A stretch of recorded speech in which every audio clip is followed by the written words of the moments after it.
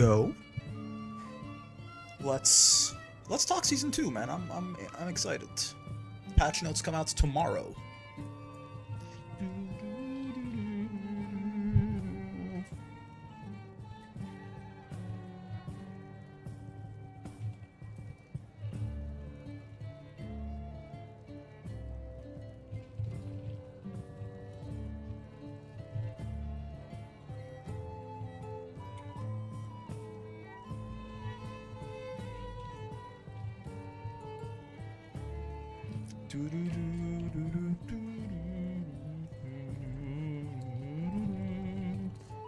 Alright, let me just do this real quick, don't mind me. Hello, hello, hello. Rain, Kasumi, hi. Give me 1 second, just putting out the little go live messages right there, you know how it be. Hope you guys are doing well, though. You having a good day so far? I had a pretty chill day myself.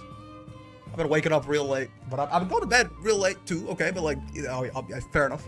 I've been doing work at night. We're not just rotting. I promise. I'm doing good. It's good to hear, man. It's good to hear. Let me do this. There we go. And this. I've had a decent day, back on the university grind tomorrow?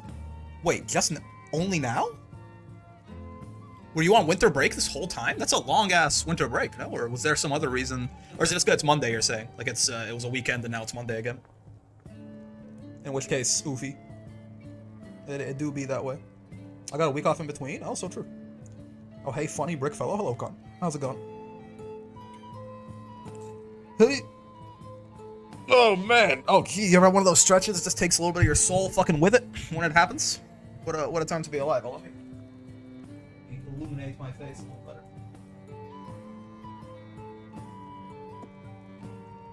There you go. This may or may not be an out-of-focus brick. Can't hurt you.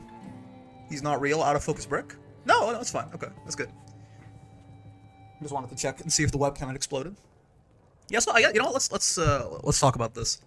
We praying to the gods for Belial wishlist nerfs. We'll talk about Belial in short order. I mean, I can tell you, I can give you a suggestion, but you know, let's be realistic. Yeah. In fact, yeah. Let's go. Let me get this this tavern music out of here. We'll have that on for the replay review later. For now, what do I want to do? Let's do.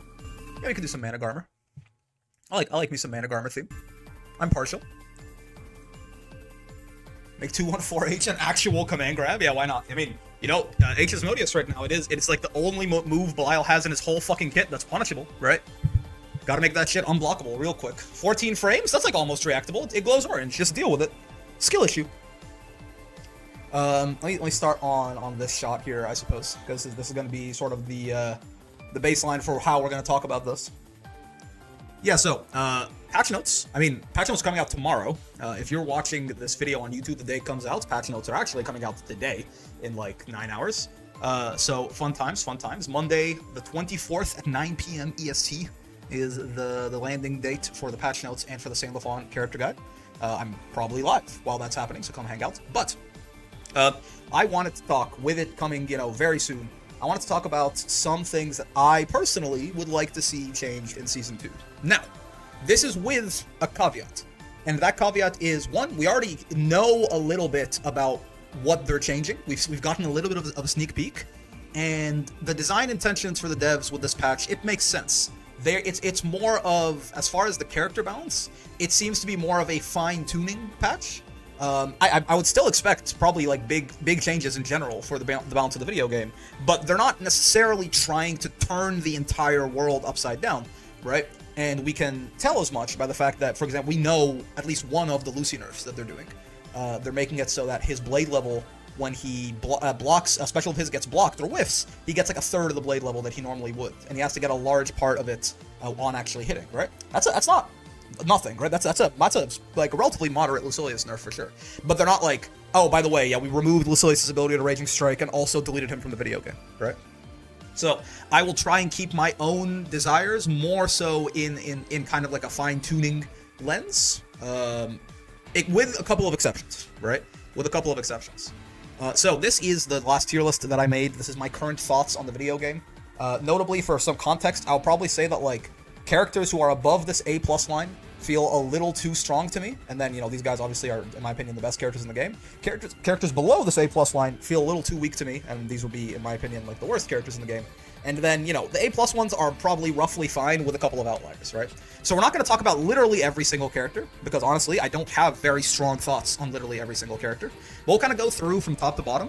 I do have something to say for basically for everyone in S+, at the very least, right? And we'll kind of go through it. So, without further ado, let's start with Belial and Katalina. Though this is not necessarily ordered, by the way. I don't think the Belial's number 1 and Katalina's number 2. Though if you really wanted to pound your fist on the ground and say that that's true, I wouldn't necessarily disagree. But if you wanted to say that, like, Lucilius was 1 and Beatrix was 2, I also wouldn't really disagree, right? But yeah, so listen, man, listen. We can talk about it. But like, I'm not gonna sit here and give you the laundry list of things you need to change about Belial, because realistically, especially in a patch where I don't think he's gonna get changed that much, right? We've talked about Belial ad nauseum. We will continue to talk about him. 50 more years of Belial. I just hope that he doesn't get buffed too significantly, right? And if anything, man, could this thing be minus on block? I don't know. Could this thing be like -2 or something instead of +1? You know what I mean? Like you know, could this thing be like -2 on block? But I don't know, man. We're not gonna talk about Belial for too long, okay? We're not. I'm not convinced that anything is really gonna happen to him, right? Katalina, I think, again, I'm not of the mood of, like, I want to shoot every top tier. I don't think that's true. I don't necessarily mind characters being strong. It's fine. Katalina, I think, is very simple.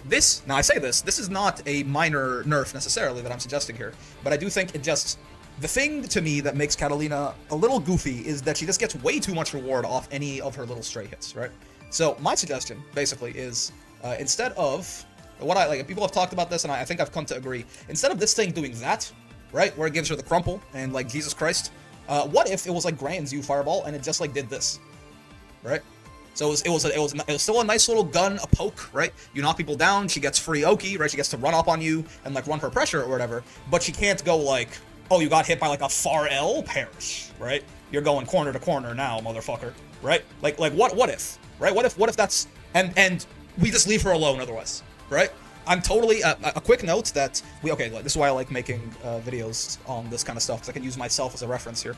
But, like, we do know that Brave counter is minus on block in the patch, presumably -3 on block, because they're not going to make it punishable.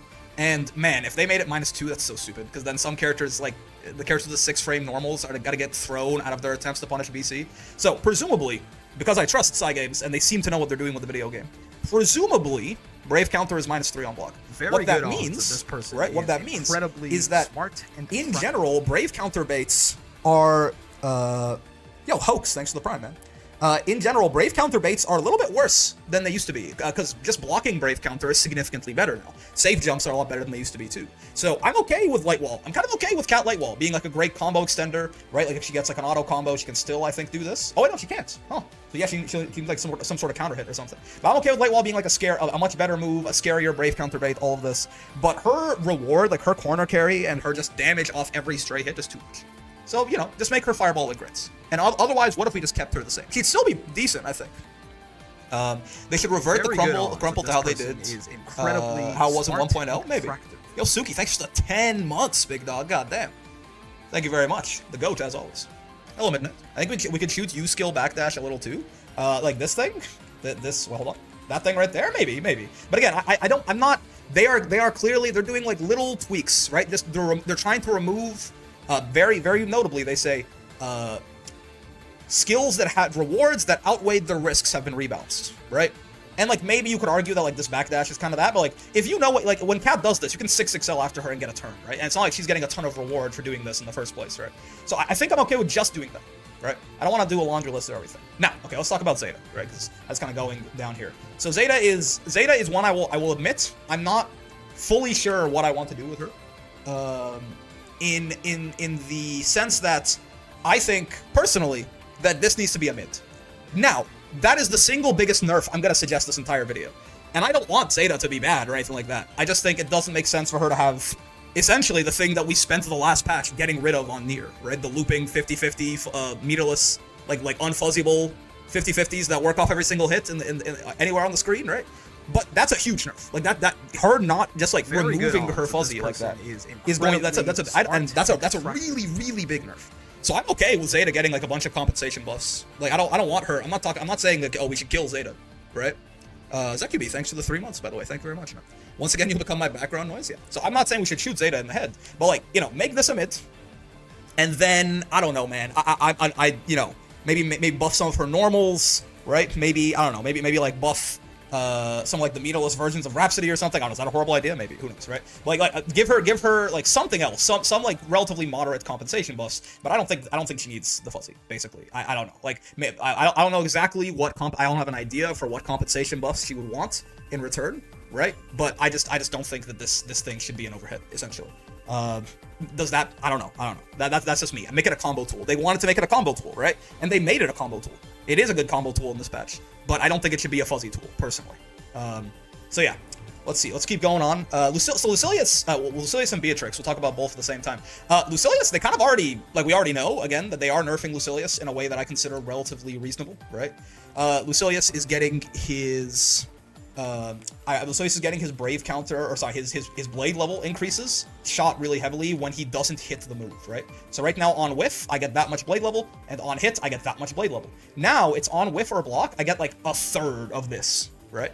So he really needs to actually get in there and hit you if he wants to be earning that blade level. Otherwise, it will take him like 3 times as long to get to blade level 5, which is very meaningful, right? Now, of course, we did see they're keeping this, right? Iscariot does still give him a whole extra blade level, so that move is still terrifying, right? So, I mean, but that in of itself was already a pretty decent change. Would I want, like, to do way more? I mean, I would still... I would like for Iscariot to be slightly minus on, like, slightly punishable on block, I think, right? Just because if we're talking about moves whose risks outweigh whose rewards outweigh their risks, right? Like, how about this? This thing's -4 as is, right? What if we just reduce the pushback on it so you could throw him if you blocked this, right? I'm not trying to get, like, Farel into 5,000 damage on Ladiva for blocking Iscariot, right? But what if you just reduce the pushback on this so he was throwable? Is that, I don't know, that is a nerf to the move. I think that's reasonable, right? Again, because again, this move, we do know for a fact that Iscariot is not getting that removed. It still gives him the whole extra blade level, which is even more rewarding now that otherwise blade level is a lot harder to come by, right? So in a way, the importance of Iscariot and his kit has been like ramped up significantly in this patch. So I would like if it was a little more risky, since its reward relatively has gone up a lot, right? Beatrix, I've been saying the exact same thing about Beatrix since the day that she came out, since before the emergency patch. I mean, when it now only gives 1/4 the meter it used to on block after this new nerf, I think it not being punishable is fine. I agree. I like their change. I agree. If they don't make it punishable, fine, right? But like, a throw punish is not the worst thing in the world necessarily, I think, right? But maybe. I see your point. I see your point. I think this, like, the blade level nerf is already fine. But yeah, for Beatrix, yo break, I'm late, what did I miss? We talked about Belial and Katalina. Belial is make us 2M minus, I guess, but like, he's not gonna get nerfed. And Katalina, we said make her U Fireball work like Grands. And then for Zeta, I said make the fuzzy a mid and give her a bunch of compensation buffs. That's a really big nerf. Okay, so Beatrix, I've been saying the same thing since this character came out, since before the emergency patch, since after the emergency patch. The problem with Beatrix has always been this fucking thing, her move speed, and this fucking thing. The combination of those three, right, make her incredibly scary. So I'm okay with her having a command grab. It gives her like a very unique flavor compared to a lot of the Shotos. I'm okay with her being kind of quick. That's fine as well. She's not like the fastest thing in the world, right? Like, you know, like a little quick for a character that has a command grab. It's this thing. We want to talk about things whose risk outweighs the reward. It's 2-2H, especially with clock is up, where 2-2H, you know, when you block it, you got a light punish, and okay, cool, you got like, a lot of characters get like maybe 2k in the mid screen. And then when Beatrix hits you with this shit, when she's got clock up, you take like 8,000 damage and die, right? I personally, since the day this bitch came out, I think that this move, this one right here, should be a combo tool, not a neutral tool, right? That's it. Khalil had a round table. The round table said the Belial far M is more ridiculous than 2M. Listen, we can talk about Black, but listen, you get like, almost every Belial normal is like in the Hall of Fame, right? I mean, we can talk, right, his far M is great, right? His far M's amazing. His 2L is the best 2L in the game. His 2M is the best 2M in the game. He has maybe the best far H in the game. He has one of the best 2Us in the game, right? Like, what do you want, right? Like, yes, every single Belial normal is in the Hall of Fame. We can sit around and try to jerk off one of them more than the others, but they're all amazing, right? So like, if we want to say that his 4M is actually better than his 2M, sure, man. The point is, all of them are fucking amazing. But yeah.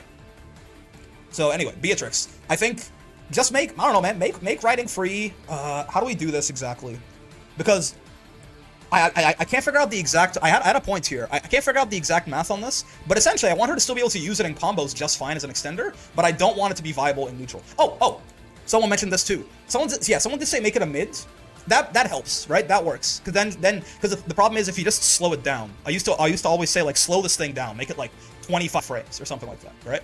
That works. Then it's not a jump scare option at neutral, but that probably does really fuck up its utility in combos, right? Which I don't really like. I suggest you can make clock only activate on the early frames of H writing free. That could work too. It being a mid will be interesting because you could still like get called out by this thing. But in the fact that like if you even are walking back or if you're even walking back on her, it'll just catch you and kill you. I'm not entirely certain how exactly I want it changed, right? But I do. But the general ethos is I want this thing to not be good in neutral anymore. I want it to only be good in combos, right? That you could make it a mid. You could slow it down while maybe making it so if you cancel into it, it speeds up. That'd be a little clunky, right? Like slow it down, but make it so that kind of like Ladiva used to have like if you canceled her lariats out of a dash, right? Like if you dashed into her lariats, they would start up faster.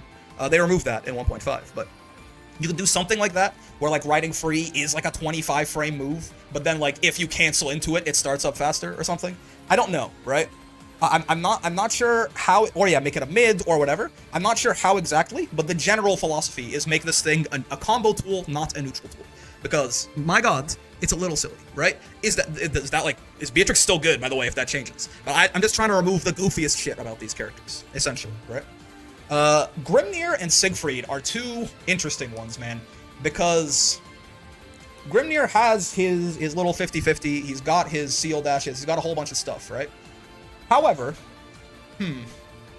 so I'm a little caught with Grimnir. I said it before, but I still don't like this change idea. I feel like it messes with her game plan too much. If her game plan is unreactable low into clock, then her game plan is I think sillily designed, right? That like if her game plan is I need to have an unreactable low combo starter that works in the mid screen, then I don't think that's a healthy game plan for a character to have. If that's gonna be her game plan, you need to nerf her a lot to make her a lot less viable, because that's a goofy ass Ladiva 50-50 SPD game plan, right? If her game plan is non-functional without unreactable riding free, then she's poorly designed and needs to be nerfed to accommodate that. The same way that, you know, Ladiva's game plan is put you in a slot machine until you die, that needs to be bad, because that's an unhealthy, like, stupid game plan, in my opinion. So yeah, here's the thing with Grimnir, right? There's a couple of things. One, he's got his little UCL 50-50, right? Which is interesting. It does require him to sometimes get a hit in the corner or get a hit with seals. It's a little more restricted than some of, like, you know, it's not exactly Nier or like the Zeta, the fuzzy or anything like that. But you could definitely take a look at that. People are saying have his seals go away on hit. Possibly, that does feel very punishing, right? So the big thing with Grimnir basically is his setup for his seals is far too easy, and because he can do that, right? His setup for his seals is far too easy, and the seals are far too good. So it's one or the two. It needs to get tuned down a bit, right? In a very similar vein to Lucilius. Lucilius's Blade level 5 is too strong, and it's too easy for him to get there, right? So it is. I think you can. So what they did is they made it harder to get to BL5, right? So I think with Grim we could do a similar thing. So you either have to make it harder for him to get the seals up or make the seals worse when they're up. I think making them worse when they're up is like an anti-fun idea. You know what I mean? I think your character's win condition should feel strong and good, right? Like, I'm okay with Blade level 5. Like, the fact that Lucilius still has his Iscariot shake my hand, GG, go fuck yourself combo. I'm totally fine with that, right? So what you could do is you could make it a little harder for him to get the seals up in the first place. So there's a couple of different ways you could do that. One, you could just, like, make this animation take way longer, like, make it a lot more unsafe, so he has to, like, fully give up, like, a knockdown and even some Oki or something like that to do it. 40 frames is already pretty slow, right? You could make this, like, 60 or something like that. So or alternatively, you could nerf this, right? Because one of the big reasons I think the Grimnir's setup is essentially a non-factor is because in very many matchups, he can just do this and then do this, and the seals are up now, right? So one of those two, I'd say, right? Like, this is more so what I'm thinking, because this move doesn't, this tornado move, this stationary tornado move, just like, again, very, very few characters can do literally anything about that. So maybe either making it so this thing has like a smaller hurt box, so it's easier to like jump and get around, or maybe making it so it lasts a little bit less, like it doesn't stay on the screen for quite as long. That could affect some of his pressure though, right? Maybe making it so like he himself is in recovery, again, making this move put him in recovery for a little bit longer, right? I don't know exactly. Grimnir is a little bit of a weirdo character, right? So I'm not entirely certain. But it needs to be a little bit harder for him to get his seals up. I did consider, one of the things that I was thinking about is making these things, you see how that's even on block right there? Making these air dashes minus on block, even if they hit you, even if the mid-air ones hit you.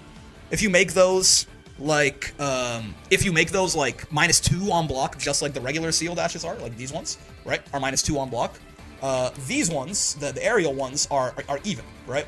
So a lot of the times, if you block one of these aerial seal dashes from Grimnir, like he is kind of just in now, right? That could also, that's lowering the reward on it a little bit.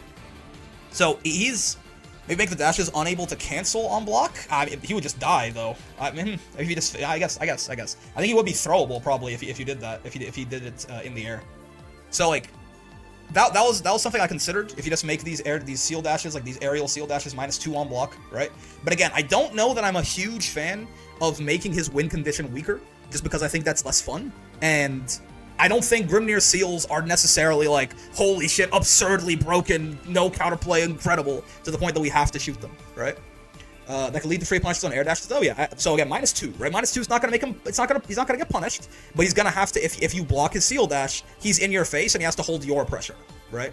So that's not a huge nerf, I think, right?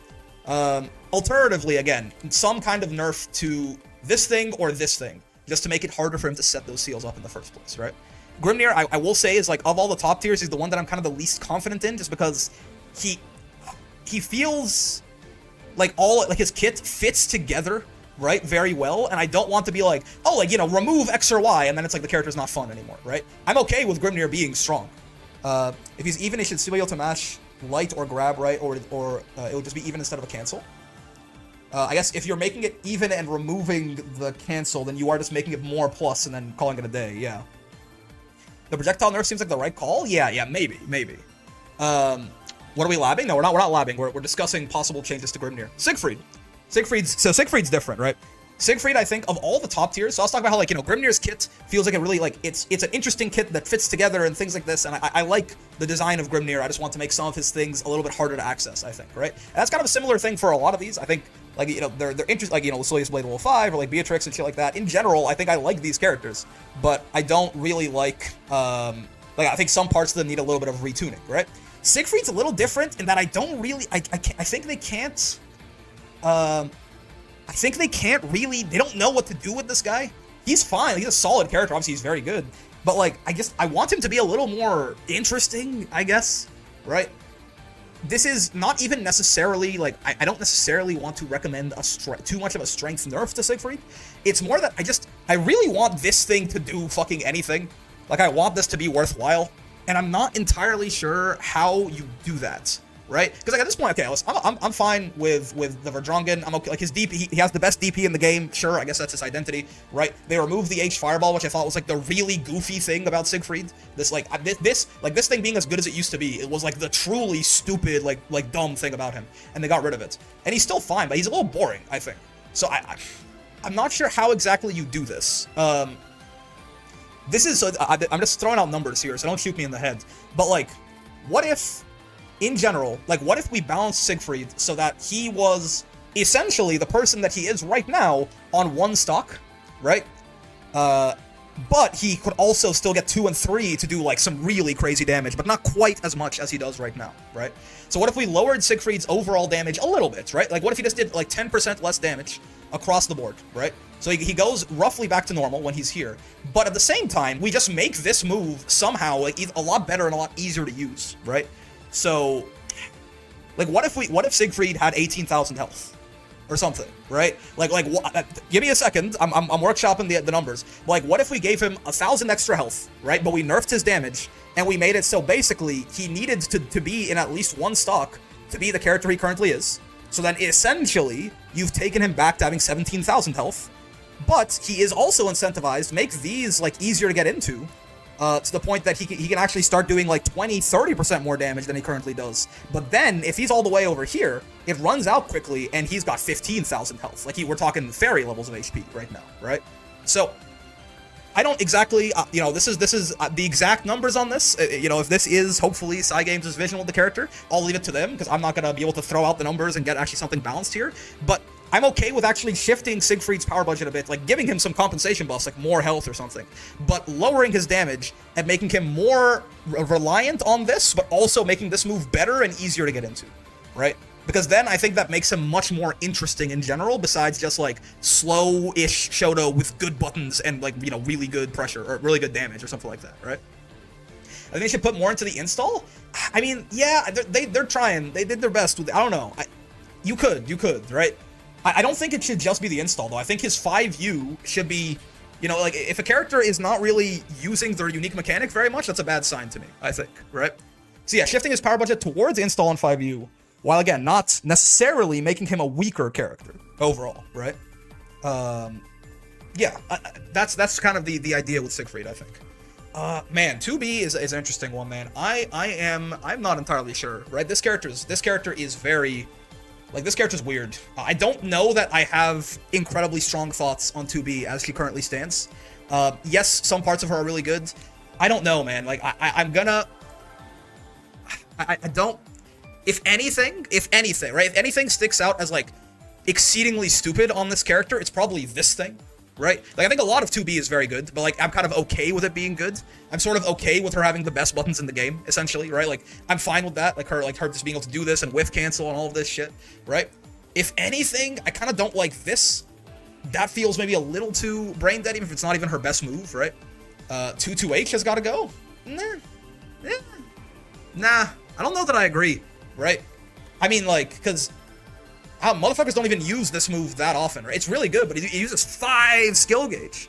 If we're talking about moves that, if we're talking about moves whose risk outweighs the reward, I mean, this character is not good without skill gauge, right? The way it trades on hit, sure, yeah, I mean, it costs 5 skill gauge, right? I don't know. I know all the heavies do, but like, make 2-2H not win trades? Why, though? Like, if your 6XL trades with her button she spent 5 skill gauge on, why should you win, right? Like, so you ran at her and did a 6XL, and she triggered the thing she spent 5 skill gauge on. Why should you win that? Why should it be even, right? Dude, it's a combo starter that's a DP on the side? I'm not quite so sure I believe in that, right? Because he also has to set it up first.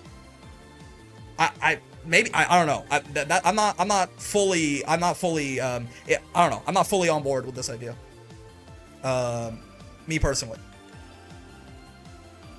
Which takes very, very little commitment from her. Brother, it's 5 skill gauge. If you want to make this cost 6 or something, like, am I losing my mind? Right? Like, this character is not good without skill. This costs half her skill. Right? It costs half her skill to be activated at a later date. Damn near. Considering she can set it up regardless from anywhere? I mean, sure, but if she sets, again, am I losing my mind? I don't know. It's 5 skill. I'm sorry. You know what? If they nerf it, then I'm not against it or anything. But I don't know. This move has not necessarily stuck out with me as like, holy shit, why does 2B have this? I feel like most of the 2Bs I fight don't even use this move that often. Maybe I'm crazy? They use it sometimes. Like, this isn't even like the primary expenditure of skill. Like, is this even her best special? I don't know. Maybe I'm wrong. But I will say, I don't have, like, particularly, like, insanely strong opinions about how I want 2B changed. Just because she is a bit of a weirdo character, right? 2B feels like Grim to me, where she's well put together and it's hard to nerf her without making her unfun. Yeah, I mean, I would just say, like, if we're talking about moves that have a lot of reward and very little risk, this is the one that sticks out to me, right? Like this is, like, no one is fucking anti-airing this ever. And at best, she gets, like, guaranteed pressure on you. And, at worst, she gets a full combo off this fucking thing, right? So, maybe... make this like hurt box significantly bigger. If it's gonna have such a here's a good example. Let me turn on the hurt box mod, right? So here's a good example, right? So if we look at what this looks like, how do I pause again? It's F5. Wait. Oh, I need right. So like her hurt box is already extended like somewhat heavily, right? But maybe make it, I don't know, maybe make it even more so. Make it it's way easier to, since she is oftentimes doing this from very high up, right? Maybe make it easier to 2H this thing. I don't think you can make it smaller, because I think they want it to be huge, right? But make it so that if your opponent is like at all looking out for it, because she already has like an anti-air capability built in with like this, right? She has a double jump and she has this, right? This is not the best air stall in the world, but you get the idea, right? So like she already has a lot of ways to avoid getting anti-aired out of this, even if it was relatively easy to anti-air it. So why not just make this button extend the hurt box pretty prodigiously, right? Her arms are not connected to the sword in that animation. Listen, man, we can make hurt boxes that don't fully make sense. That's okay, right? But like I think we could like extend the hurt box a little bit, right? But like otherwise, I don't know. I don't like. I'm sure there are like more meaningful nerfs you could give 2B or something. But I'm not quite so sure that I like hate her as much as everyone else who plays this video game seems to. So I'm kind of okay with it. I don't know. Maybe I'm insane. Right? She's strong for sure, but its anime hurt boxes never make sense. Yeah. Okay, so let's so this sort of ends like the characters where I have like an opinion on every single one of them, right? So we can get down to here, right? And this is where like right, like these Very are good all on of these. this Yo, face company roll. is incredibly What characters have you done so smart far? We kind of just and went through the top to bottom here. I don't know that I'm gonna have something to say about every single one of these characters. By and large, these characters feel strong to me, but not necessarily like problematically so, right? If they kill 2B JH, that'd be a nerf enough in my eyes. Yeah. 2B feels like Grim to me, where she's well put together and it's hard to nerf her without making her unfun. Yeah, I'm not so sure that I think 2B is like, you know, a horrible character for the game or anything like that. So like, the JH seems stupid. The JH seems too rewarding and not risky enough. The rest, I don't know. But yeah, so like, Uno, I have a very strong thought about Sora's, but Uno's weird, right? Because this character is really good, but I'm like, I don't know, what do I want to nerf on him? You know, I'm like, I guess I would like, Grim you could probably fix without making him unnecessarily unfun. I agree. Like, I guess, so Uno already takes on a lot of risk to do a lot of his shenanigans like this, right? Like this Ferry and stuff, like he has a lot of like funny stuff he can do, but he does take a decent amount of risk to do it. Uno's another one of these characters that is like relatively hard to anti-air, because he can do some shenanigans, right? He's got this, he's got his dive kick. He does have some pretty nice jumping normals in the first place, right? Yeah. So you kind of took the words out of my mouth there, Con. We could just like, so yes, obviously he has the best throw bait in the game, right? But like, I don't know that I want to get rid of that necessarily, right? Like, that's a very strong move, right? This is the best thing about Uno, for sure. But like, I don't know that I necessarily want to remove it, right? JU and Hard maybe on this one. Install? His install's so cool though, right? Like, Uno install is so cool. Like, yes, it's very good. Maybe make his throw bait have more cooldown. That's an interesting idea. Hard maybe, yeah. That's an interesting idea. Like, if you gave this thing like if you like made this like a couple extra seconds for the cooldown or something, that's not a bad idea. I could see that. Buff him? No, hell no, please no. This character is this character might be better than 2B. Like, I know I got him here. Like, this character's really good. I'm not entirely sure, man. Like, we could make the recovery on this like a little less, I suppose. So the thing is, his parry, presumably, right? Uno is already kind of getting nerfed because his meterless reversals, I think, are going to be counter hit recovery in the next patch, right? So like, and you already could counter hit him out of these in the gap here, but I think when you block this next patch, you're going to get a counter hit combo on Uno, right? So like, as a character who was very heavily reliant on a meterless reversal, like it was a very big part of his game plan, he is already getting a relatively sizable nerf, right? So I don't know that I want to do like a ton more to this guy. He's a fun character, I think. He's a cool character, right? I really had an issue with Uno. He's just a good character, not much to complain about. Yeah, I mean, yeah.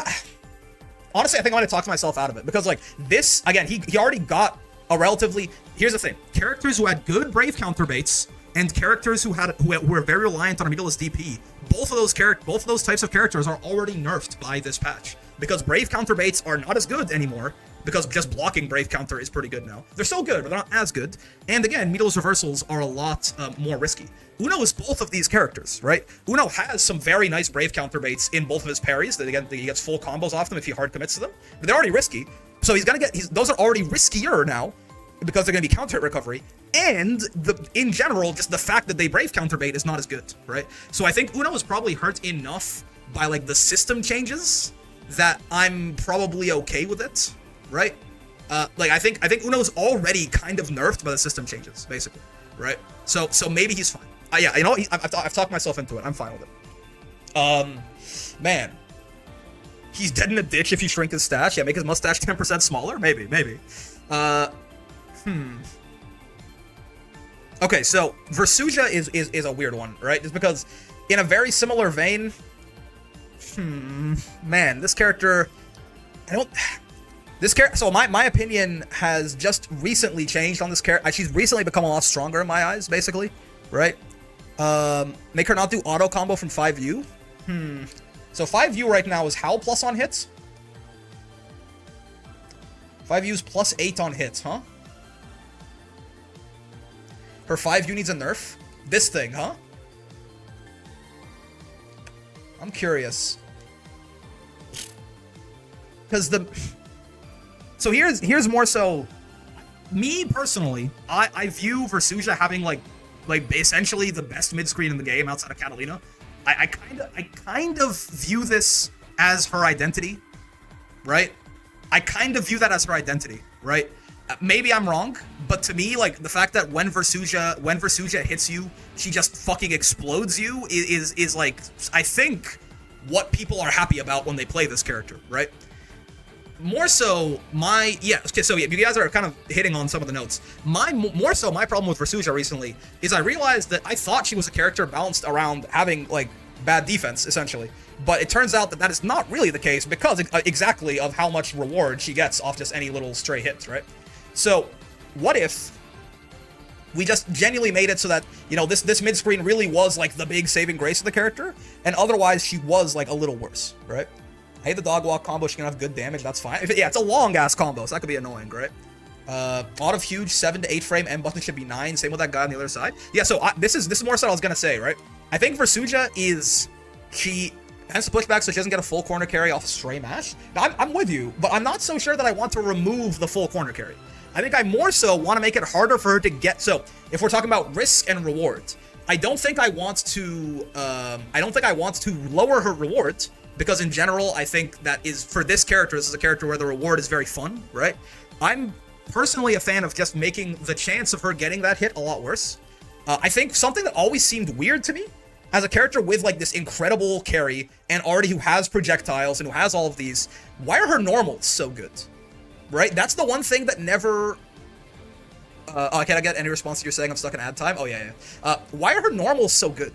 This has always been the weirdest thing to me with Versusia, is like, why does she have a better 2M than Siegfried? You know what I mean? Like, so they're both 25 frames, and 8 frame startup, right? But like, you know, like, why is hers essentially like I think hers is it a little... Oh, wait, is hers a little bigger or a little smaller than Siegfried's? I think it's very close, right, actually. Hold on, if I record Siegfried doing his thing, right, and then I do both, right? So if we take a look at this real quick, right? You know, generosities. They're similar-ish, right? I guess they're similar-ish, right? But I suppose why? So even if that's the case, why is her 2M this good? Also, Rain, thank you very much for gifting the sub there to Steeler. So like, why are her buttons this good? This is the thing that for a character that gets so much reward, even in the mid-screen, on every single hit, and, you know, for a character that has already, like, some pretty decent zoning in terms of her projectiles and stuff, why are her buttons so good? That's kind of more so to me. I don't know that I want to remove her reward when she finds these hits, as much as I do I want to make this hit harder for her to actually find, right? So, like, I don't know, what if these mediums were a little slower, right? Like, what if, like, this thing was, like, 10 frames and this thing was like 9 or something like that, right? What if her far L was a little worse, right? Like, what if this thing had a slightly smaller hurt box, or maybe a little slower, or maybe, yeah, people were saying like take the clash level on it down a little bit, right? I guess frame 8 is the sweet spot to link 5U, I suppose, right? Listen, man, if you want to make 5U like plus 9 or something like that to make this still work, I'm okay with that, right? Maybe she uses use skill charge on knockdown. Ugh. Yeah, maybe that's a little... 2M range was nerfed on Nier. Yeah, maybe instead of making it slower, we make it worse, right? Maybe we make it worse, like we just make it smaller, right? Again, it's a big ass leg, so it would look weird. Like, yeah, maybe we just make it smaller.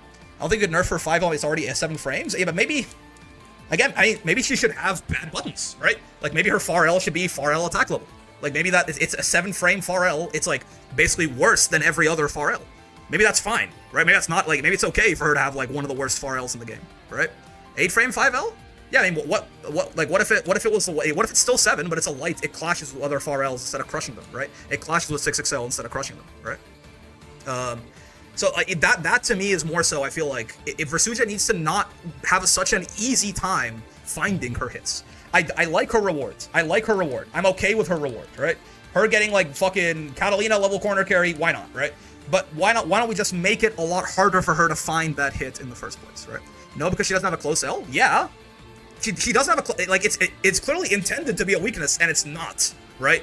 Like, exactly. It's intended to be a weakness, and it's just not, right?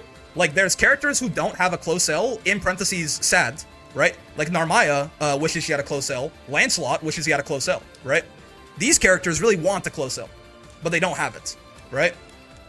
Or sorry, I mean, in their case, they kind of want a far L. Their close L, their 5Ls are essentially close Ls. Yeah, sorry, they want a far L. Versusia, again, it's seemingly intended for it to be like, you know, kind of in the same way that it is for Lance and Narmaya. It's like intended to be a weakness. It's not. This is like one of the best buttons in the game, man. So yeah, what if we made this bad, right? Like, what if we made it bad? Like, I think it was intended to be. Again, I'm okay with her getting a shit ton of reward on her hits, but like, what if that reward was just harder to come by, right? Okay, so I don't have like incredibly strong opinions about most of the remaining cast, so let's talk about it. Real quick, very simple for Sora's. You can make her second auto combo hit. What do you mean? Real quick. Why is this -7? Okay, next character. And this should be like -12, -15. Why is this -7? Why is this literally unpunishable for some characters? Why is this 5-frame DP attack level move that full combos on hits and kills you on counter hits and covers all of this range and crushes anything you can do on a character who is built around being slightly minus? So if you try to take your turn back on being slightly minus, he does this and kills you. Why is this literally unpunishable for some matchups? Do you want to know? Okay, here's an example. Do you want to know? What Vaseraga does if he blocks this? Nothing. He eats more pressure. Right? Like if he blocks this DP that kills him on hit, he has to just hold that shit. Right? And there's a good amount of characters who are like this, right? Like do you want to know what Vaseraga does when he blocks this? He dies. He doesn't do anything. He has to hold that. Why is this -7? This should be like -20. Like the reward on this is like we want to talk about moves that have like way more reward than risk, right? I mean, honestly, even this in the mid screen, if you get counter hit by this thing, you can fucking go to hell, right? What can he get off this? In the corner, I mean, in the corner, it's like a full combo, right? Yeah. So in the corner, he just kills you for it. I think even in the mid screen, he might be able to do something. No, not in the mid screen. I guess he can't really get too much, right? Yeah, the mid screen. I mean, in the mid screen, to be fair, what he gets is the corner, right? So it's still pretty good reward, right? For a character that's this scary in the corner, is what he gets for hitting you with it in the mid screen is he gets the corner. So like it's still pretty good, right? So like yeah, why is this -7? Just make it like -15 or something like that. In my opinion. Otherwise, I think he's still strong. He's relatively fine. It's just that move is way too belligerent, right? I don't know that I necessarily have like super strong opinions on Kag or Bubs or Seox or Percy. I think they're good characters, but I'm kind of okay with it, right? I main Vaseraga. Do you think he gets any buffs / nerfs if he's really balanced? Listen, some people hate Vaseraga. I'm relatively okay with him.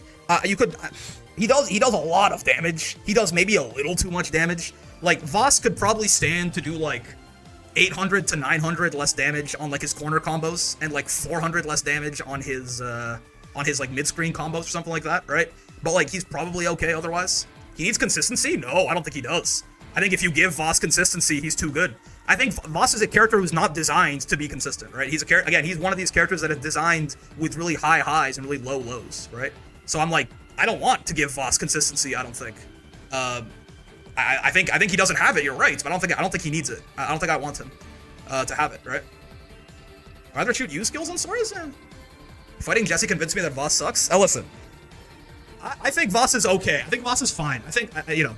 So yeah, so like I was saying, again, these characters are strong, but I don't think I really want anything changed about them. You know, we could do some things like this more so where you get into like character specific like quality of life or something like that, right? I'm relatively okay with most people on this tier 2. I will talk about 3 characters here. So first off, in a very similar vein, this character, right? Hello, Steeler. Hi, let's talk about Abel. So Abel is not a top tier or anything like that, right? Abel is not some kind of like broken top tier or anything like that. However, I think he might be a little too good for the archetype of character that he is. You could honestly maybe make the same argument for Vaseraga, right? You could like genuinely. I think Abel is better than Vaseraga. Abel's a scary character to buff. I'm not talking about buffing him at all. I'm talking about the opposite, right? So like, Vaseraga, I think could stand to do a tiny bit less damage. Abel is, I don't know exactly what you do. I mean, Hippo makes a good point. I hate this thing, right? This is like straight up the best neutral skip in the game. Is this the best neutral skip in the game? Is that the best neutral skip in the game? It is, right? Yeah. This is the best neutral skip in the entire game, I think. So, like, yeah, maybe this thing is minus on block? I've never really thought about that. It's a teleport that's safe on block. It's plus on block, Scully, and it kills you on spot dodge, right? It's not safe. It's plus, and it kills you on spot dodge, right? So, yeah, What if this was just, this could be I don't want this to be punishable on block. But maybe this is minus on block, right? Maybe it's like -3 on block, right? 2-1-4U has no counterplay. It's like, you have to be on 2-1-4U -4? If we do that, I'm okay with honestly leaving him exactly the same. Yeah. If it's a throw punish, because that's a big risk at that point, right? That's kind of bad at that point though, right? Isn't that move just shit? What do you use it for at that point? It has counterplay, but you have to DP it? I mean, God forbid you don't have a meterless DP. I think -3. I think me at -3. I'm fine with -3 personally. Make this thing -3 on block and then we can talk, right? Again, this is like, I don't mind it, just make it spot dodgeable. That works too. It's not bad because you still die on spot dodge, but there's no reason, like, I guess you still spot dodge because you're worried about this, but like, you know. You gotta be right, because if he does the ult spheres, you die. Yeah, I think just make this chip -3 on block. Again, I mean, Abel is like the character where, like, if you like nerf his reward, why the fuck am I playing this character, right? That's the whole blue screen mind game. I think it's still okay for it to kill you on spot dodge. I'm okay with that, right? Because that's still, like, it being minus but killing you on spot dodge gives it a purpose, right? So to me, I think I think this, like, that might be enough, right? That might be enough, personally. If you just make this thing, if you, like, because at that point, it goes from, like, the best neutral skip in the entire game to actually a pretty middling one, right? He doesn't get that much reward on it unless it's in the corner. I just want significant enough changes to make me want to keep playing. I think there'll be relatively big changes, right? We do spend health for it. That's true. It's like, it still has a purpose this way, right? But I think, you know, we'll just make it unblockable instead. That should be a factor. Yeah, that's why when you said -4, I don't think I agree with that. I don't think I want him to, like, spend health to get throw punished, right?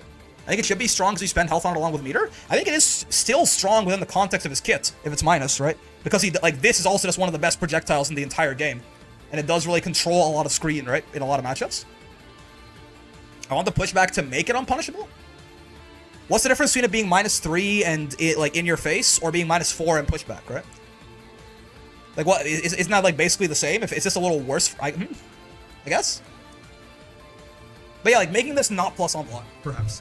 You don't get a throw punish? I'm saying, if it's -3, you don't get a throw punish either, Steeler. What's the difference between this being made -3 but in throw range? Or, maybe being -4 and outside of throw range, right? Because, like, I mean, standardized, I mean, this thing is -3, right? Oh, no, it's -4. You're right. It's -4 and it's plus. You're right. Well, maybe you're right. Fair enough. Maybe you're right. I don't know why I thought this thing was -3. That's fair. You can keep it plus if you can spot dodge it. I don't like being able to spot dodge it, right?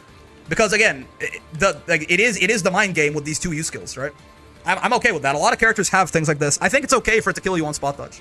I just don't want it to be plus. I want there to be counterplay to it, right? So, like, I think it's okay if it's minus on block. Make it minus, but keep the mind game here. So if you spot dodge, he does kill you, right? No, I agree. I don't think I want this to get removed. I think it should definitely kill you on spot dodge. It's a very interesting part about fighting this character, in my opinion. Can I spot dodge 2-1-4 without getting countered by Abel? I don't think you should. I think again, there's a mind game here. And if you guess, if you're just, like, blindly spot dodging on blue, you'll die. That's okay with me. I just don't want, like, why is it then also +2 on block? Right? I don't think so. Okay. So this is kind of like some of the last characters that I have like real things to say about. I think I already talked about this to an extent, and I'll put out a video on it later. I think, but for Narmaya, just not to rehash it too much. I just wish I think this character doesn't need a power budget nerf. I think she's fine. I just really wish this character was made so that like flip was not just like her best move by a mile, right? I'm okay. I think I'm okay with probably TKH flip as it is. It's like one of the best throwbaits in the game, but that's okay, right? And by the way, flip is not as good as you get higher up, right? I mean, I don't know, man. Still, could we not just make flip like a lot like significantly worse, and then like make the rest of her some of the rest of her moves a lot better, right? What would you change if we change flip? It's an interesting question, right? You could make these, for example, a lot slower, right? You could make these a lot slower to the point where like it really is like you're taking a huge risk, right? You could make it like really like extend her hurt box even more, right? You could, I don't think I want to remove the reward on it because I don't want to revert a nerf that they gave it, right? Make it launch, that's possible. Give it a smaller hitbox, yeah, maybe. Things like make it even easier to stop than it currently is, which by the way, like, these are not impossible to stop as they currently are, right? But for a large amount of the player base, they are very annoying, right? So yeah, making in general flip easier, like a much riskier option to go for. So it really is just like oh, gotcha, bitch, like you weren't paying attention, right? H flip hate is 100% justified? Not this one. I don't think. This one, yeah, definitely. But like, that's just a good move. Make it 2Hable? It is 2Hable, but make it easier to 2H. Make it like it is already. Fellas, please. It is 2Hable, right? But like, make it easier to 2H, right? Increase the hurt box, make it slower, right? Make the hitbox smaller, things like this, right? And then give her a bunch of other shit. But I think Narmaya to me so far was the least interesting. It's not 2Hable as some characters will slow 2H. Bro, Versusia has 2H me out of this, right? If Versusia can 2H me out of it, everyone can 2H me out of it. So it's fine, right? Like, Versusia has a 14 frame 2H. So, like, if Versusia can 2H me, everyone can 2H me. I don't know what you're talking about. The point being, though, it feels like I'm playing a minigame trying to run counterplay against it. Yeah. Narmaya was the least interesting character to get to master for me, just because it really was, okay, 90% of the game are flip victims below master rank, right? So I just flip them and they die. And then every now and then I actually have to play the video game. Right? So, but like, I would like Narmaya to remain roughly as strong. Like, if we nerf flip heavily, give her a bunch of other shit, I don't know, make Kyoka better, make Setsuna better again, or something like that, make Transient better, do a whole bunch of other stuff, like spread out her power budget. But I don't like how centralized she feels around flip, right? What she has comp? I'm not entirely certain. Again, like some of her specials, I mean, Transient does feel like, for example, does kind of feel like this is entirely designed to get you to Kyoka, or not Kyoka, sorry, to Kagura, right? Transient feels kind of like, I don't know what this move does. Maybe I'm just stupid, but like, I don't know. Maybe this move could be like made to have a few more like actual uses, right? H Transient is a somewhat good whiff punish tool, I guess, right? Yeah, maybe Transient's a little faster. I don't know, right? Maybe, yeah, I'm not entirely certain, right? Maybe some of the buttons get like a slight buff in Genji or Kagura or something like that. She already has good buttons, so like maybe lean into that a little bit more, right? Maybe do something with like stance switching to incentivize that. You could do some funny thing. Make her EX Fireball Plus again? Maybe, yeah, stuff like that, right? I'm not entirely sure what compensation buffs I'd want for her, but my point here is that I don't want Narmaya shot in the head. I just don't like her current design, right? A more disjointed 2M? Yeah, there's a metric shit ton of things you could do, right? Narmaya propaganda, flip not being called the biggest war crime in Grand Blue history, the community is healing. I do my best. Her EX Fireball being minus feels weird, yeah. But, so I'm not entirely sure what compensation buffs I want, but my point is that I don't want flip nerfed and that's it. I want flip nerfed and the character buffed in other ways to make her, have more like functional moves in her gameplay. I mean, really quick, this is not like a big thing at all. We talked about this kind of before. This is like a relatively this is a bigger buff than it seems like, right? But for Eustace, I just would really like for this like 5UU launcher to just like give him far L afterwards, right? This would actually make him this would make some of his combos like a lot better in terms of resource efficiency and damage, right? Not, but like, I don't think this makes Eustace like the best character in the game or anything like that, but I've been talking about this since the Road to Master. Just give this a little bit more knockup so you can get far L off this, right? I don't think that's like that big. Kill Eustace, I fucking hate this man? Nah, I think Eustace is fine. I don't know that I really want like a shit ton of buffs for Eustace either. This is more so like a minor buff and like quality of life, I think. I think he's not amazing. I think he's not like super bad or anything like that, but it's just a bit of an annoying thing about him that might give him some better quality of life, right? Is there anyone else that I really have like super strong opinions about? Ladiva, obviously. We can get to her at last. Yeah, I mean, we already saw what they're doing to Yuel, right? They're not touching her that much. I mean, I think... Yeah, I don't know that I you know, some of these characters could get buffed for sure, but I'm not entirely sure how, like, that I have super strong opinions on how I want them to be, right? Rats, we already know the changes Vakal is getting, so it's kind of like, right? Yeah.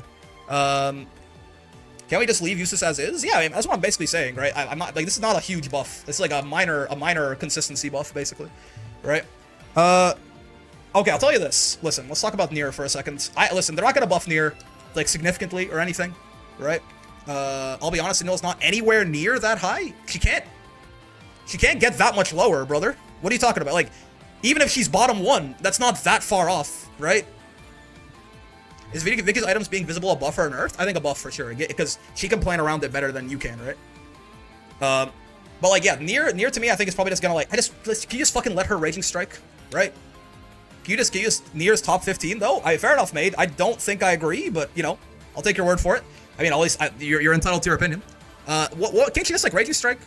You already got rid of the unblockable by taking the armor off Misfortune, right? Like, you already got rid of the unBCable Raging Strike setup. Can't you just let her Raging Strike again?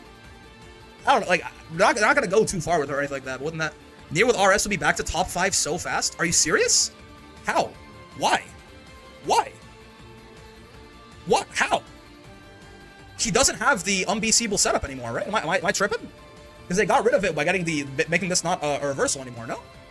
How does that work, mate? Explain yourself. Each Raging Strike costs 1,000 health, take it or leave it. I don't know that I buy that. Best U skills, insane reward, best chip. I don't know that she has the best U skills, man. Her U skills can oftentimes get you to spend the brave points, but I don't think she's I don't see it at all. I mean, they're combo starters now, but they got worse in the last patch, like significantly by the fact you could BC them at the end now.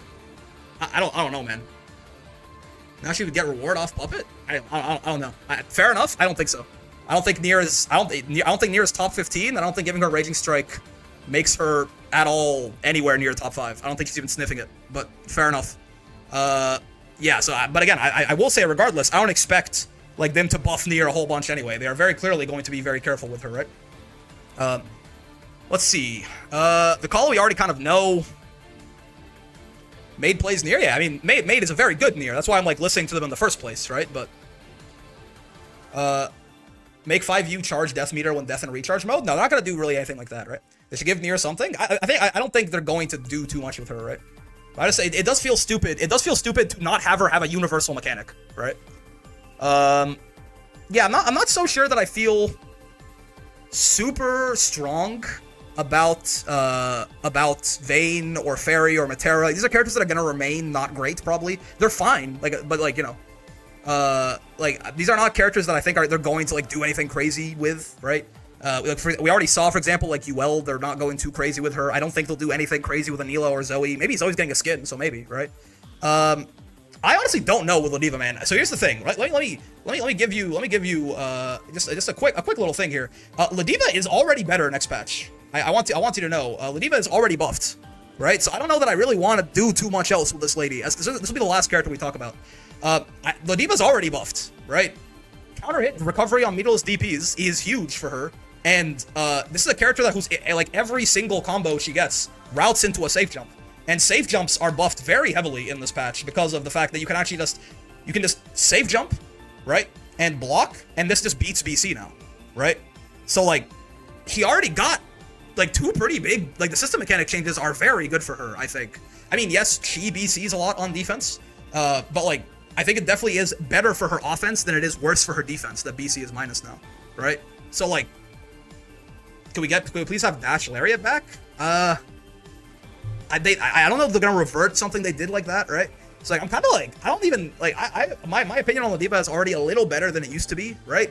And I think she's probably gonna be doing a lot better in the new patch based off. Do you know how minus BC is? Yeah, so very important. I am assuming they're making BC -3. Because if they make it, they've done reverts in the past. Have they? So if they make it -2, that's really sad. Because a lot of the times, if it's -2, depending on like, I mean, does BC push you out of throw range like all the time? Is that the case? If that's the case, maybe -2 is fine.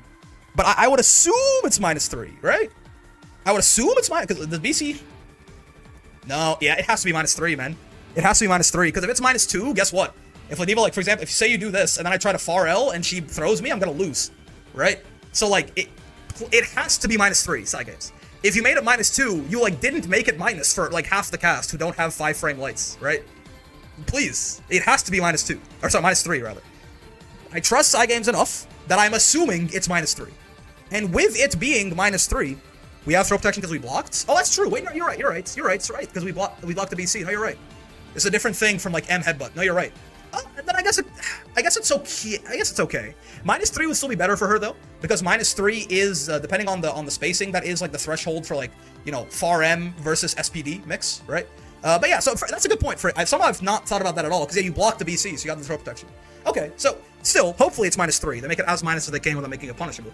But the point is, that's a big buff to Ladiva, man. Because again, like if you're that's a good point. If you're in this range, right? If it's -2, who do we yell at to get them to listen? No, face roll makes a damn good point. I've completely forgotten about that, right? Like if I block this, she can't throw me after, because if she throws me, she'll lose. I have throw protection, right? So like that to me, I think it's probably okay. -2 or -3, regardless. BC being minus like this, and guess what? Right? You are like potentially in a pretty spooky scenario having Ladiva be plus on your ass. +3 that's that good shit, right? Because +3 is, well, I guess even +2, right? If her command grab and your strike intersect on the same frame, she's gonna win. If you're 5-framer, because you can't throw her, so if you're 5-framer and her 7-frame command grab intersect on the same frame, she wins. So even if it is -2, if Ladiva like save jumps your ass and you BC and she blocks it, you're in a 50-50, right? So like that's already a huge buff to her. And as a character who doesn't have a meterless recovery, right? We can talk about that in a second, Scully. So as a character who doesn't have a meterless recovery, all the meterless recoveries getting nerfed is already like a relative buff to her, right? And also, she gets like insane combos off her counter hits, right? A lot of the time. Like, there's a big difference between what Ladiva can get on counter hit and non-counter hit often, right? So like, I think she's already been pretty heavily buffed by the system changes. So like, I'm not so sure that I really, you know, like we could talk about a bunch of other stuff. I'm not so sure that we need to we make Ladiva that much better. I will say, I am like notably out of like every Ladiva, I think I am the most conservative with her, of like, hey guys, what if you just didn't buff her at all? But I think that's where I'm gonna land. I don't necessarily like genuinely. So like I made a video that was like why I don't want Ladiva buffs in season 2, and it was like kind of clickbait because that was not necessarily the point of the video. Was like, you know, why buffing Ladiva too much would be a bad idea. But like now thinking about the system changes, I might genuinely not really want Ladiva buffs that much. I mean, maybe some quality of life stuff, right?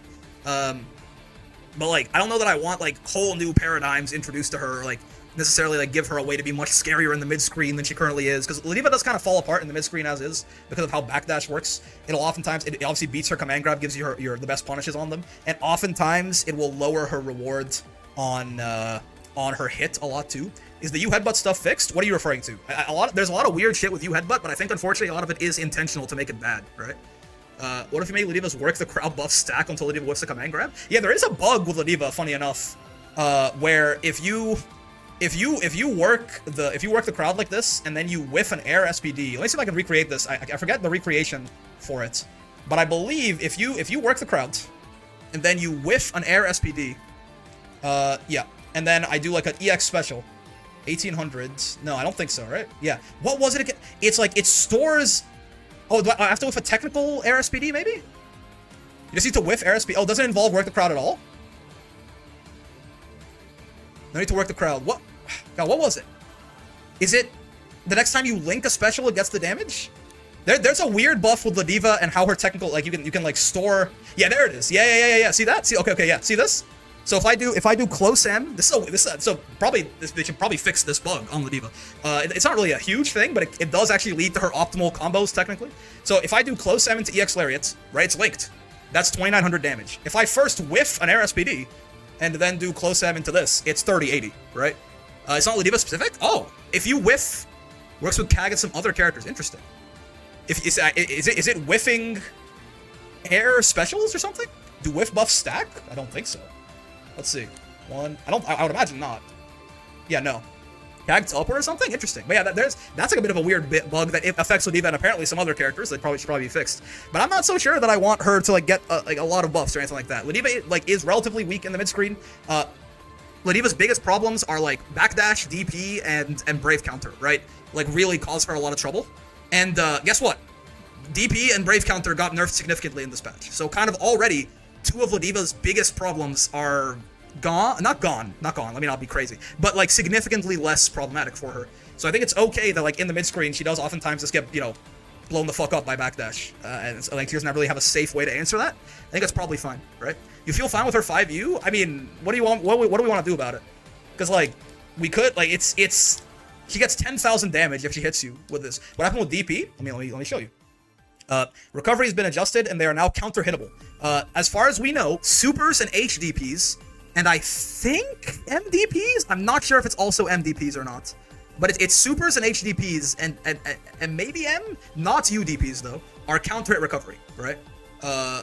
So in general, like DPs are, it's MDPs now, I think. Are MDP, it's MDPs as well? Yeah, so I think it's MDPs, HDPs, not UDPs, and supers are counter hit recovery, right? So everything but UDPs. So that already makes that, you know, DPing against Ladiva, which is one of the best ways to deal with her offense in general, is a lot more riskier. BC, one of the best, Ladiva is very weak to BC because a lot of her pressure relies on this thing, which is incredibly easy to counter hit BC. That's also riskier now, though this is still guaranteed BC. But in general, right, BCing her is a little riskier. Didn't someone say at Frosty that MDPs were included? I think so. Khalil made the thread, and I kind of forget. But yeah, point being, two of the biggest defensive options that really haunt Ladiva got worse in this patch. So I don't really know that I want to buff her too much. Excluding M's makes no sense, so yeah. I mean, the only reason, if they were gonna do it, it would be because they wanted to balance the risk and reward. Because like EXDPs will oftentimes give you like actual Oki, whereas MDPs just like get people off of you.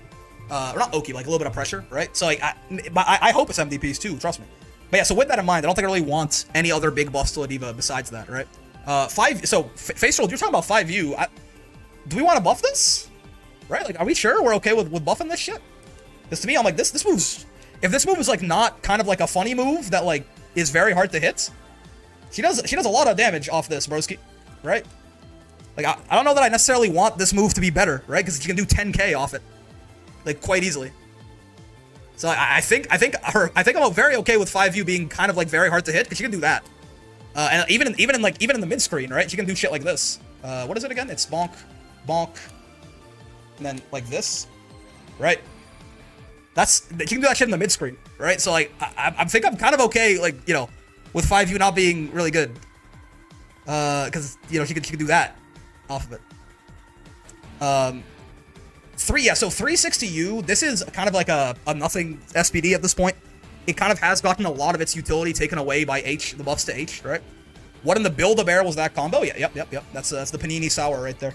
But yeah, it's like, I don't know what they could try to buff this and make it a little bit more useful, right? But I don't know exactly. Again, I don't know that I really want her to get that much better at this point. Like, this move does not really do very much as of right now, because like it just does less damage than this, right? And it's like lower range than all the other SPDs. I guess it gives her a meter refund, I suppose, and it gives her a safe jump for that level of damage, but like, right? But like, so they could do something to make this a little bit more unique, right? It is, I mean, right now, it does still serve the purpose of, like, it's a meter refund, so it's 25 meter for the second highest damage off SPD and the safe jump, right? Which safe jumps are already better, so it's kind of buffed in that sense. But I'm okay. I think Ladiva's probably going to be fine next patch. Is she going to be, like, broken top 5? No, not even close. But is she going to be better than she is right now? And I don't think she's awful right now. I think so, right? So I'm not so sure that we need to give her a lot. Give it the corner carry since you can't 360H 623U mid screen. That's an interesting idea. Yeah, it's pretty small, right? So you can do the same thing, like how M and H do this, right? You could do that with USPD if you wanted, right? That's not like that huge of a buff. Give it a little bit more of a use in the mid screen as like her highest damage mid screen option, and then give it the corner carry. That's something. That's I don't think that's huge, right? Because then I mean you can do the 360U 360H from pretty far away though, right? You could do it like from round start. So like, right? But you know, I guess it would make it better in a situation like this. It's an idea. It's an idea. Maybe make 360U comboable into, but only from grounded opponents. It already is. You can already do that. I thought you meant comboable out of. You can already do that. You can already combo into it, right? That's already a thing. It does a lot less damage because it gets the cancel penalty, but you can already do that. Maybe give USPD a free work the crowd. I like that idea. I do like that idea. Like, build into the animation her working the crowd, and then keep the safe jump. Again, like a little thing like that, right? I like that idea a lot. I'm okay with that. Like, because it just at that point, you know, it's got enough. Yeah, a free work the crowd, right? She like does it. She like woo. You know, puts her ear up to the crowd. You have to increase the animation and increase the plus frames, but keep it plus 44 overall, right? Just because you have to add that animation. But yeah, I like that idea. Cool. Let's do that. Yeah. Otherwise, I think Ladiva again is already very majorly helped by the system changes. So I think I'm relatively okay with her remaining mostly the same, right? Isn't that worth it at that point? I would think so. Yeah, that gives it a very unique identity, right? Is you get to work the crowd and keep your safe jump. That's actually kind of like, it's not nothing, by the way. That's a decent buff. But I don't think that's like insane or anything like that, right? You have any thoughts on Vayne Shield compared to Sandy Water Projectile? Yeah, Sandy's is probably better. Sandy's is a better water projectile, right? But oh well. Sandalphon's Water Fireball seems like it might be one of the best moves in the game. I don't know. I'm a little scared of it for sure.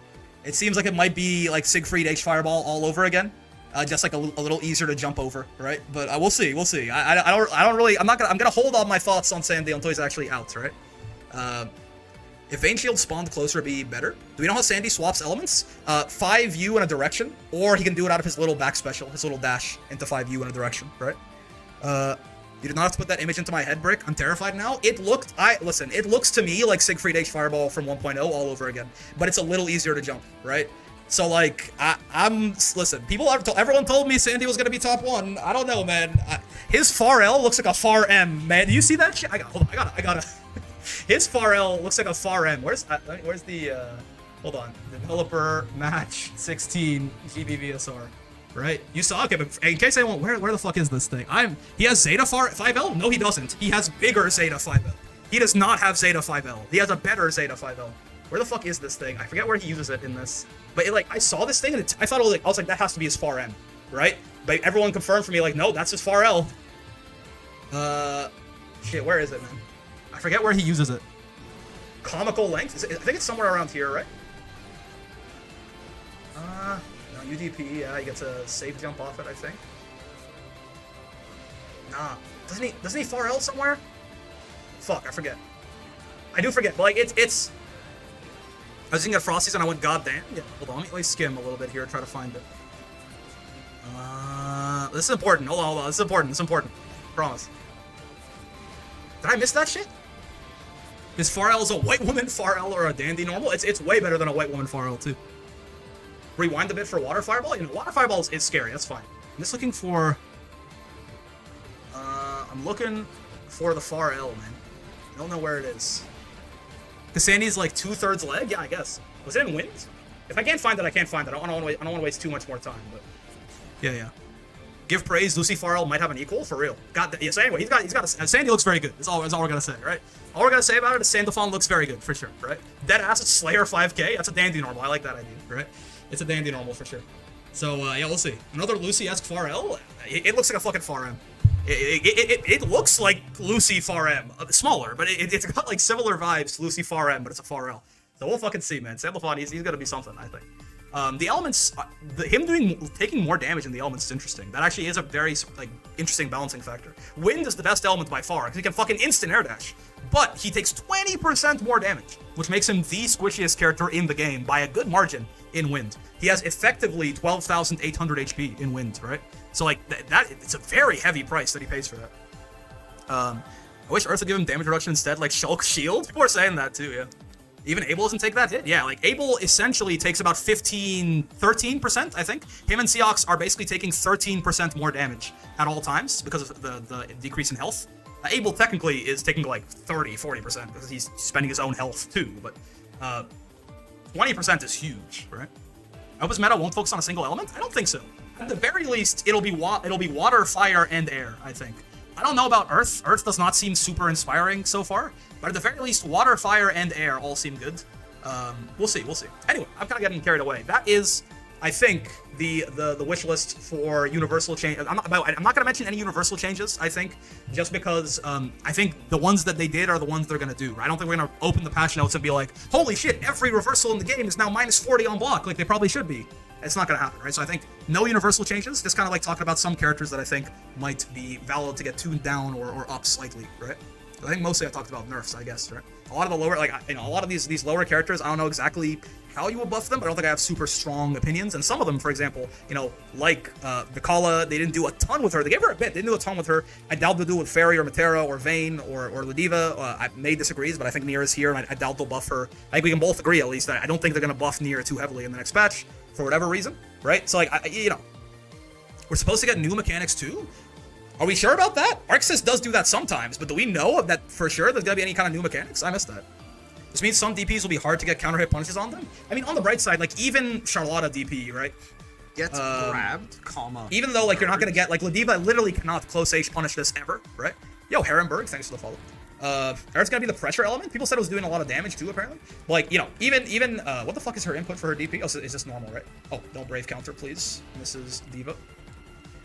So, like, even if she's like, what, -8 at best, I think. If you crouch block this, she's more -7, right? So, like, -7, even then, I mean, I'm not really sure. I guess I'm not really sure what you can get on counter hit close M that you can't get normally, right?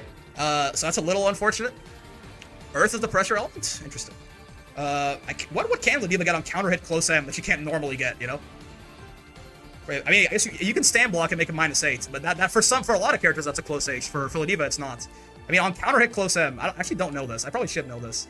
+8? You can go, like, bonk into, like, far M, I guess? That's worse than the auto combo, surely. Yeah, I'm not really sure. Yeah, this is not the best for her, right? Join the stream from YouTube, love the content? Yeah. Yeah, I'm not really sure that Ladiva can get anything too meaningful on this that she couldn't already get, right? You do close M, close M? Oh, yeah, you're right, I guess. I mean, that's something, right? That's a little bit more damage. Right? That's a little bit more damage than you otherwise get. But yeah, I mean, that's the worst case scenario. It's like, it's not, it could be worse, I guess. I will say, I would like to see some of, like, some DPs. Like, I would, especially now that they can't. It's a good point. Actually, okay, I do have a thought on Charlotta, actually, in particular. I don't think Charlotta's very good, right? But surely the only reason the devs had for possibly making her DP as safe as it was is like, but it's a charge input. It's a charge input. So she has less access to it than other DPs, so it should be better, right? But, like, come on, fellas. Like, we're literally removing charge inputs from the game next patch, right? So, like, can we just at least make this Belial DP? Right? Can we at least make this thing like -12? Would that be so horrible? Right? Can we at least make this thing like Belial HDP and make it like -11, -12 on block? That's something, at least, right? I think Belial's is yeah, -11. It can be -12, I think, on some taller characters, right? So could we at least do that? I don't know, man. Like, could Charlotta DP get like a slight recovery nerf? It's not like that because it's butt slam, not because it's charge input. Butt slam's plus though, so that doesn't really make sense, right? It doesn't really, and butt slam's also not invincible. So I feel like that's not, I don't think that's the correct Honda comparison here, right? -73 minimum. Any DPs universally -12? I'd be down. I would like more, but yeah, butt slam is plus and not invincible. So I feel like that is not really a good comparison, right? Res. But anyway, that's gonna do it. So let's do some replay review, man. Hopefully, patch notes come out tomorrow. They come out in 27 hours from now, right? So we'll be, again, if you're watching the video right now, it's probably closer to, like, they're coming out in, like, 8 hours from now, but yeah. Is she more Blanca or Honda-like? She is more Honda-like, probably. People, like, this is technically, this is not really Blanca Ball, this is more like Sumo Headbutt, right? This is more like 100-hand slap than anything else. But, like, again, I don't, this is not butt slam, I don't think. It doesn't quite fit the analogy. They'll come out right as my local finishes up tomorrow. Yeah. We'll be on them as soon as they come out. To the same the following character guide too. But yeah, that's gonna do it for that. Let's watch some replays. Butt slam in SF4 is invincible, but it costs meter. I think they made it negative to trade off the fact it uses cooldowns. Interesting. Okay. Tomorrow's Monday, not Tuesday. Yep. Oh, it's your local on Tuesday. Yeah. And a survival mode funny mechanic where Charlotta's crown gets taller with everyone. You check out Ladiva or Sandy first post batch. I'll probably do another one of those round tables. On Thursday. I'll try and, like, get a bunch of the Ladivas in the call. We'll do some labbing and check her out. And then we'll do Sandy probably afterwards, right? It's gonna be a lot to look for. But yeah, Ladiva and Sandy definitely. But Ladiva first, probably. To see, well, only if, like, Ladiva gets a lot of changes. She might not. I will say I don't expect that Ladiva's gonna be, like, a very different character in this patch. Like, she kind of was made in the 1.5 patch. She got, like, a soft rework, right? I would expect that's not gonna happen again. So we'll see. Grimnir also came out after SF4, and so it's almost certainly the version of Honda they based her off of. Fair enough. Regardless, I think it's still staying to be a little bit more fucking minus, because -7 is a little silly, I think. Tall Lotta, indeed. Plus unblock reversals are funny because they either give them so many limitations they're unusable or they're exactly as broken as they sound. Yeah. Sweek's Rough on the Wall at Season 2, Grand Blue, and Wilds. Indeed, indeed. Okay, let's do some replay review because I've been slacking, dude. Call me a Pokemon that is an evolution of another guy. He has a crown. He's like rubbing his belly because I'm slacking. You know what I mean? Do you feel me? Let me not close my game in case I need to hop in to show something during the replay review. Oh jeez.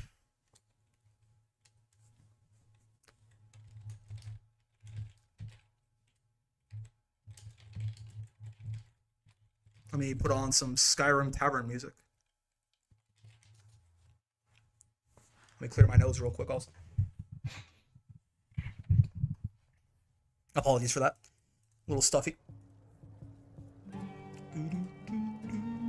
I'm so hyped for costume reruns. Actually, this is all I've ever wanted. Yeah, you know? You can finally get the black butterfly outfit and the Zeta, the bomber jacket. Alright, I've been slacking on these replay reviews, man. Let's take a look. I don't remember where the fuck we left off, to be completely real with you.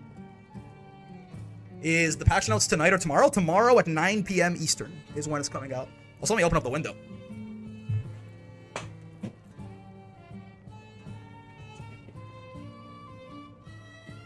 There ain't no fucking cold air in this bitch, man. There ain't no cold air in this bitch. It's February. Why is it so warm in my room? Because my fucking computer's a space heater, dog. There just got done about to listen to Bricky app even more. It's a good night. I'm glad I could be a part of your good nights. Glad to be entertaining. I barely see the Belial skin used. I think I see it every now and then. 1 day and 38 minutes approximately. No, I think it's 20. It's at 9 p.m. tomorrow for me. So it's 1 day, 2 hours and 38 minutes, I believe. You're thinking it's 7 p.m. Pacific time, right? It's not. Is it 6 p.m. Pacific time? Oh wait, no, it's 6 p.m. Pacific time, isn't it? Hold on, let me go check my own fucking video again because I forgot. Oh, did I close the Copilot? Get the fuck out of here. Oh god damn it! Hold on. Where? Is it? Was it 6 p.m. Pacific? Wait, no, 6 p.m. Pacific is 9 p.m. my time, isn't it? Let me check. Thank God this brick guy timestamped everything, right?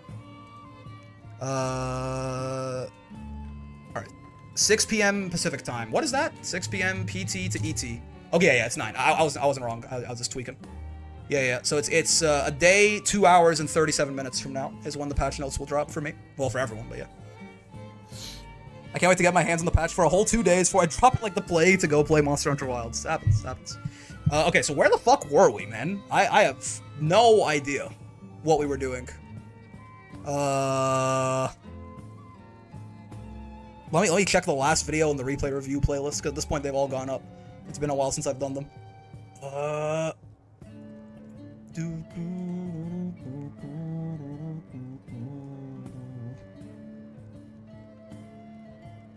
Is it next page? I've done 48 of these fucking things? Jesus Christ. We were doing...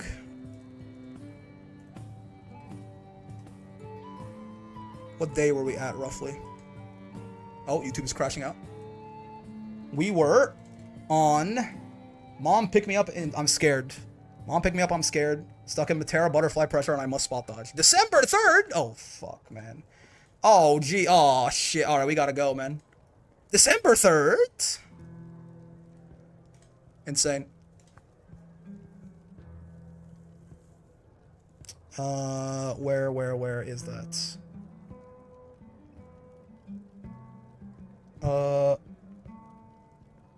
It's January. There you go. Okay. So made it to S+, but I yearn for knowledge. Oh boy. This, I'm sure we're almost 3 months behind. Don't worry about it. It's fine. What's a couple of months between friends?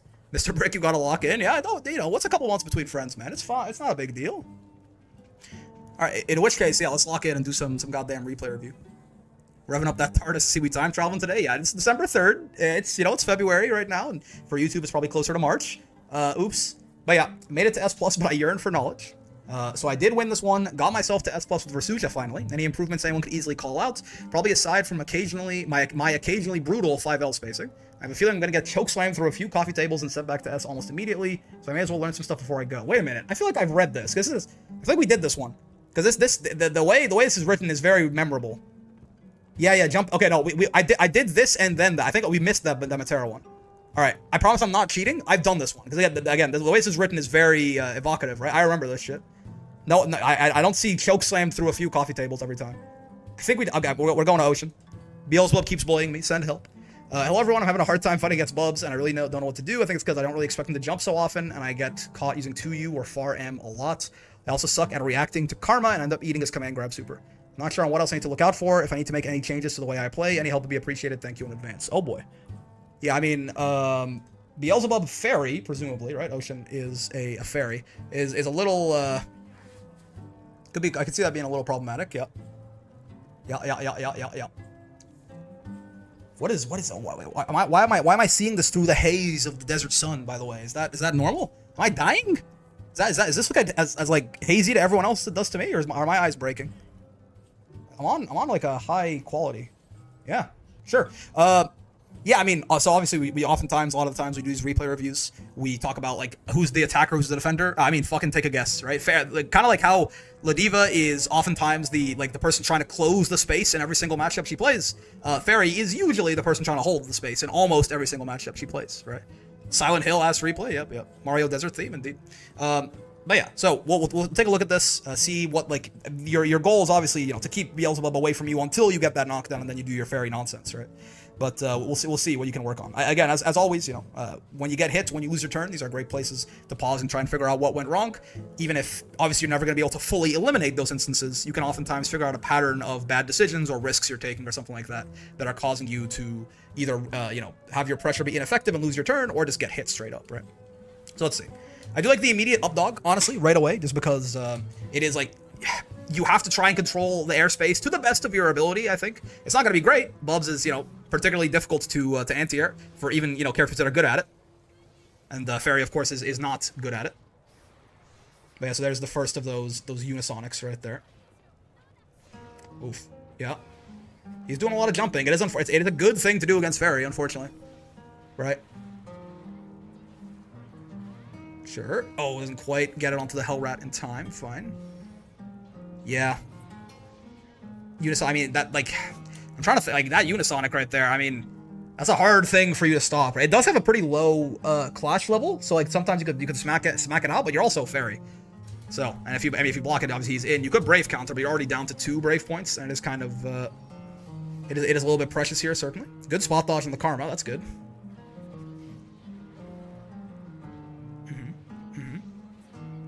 I like mixing up between the roll catching normals and the non-roll catching normals. That was a good first round, right? That was a good first round. Yeah, mixing up between like 2Ms and 2Us and far Ms and stuff like that. That's not necessarily like just good against Bubs. It's good ferrying, right? So people can't just roll your shit all the time. Get grabbed, comma, nerd. Yo, Tron works. Thanks for the follow. Sure, Raging Strike's a little unfortunate.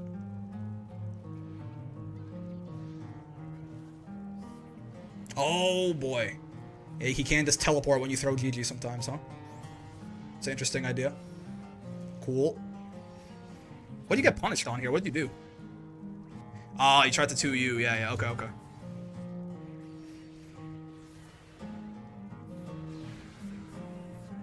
That was my bad. No worries, man. No need to apologize about anything. My fair maiden smite this heathen? I don't know, man. It's hilarious freeze frame. I never realized Bubs gets the anime eyes when he dives. A lot of Bubs freeze frames are very funny, actually. Like the immediate far M there again. Like, you're trying to call him out jumping, right? The problem is, it does carry a lot of risk with it, right?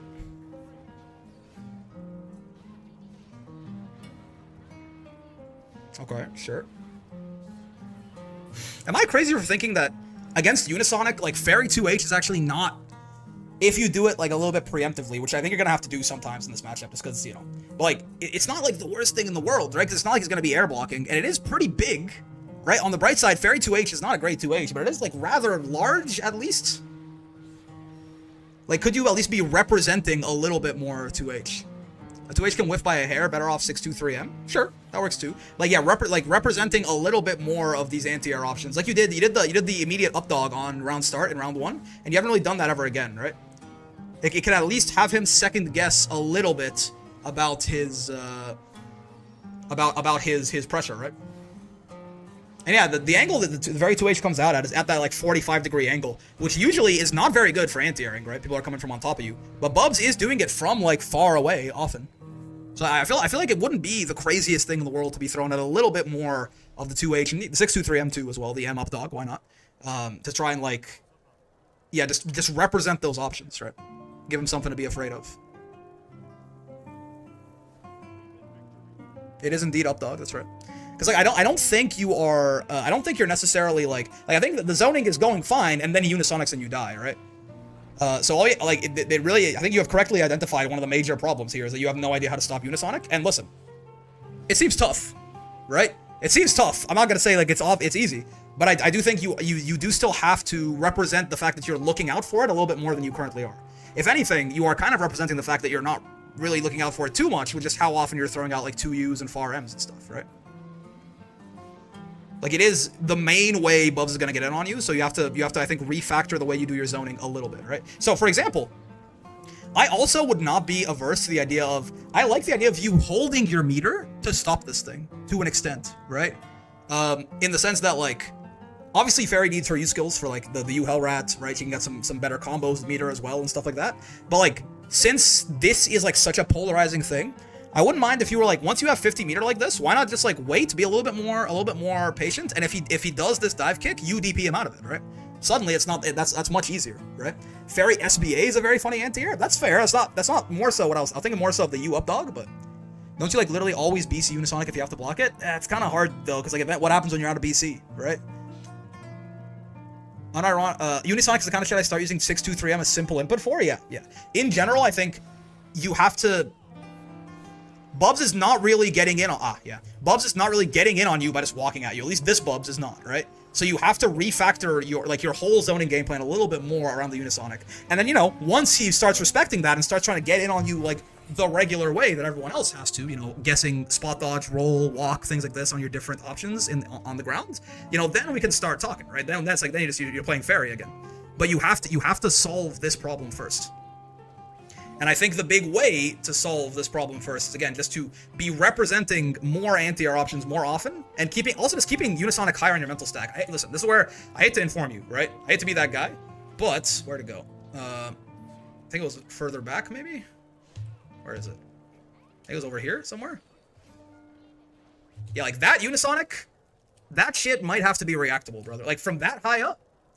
Right, like you might like keep unisonic much higher on your mental stack, cause shit like this, like you might have to just be able to DP that shit. You know, it's a tough matchup. Listen, like you might just have to be able to like see him jump and commit to something, right? Also, not jumping themselves. That's true. I mean, Bubs, to be fair, is a very scary. It's kind of the opposite of Ferry, right? Bubs is a very scary character to jump against. He's got you got very nice 2H. His far H is a good anti-air too. Yeah, the comedian grab. I mean, I will say one thing about Karma. I'm not sure if Ocean probably at this point is aware of this, but I'm not sure if they were aware of it at this point. But if you jump, Karma does not have a suck, right? So you can jump over Karma and punish Bubs for doing it a lot of the time. You can also, if you're caught in a situation like this where it's like you're much closer to it, you can roll through it, right? If you're close, you can roll Karma. If you're a little further, you can jump Karma. In general, you don't want to block it, and you definitely don't want to spot dodge can work, but it's quite risky. You can mess up the timing and need a full combo quite easily, right? But yeah, so far, like those sort of the two big things that stand out to me. You did highlight them. You knew the problem, which is good. But yeah, I think for Karma, a lot of the times you can jump or roll it, right? But for Unisonic is a tough cookie, man. But I think you have to you can't just say like, well, I can't deal with it. I'm just gonna hope they don't do it. We can't do that, right? You have to still be representing whatever options you have that beat it more often to make him second guess. To make him not just feel comfortable immediately doing jump dive kick like that, right? And if you can't react to it, if you can't react to a unisonic from this far away, because like at this point, for example, you are not committed to any kind of button or anything. Like you are fully walking back, like you're sitting there and waiting and watching what he does, right? You need to be able to, I think, react to this unisonic and DP him out of it. And if you can't, then you got to start representing some of these options preemptively, right? Just like in these neutral situations, throw out some up dog. Again, you did it at the very, very start here. The very first thing you did, I think, was good. He's never did it again, right? Like, this right here. Like, round start, you go, up dog. And he doesn't do anything, right? Because, like, he's got other things on his mental stack. But, like, that right there, preemptively just throwing out your anti-air options to make him be like, hey, look, I'm looking out for this guy, right? I think is a very good thing to do, and something that you did once and basically stopped doing immediately for the rest of the for the rest of the set so far, right? There's no pink hair Bubs in the armor skin. That's sad. Ooh.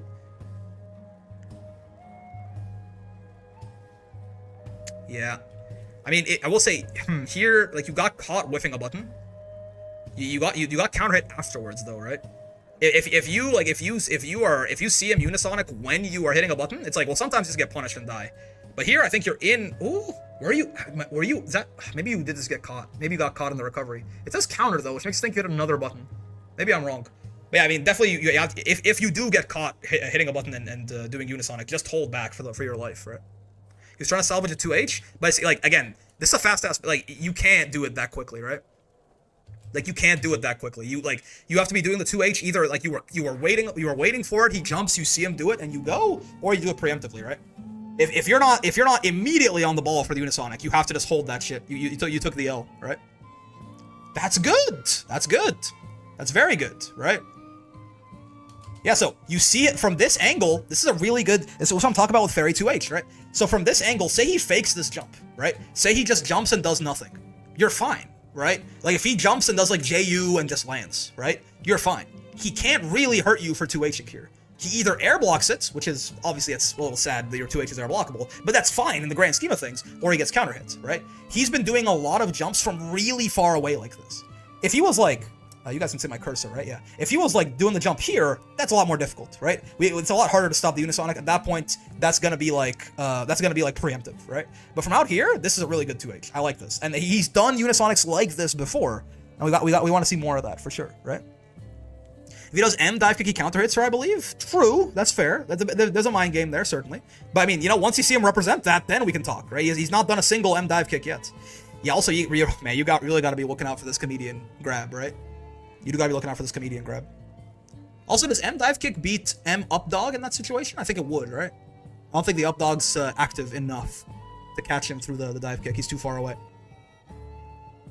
I like the idea of UDPing it. Yeah, I think saving like your meter to stop unisonic as well, because it really is. It's the thing, right? This is unisonic the matchup. Like, if this is a bad, yeah, I mean, there's the angle with 2H, right? I don't think it's a bad 2H, but like, yeah, that is, again, like I said, when he's a little bit closer, we can start to talk about how this is a little bit annoying, right? On the bright side, the fact that he, this angle is bad for you and it makes your 2H whiff means his unisonic also whiffed, which is very interesting. Depending on the distance, the edge of Beppel's head can knock him out of the sky, same as Abel. Yeah. So like, also, yeah, definitely using some more up dog as an anti-air, but I do like the 2Hs that I've seen so far. We've just seen a little bit more of them represented and a little bit more Beppo represented. Because, like, if you can get unisonic under control, this matchup is relatively normal, right? I found Sandy Farrell. What the fuck? Holy fuck, what is that? Yeah. It looks like Jesus Kick. It looks like Lucifer M on the animation anyway. We'll see what the hitbox looks like. But the animation looks like fucking Lucifer M, but it's a Farrell. What happened here? Backdash. Yeah, okay. You got caught backdashing. The unstoppable leg Zodia. Yep. Yeah, I mean, that time he just got called out, right? Like, this is just gonna happen sometimes. Like, he chooses to dive kick at the same time he chooses to you. This is just gonna happen sometimes. Like, these unisonics, we can't really do too much about. But what we can do is, again, just make him feel less comfortable doing them in the first place by representing our anti-air options a lot more, right? I think, your goal here is to try and condition him off of his strong option. Now, unfortunately, the reality of the matter is, if the Bubs is like, if he really knows ball, he's not gonna let you do that, right? He's gonna like, he's always gonna do is find ways to try and get unisonic off your mental stack before he does it again, right? Because again, you should never, from the Bubs perspective, you should never let your opponents condition you off your strong options. All you need to do is, if you're seeing that they're really ready for it, you just have to figure out, okay, well, now what can I do to change their mental stack up so I can go back to doing my strong option as like priority number one. At the very least, even him doing that, though, means he will be doing less unisonic for some amount of time, right? And you get to actually play the game with him a little bit more. Yeah, and also, this comedian grab, man, you really gotta you got to look out for the like. You have to realize. I don't think you've never guessed jump here, right? I'll be a lot happier if I saw you jump and get hit at least a couple of times here. I don't think you fully realize that you are in a 50-50 every time Bubs runs at you with a 100 meter, or every time he resets you with a 100 meter. You're in a 50-50, right? So like, even if you jump and get hit, that's good. You at least have to represent. Again, a lot of this so far has been representation of options, right? This is a lot of this like representation of anti-air options, representation of defensive options for Karma and for the command grab, right? Like, even if it's not gonna work all the time. You can never be correct 100% of the time in a fighting game, but you have to represent that you are doing a lot of different shit, because that puts a lot on your opponent's mind, right? Whereas right now, for the command grab, for example, you have never once shown that you're even aware that it's a mix. Now, I'm sure you are. Like, as far as Bubs is concerned, you don't know that he can command grab you, right? There's no evidence, right? Kind of just kept doing it so they weren't guessing grab. Exactly, right? Yeah, I mean, we have 3 of you in here already, right? But yeah, like, he has no reason to believe you will ever jump, because he's done it 5 times and you've never jumped, right? Even if you know and you're like, but what if he does strike this time? You still have to represent it at least once or twice, right? You still have to represent some Beppos, some 2Hs. Even if it won't get him to stop unisonicking or command grabbing, it'll at least give him pause. It'll force him to actually have to think about going past his layer 1 of his game plan. And by the way, a lot of people don't have a layer 2, right? It is a very common, like, high intermediates to like early master problem, I think, that a lot of people have a very strong idea of how to play their character in a vacuum, right? But if you stop the thing they're doing, if you can figure out how to play around like their sort of level 1 flowchart, they just kind of like go, So like, even when we're saying like, oh, like if you start representing these options, he'll adapt and stuff like that, that's not even necessarily true, right? A lot of people just die when you adapt to their level 1. They can't adapt back, right? So right now, the story of this whole thing for me has been representation of options. Even if you guess wrong, I want you to so let me give you an example. You are representing your grounded options very often because you have to, because you're Ferry, right? You can't just not where to go. It's like when you ate shit at the end of this last set here. Yeah, I think it was right here, right on this. You 2U and he unisonics or something. Yeah, so like you are representing your grounded option, right? Because you have to. You're Ferry. You can't just like not 2U and like do the stuff that stops rolling and walking at you and stuff. You have to represent it. You understand this. Like you understand this at a core level, I think, right? Like that's why even though you've been getting unisonics and shit, you continue to 2U, to far M, to do these things that are unsafe to unisonic. Because you have to. It's your game plan. You can't just not do it. But you have to still represent those options to keep him worried about rolling and stuff like that. But you're just not doing that for the actual problem options that he's representing. You right now, for example, I could argue, Ocean, probably, that you right now are kind of falling for that problem of like, you seem to have a very good idea of how to do like the regular Ferry zoning, right? Like you're mixing up far M's and you're doing some Gespenst every now and then, some 2U, some 2M. You're trying to like stop someone rolling at you. You want to make them second guess if they can spot dodge or roll. Like the general sort of Ferry RPS that works against a lot of the casts, right? You've got a good idea of that. But now you have this new variable introduced here in Bubs Unisonic, and you're not. It's taking you at least quite a long time in this set so far to actually adapt to stop this, right? So that's kind of an example of this whole idea of like, you know, just because like some people just can't really, or they have a hard time getting to a layer 2, right? Hold on, I say that. That's great, right? That right there. Guess what? That up dog did nothing, right? You whiffed it and nothing happened. But that's I like that a lot, right? I want to see more of that. Because again, all that does, fighting games are a bit of a conversation, right? And you are saying to him, hey, motherfucker. Now, to be fair, Unisonic's on cooldown right here. But like, it's like, hey, motherfucker, don't jump out of the corner, right? Like the double, like the up dog, like the up dog here into a second one. It's like, hey, stay down, right? And he can decide. He's like, does he think you actually have the balls to do that again, right? That's up to him. But you've sent a message there at the very least, right? Now again, in that case, Unisonic was on. Oh no! Oh, he's a deep. Oh, right, he's a DP cooldown now. Yeah, so no, it wasn't on cooldown. I'm an idiot. Yeah. Yeah. So that was a good up dog, right? I want to see more stuff like that. Stay down. Final warning. Yeah, exactly. Right. Now he can decide if he wants to listen or not, but at least you're saying something there. Whereas if you don't represent that at all, he's like, well, I guess I can just Unisonic over and over because I'm not going to stop it. That is good shit. See, was that on reaction? I don't think it was, right? Oh, if it was, that was pretty quick. That's a damn good reaction if that was on reaction. I think that was more just like you were very twitchy for the 2H anyway, and you saw movement, you did it, right? which is great. That's awesome, right? That's very good. More of that. More of that. You're getting it. Like, you are doing it, right? Like, as the set goes on, this is good, right? As the set goes on, you are, like, switching things up to try and stop Unisonic more often. I think you could have started to figure that out a little earlier is the only thing, right? If we're gonna be, like, nitpicky, right? But you are actually playing much better around Unisonic as things go on. Okay. That's fine. That's still okay, right? It's still okay. Because now, see, he's had to start doing different stuff to try and beat your 2Hs. It works, sure, but again, like, this in general is a lot less. Like, he can only do this JU from, like, a much more limited range than he can Unisonic, right? So this is still fine. We've started talking about, okay, what else do you have? I can deal with Unisonic a bit. Show me what else you got, right? You can kind of put him in a bit of an uncomfortable position where he has to start thinking about, you know, how to change up his gameplay. Now, of course, doesn't mean you're gonna win, but it's like the prerequisite for winning in something like this. Damn, you jumped and you got caught, huh? I think. I want to get back into Bubs. He looks like a fun ass character for real. Had a similar thing happen today where a CAG kept teleporting and I had to leverage trying to run Vikal's game plan and deal with her ability to go through all of it. Yeah. Become Have as a child. It's a tough one. Yeah, I mean, at that point in that round, that's a very hard one to win, right? I mean, you weren't on chip, but you were gonna be on chip very soon. Not really. You can't really be too sad about losing that round once from that position, anyway. Okay, I like the throw bait. Sure.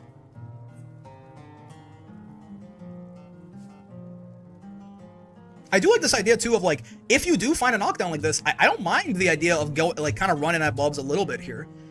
Just because, I mean, Ferry, when you get a knockdown, you can throw GG and do stuff anyway. It's not like she's always a zoner. But it's a lot harder for him to Unisonic when you're in his face, right? So I also could see the idea of, like, you know, you could represent a little bit more of, like, getting in his face like that, because he can't really Unisonic if you're right in front of him, right? Okay. So here's the thing, right? This is something, right? This is, as far as I can tell, not a great matchup for you as Ferry. So we're talking about Unisonic, we're talking about a lot of this stuff. It's like a back and forth, and it's very difficult. You gotta, like, do your best and stuff like that. What this means, though, is that we just can't be letting him get away with fake shit, right? Karma into command grab is not fake shit, it's mixed. Like, Karma itself is kind of fake shit in neutral, right? We have to be jumping that and punishing it, or rolling that and punishing it. And we definitely can't be letting Bubs do this, right? We just can't. This matchup is hard enough if you only let him use his actually good tools. If we let Bubs start doing fake shit, we're just cooked, right? This matchup is difficult enough if all he does is, like, the real stuff. This, I mean, listen. It's like, well, I have to look out for Unisonic, and I have to look out for Teleport, and I have to, yeah, man, it's a tough matchup, right? I'm not saying it's easy, but I'm saying, like, you really can't be letting him get away with that. That is a relatively simple reaction check as well. Like, it's not a very fast one, right? Okay. Like, Bubs here, he's incredibly minus when he does this, by the way. Like right here, you can full combo him. There is no need to play defensively. Like, you're walking back. You seem to realize he's teleported. Kill him for this, right? Close H his ass into death. He should die for doing this in neutral like this. I mean, you threw GG, so he's a little bit less. Like, yeah, you're recovered. Yeah, he should die immediately. Like, when he does this, it should be close H into his whole life bar. Probably. I mean, probably not whole. Can Ferry kill him from here?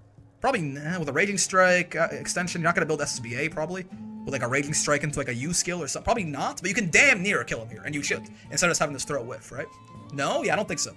But she can. You could get a full combo on his ass. There is my point, right? You can get a full combo on his ass there, and you definitely should. Set up some Oki, set up some Hell Rats, something like that after. Okay, sure. He's really picked up the pace, huh? Yeah. Get a GG set up on low health? Yeah, exactly. Still, the point is more so not exactly how much damage you could do, that you should have gotten a full combo there, in my opinion. Especially if that was, like, his third teleport in recent succession. Like, the first one, you could say, like, oh, he hasn't done it for a while, that's fair. Like, that one, he was definitely being too frisky with it. Don't do anything after TP, that shit plus his hell, don't believe his lies? Yeah. Bubs players be like, oh, interesting, okay, yeah, sure. Sure.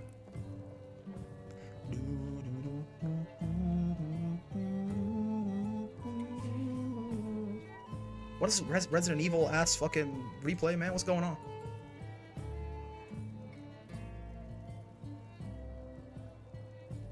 Ferry W happens. Oh god. Nope. Come back.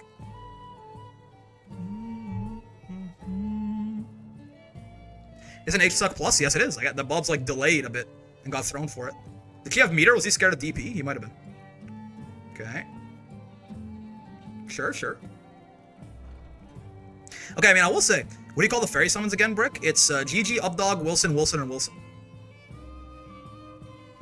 I will say, you could be BCing a little more, right? I was saying earlier how, like, you can't just BC every time a Unisonic hits you, because, like, you're just gonna run out of BC. But, like, you could be doing it a little more, I think. It is still, like, it is a very important resource for you, right? That's good. Like, on these Unisonics, you know, you can be doing a little bit more. Like, yes, it's important, so you don't want to spend it frivolously, but it's important, so if you just never spend it, you're at a big disadvantage, right? You are dying on, like, 3 and 2 BP in a lot of these rounds, it feels like.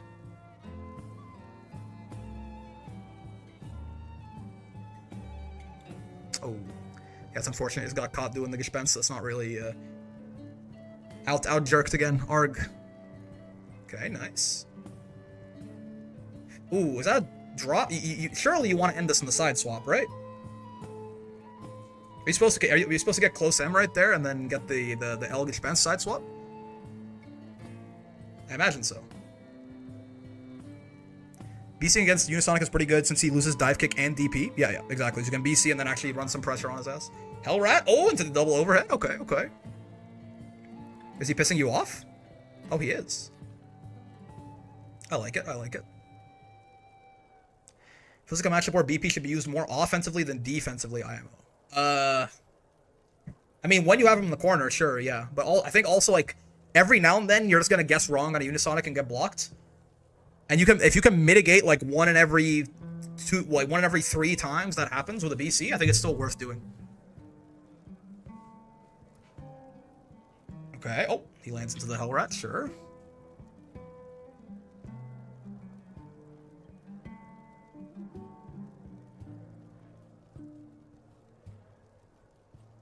In this case, is this a true block string? Could you have? I think not. Yeah, you could. So right here, you can roll. If you roll this, you get a full punish. Jumping you're too close to him. Jumping will be risky, right? But if you're close to him when he karmas like this, roll through it. So you're plus 30 or something. Like you're plus I think you're plus like 20 or like you're plus a disgusting amount, right? Worst case, roll through it and just back throw him, right? Or roll through it full combo into like Gespenst side swap and to run your shit, right? Karma is the other like big knowledge check you're getting hit by here, I think, a lot of the time. And honestly, worst case, when you see this karma, how generous is the timing? Pretty generous. Pretty, like, if you're close to him like this, it'll work, like, most of the time, right? Because he's pulling you in at the same time, keep in mind, right? Is rolling functional on all non-U karmas or just H? All of them, in my experience. Well, actually, I guess, which one? Lights doesn't pull you in very far, right? Malefice X, by the way, thanks for the follow. But yeah, so, because karma is helping you cross him up, right? Like, you are rolling to cross him up, and meanwhile, karma is pulling you into him to help you cross him up. From far away, you'll die, right? But from this up close, you might as well hit roll anyway when you see this karma, right? Like, say you see this karma, hit roll anyways. If it's a true block string, you're just gonna block, so it's fine. Your roll's not gonna come out. If it's not a true block string, he dies, right? And in this case, it turns out just barely it's not a true block string. I was looking at that. Unisonic on block looks fine. What could Bubs even do with that 100 meter to threaten you out of Unisonic on block? It's plus. The H... Unisonic. It's plus. H Unisonic's plus, right? So he gets pressure on you, which you don't really want. If he has 100 meter, he gets he can do micro walk comedian grab as well, right? It's Bubs running pressure on you as Ferry, which you don't really want to do, right? It puts him in his win condition of getting close to you immediately. Is more so the issue, I think.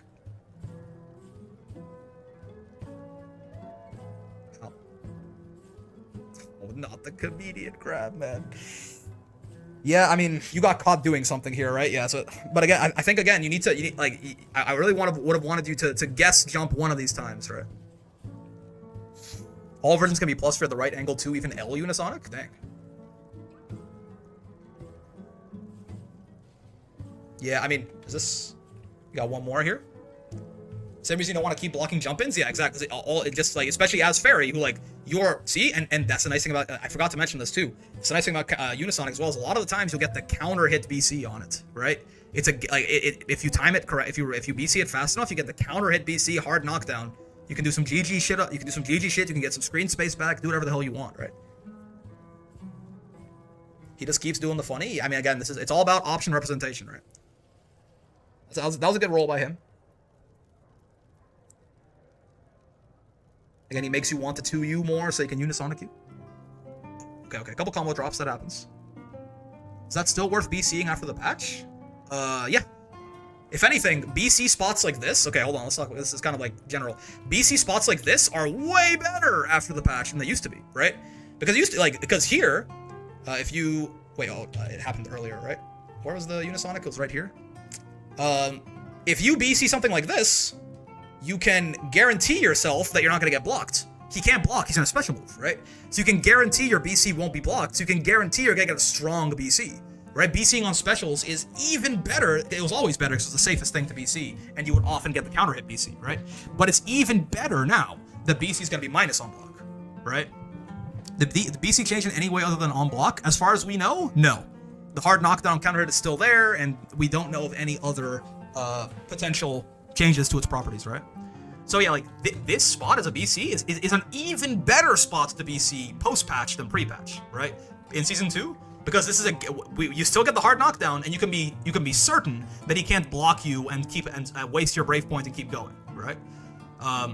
So yeah, this in general, this is a great spot to BC Bubs, and especially right post patch. Not every single Unisonic, but some of them, right? Okay, sure. Oof, yeah, that was the combo drop that we saw earlier.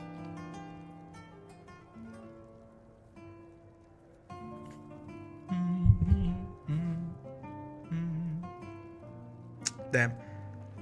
You tried to 2H there a little too slow. It's fine. It is one of the difficult parts about this. To give BC the compensation buff of fucking killing you? Yeah, it does 16,000 damage on block. Or on hit. On block too, why not? Does 8,000 damage of chip on block. Okay. Nice shimmy, sure. Little Hell Rat action. Oh boy, he is not respecting this Hell Rat, man. He wants out. I don't blame him, but he wants out. Good stuff. Hold him down.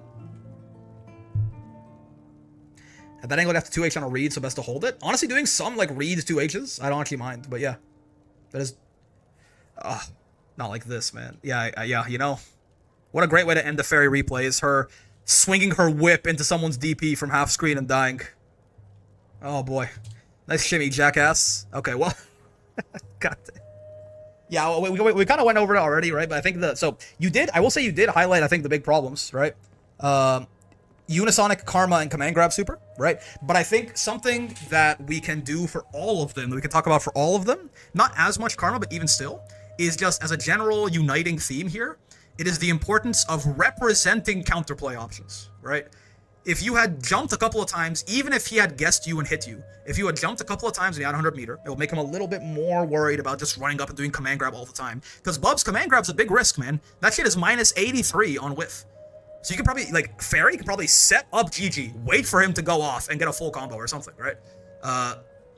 So, like, it's a big risk. So if you represent that you're gonna jump sometimes, he'll be more worried about just, like, doing, you know, the funny every single time, right? If you represent some, the Unisonic you did quite well with as a set progressed. I will give you that for sure. But like, I think it's something you just have to, like, in future matchups versus Bubs, you just have to know that's going to be the defining thing. And you have to do way more of, again, just this right here. This is good shit, right? More just, like, representing the option in advance that, hey, motherfucker, I'm looking out for this option. Be careful, right?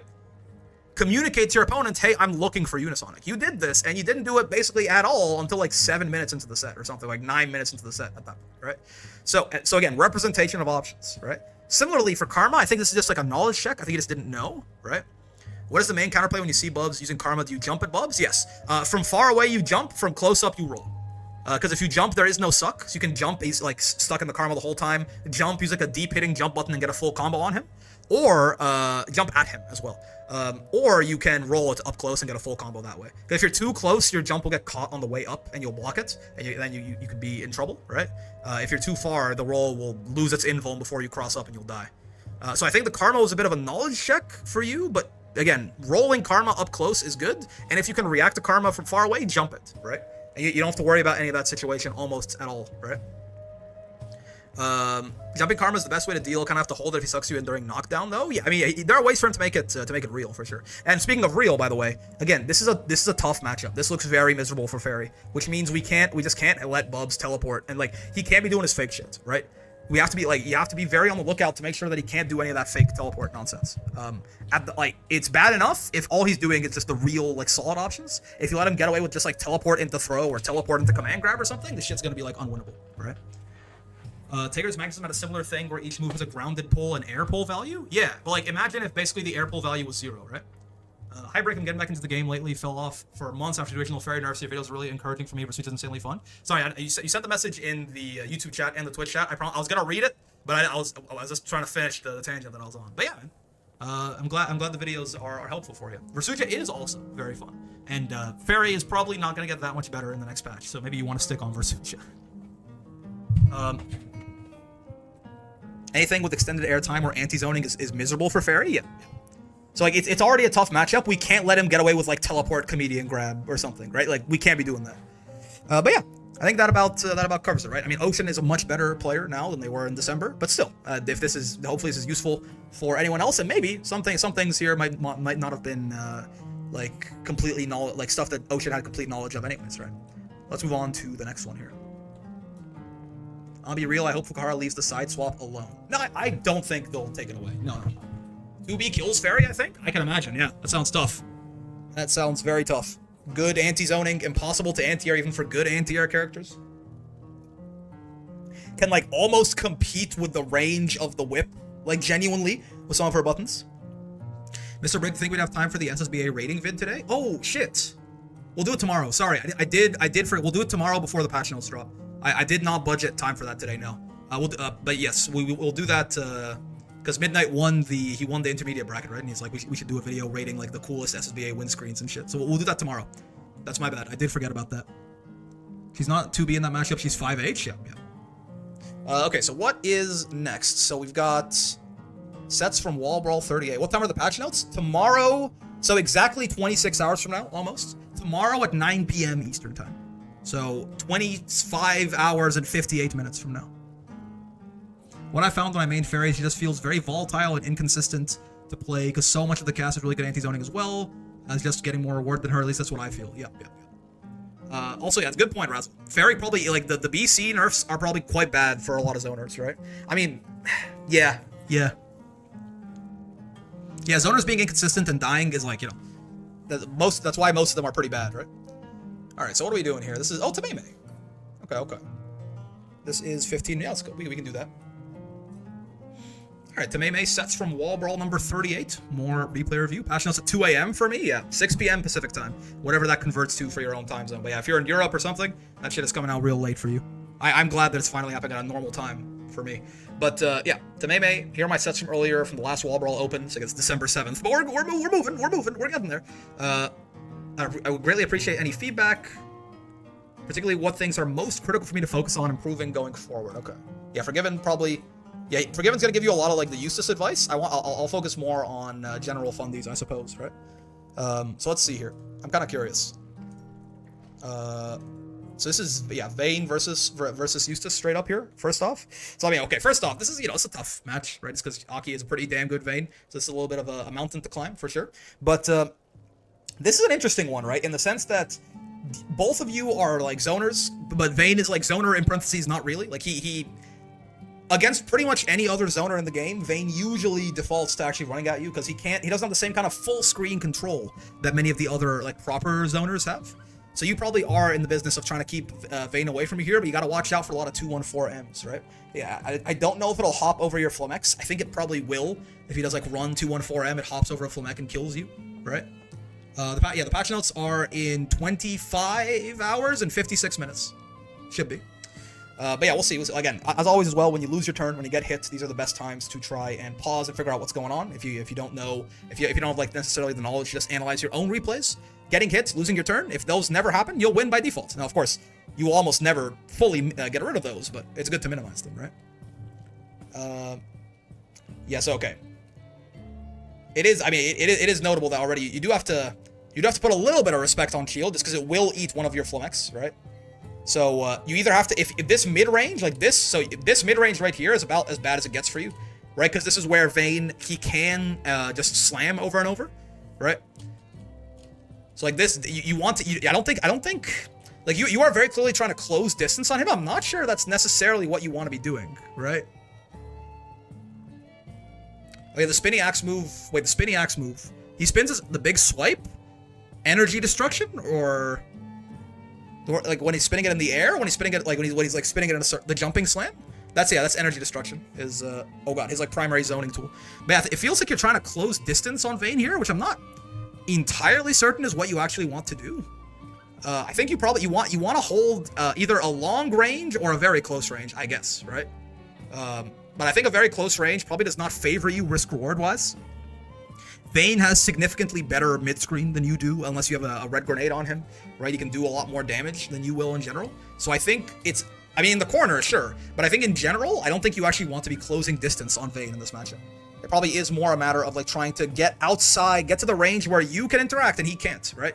Get outside slam range, because then you can shoot full X at him and he can't zone you back. So he has to, at that point, he now has to commit to closing distance. He can't just stand on his shield and do nothing, right? He has to take some kind of risk to close distance, because his moves don't hit you from the same range that yours hit him. 8 slow kill is 2 projectiles. Is that used versus shield? I don't know that they'll both be able to hit, like one of them, yeah, one of them will break the shield. I'm not sure if the other will actually get Vayne at most angles, but it's an interesting idea to think about. Oh, uh-oh. Oh, jeez. Oh, crap. Oh, okay. He misses those. Okay, fine. It's a little tough.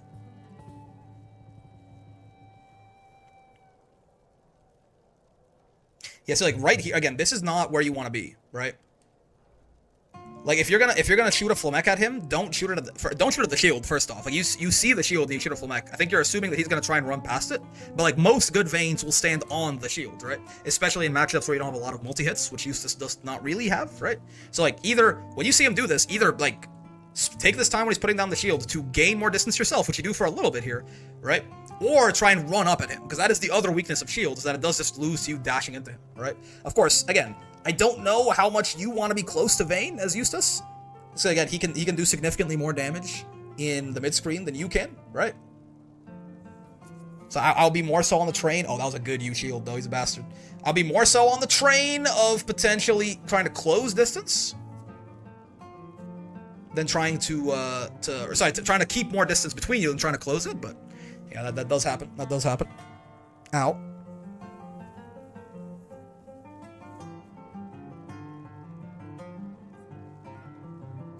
Yeah, this is the good range for you, right? This is the range where nothing he has is going to reach you. If he puts down shield and stands on it, nothing happens, right? You just get to shoot twice and kill him then. He has to take from full screen like this, he has to take some kind of risk to approach. Whether that's like running at you with no shield up, or whether it's jumping, whether it's doing some kind of attempt at a neutral skip. This is, in the corner, fine, yeah, I guess. Fair enough, in the corner, that's fine, yeah. But in general, I think you want to stay at full screen until you can push him to the corner and then run up on him, right? Ooh. Yeah, also, I think this is maybe something you just don't realize about the shield fully, but like it is, like if you shoot Vayne and the shield almost always tanks the shot, right? It has to be like a very weird positioning for that to not work. So like shooting Flamex into the shield like this is guaranteed death. There's no way you're ever gonna hit Vayne doing that, unfortunately. Oh god, Aegis. You try to 2-1-4 ammo for that shit? I think he can, probably. Though Eustace Flamex are kind of tall. I'm not sure. So like, I guess you're trying to air it, I guess. But like in this, like, why not just like stay a little further away and keep zoning, right? I'm not even sure you want to spend H Flamek almost ever, but you know, except like outside of like some combos or something. But like, why not just like stay away and keep zoning? Yeah, if you wanna close distance, I do like this. If you really want to close distance, do it behind the grenades, right? That's fair. That's not a bad idea. Because again, I think it's very important to realize the space that you want to be in this matchup. It's very important in almost every. Oh god, wait, did we watch this already? This is yeah, it's a different round. It ends the same way, yeah. Wait, did we watch this? No, we didn't. It's a very similar round though. Yeah. Wait, did we? Svane's just go. I mean, Aki, yeah, that's a tough matchup, right? It's because there's a big experience disparity there. But in general, I think so far, I'm gonna see if it carries here too. So far, I think it's very much a matter of understanding the space that you want to occupy on the screen, right? It's important for many matchups and for all characters, and Eustace is no exception. Doing jump outs too much in the corner? Yeah.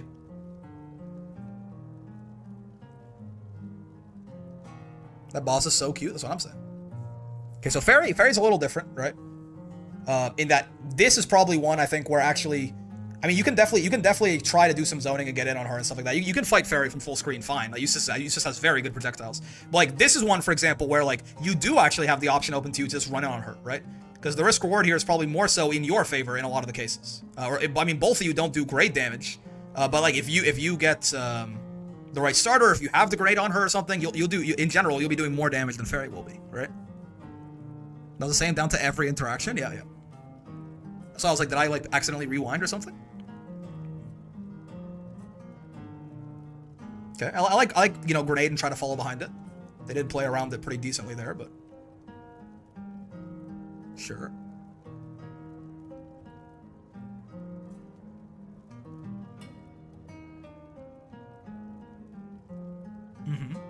Okay, you have 50 meter. I want to see what you spend it on. Okay, that works. You just got in.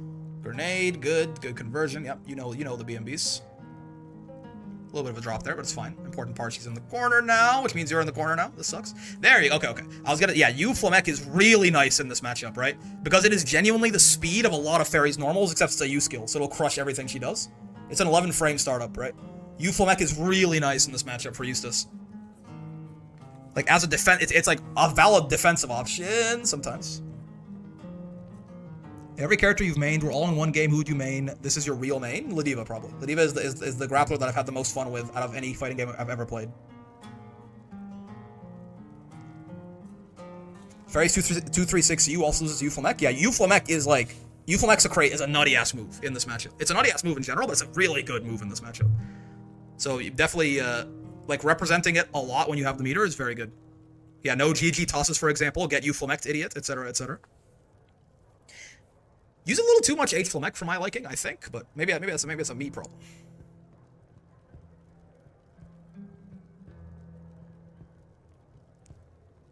Okay, sure.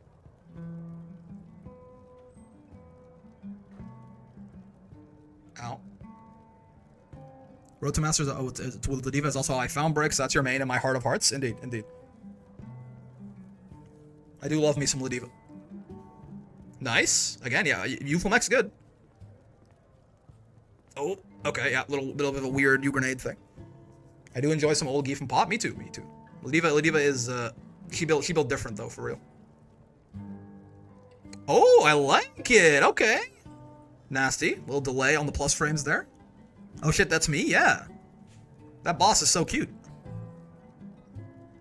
Which one of his ult skills are busted? I don't remember which is which. Is that about Eustace? U slow kill is the best one that he's got. U grenade, I like a U grenade, I guess too. Eustace has a lot of good ultimate skills. Yeah, U grenade and U slow kill are both pretty good. Flamek is fine. That's the guy. Yeah, it's so cute boss. Hello, so cute boss. When Frey does that whip pull on block, what is the frame advantage? The U one is very plus. I don't know how plus, but she's quite plus. Plus enough you don't want to fuck with it. Hope stream is going well. Yeah, that thing right there. That's plus. I don't know. Use +3. Thank you. Yeah.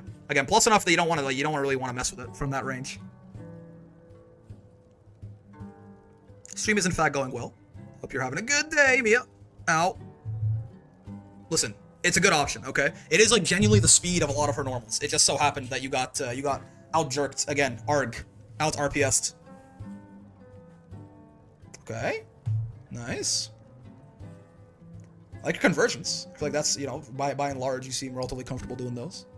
Got thwacked? It happens. Happens to the best of us. Oh, jeez. Oh, crap. Oh, man. Yeah, 668 side swap. They're too good. Get grabbed, nerd. Yeah, Mr. Puff McPuffington. Thank you for the follow. Great name. Okay.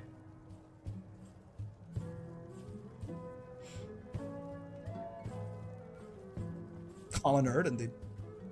You expenses +9 on block? Oh god. Okay, I knew it was pretty fucking plus. +3 sounded a little low to me, but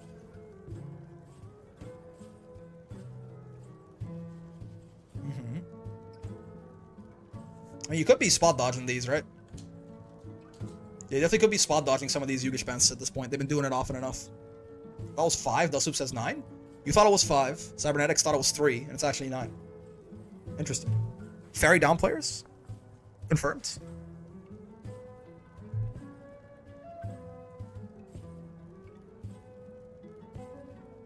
Ow. Top 1 Ferry is upon us, for real. I do like the M grenade usage. Oh, yeah, her close H is plus on block. You gotta respect that.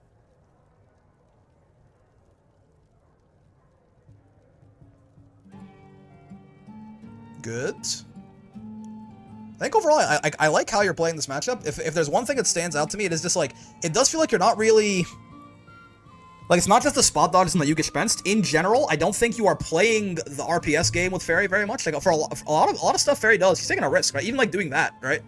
Like, if you can just, like, you can spot dodge that, or, like, roll that and get closer to her, and she wastes a cooldown, and then she has a lot less to work with and stuff like that. I feel like you're just not really... Like, not really playing that game with her. You're just letting Ferry do what she wants to do, and then, like, when you get the opening, like, if you happen to be able to, like, run your game, you throw a grenade at her, you get her in the corner, you're not doing bad, right? I think you're doing it well. It's just that you are completely letting Mia, SoQ Boss here, do whatever the hell they want until they just happen to not be doing anything, right? You have to be interacting with what they're doing a little bit more, right? Represent some rolls, represent some spot dodges, you know, things like that. Like, make them a little bit more wary about what options they're throwing out, right? Like that, just doing like that Gishpence there. That is not without risk, right? This is not just like, oh, like, you know, normal special, who cares, right? No, like, you can roll that Gishpence, right? Random slow kills also up Eustace. That's fair. That's fair. Like, you know, you can roll this Gishpence. You get, like, close enough to her to the point where she can't really use any of her normals effectively, and you know, she's minus, right? Things like this, I think would help you out a lot here. Because when you get turns, when you get shit going, you're not doing too badly. It's just you are being way too respectful, I think, of what... I thought Gishpence was a block string. Good to know it isn't. I don't believe so. So maybe off some normals, some Gishpence can be, but I mean, we can probably see that he recovers here, I think. Let me just make sure I'm not... like... Most of the time it's not? Yeah, I'm sure off something, maybe? Nah, that's not. Yeah, there's no way, right? I'm pretty sure his ass. Gishpence isn't ever a block string? Not in my experience, anyway. Maybe the U1? Maybe like far H into the U1 or something? Could be a block string? Because the U1 does have the slowdown on it, so you recover a little bit slower. But in general, I think you need to be a little less respectful of what Ferry's got going on. No? Yeah, fair enough. In my experience, it never is, as well. Owie. Again, like once you're getting stuff going, you're doing it well. You're just not getting as many opportunities as you should be because you're being too respectful of what Ferry's doing, right?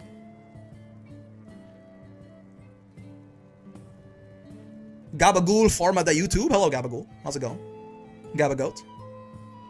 Gentleman Gaming versus Never Ask a Lady. For real. Okay. Yeah, again, I don't think that was like... I mean, you won that. But like, I don't think that was like a problem or anything like that. It was just... The big problem was you weren't getting as many turns as you should be getting because you were being too respectful on their own, like, neutral and zoning, right?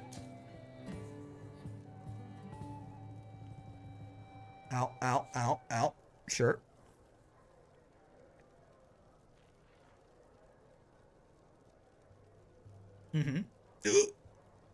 It's not. I mean, this is the bad place for sure. This is not where you'd want to be.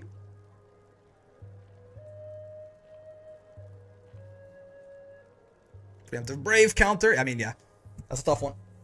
You were a little panicky there, I think. A little bit of down backing would do some good. I understand it's like you don't want to do that just because like I want to get out of the corner now, but.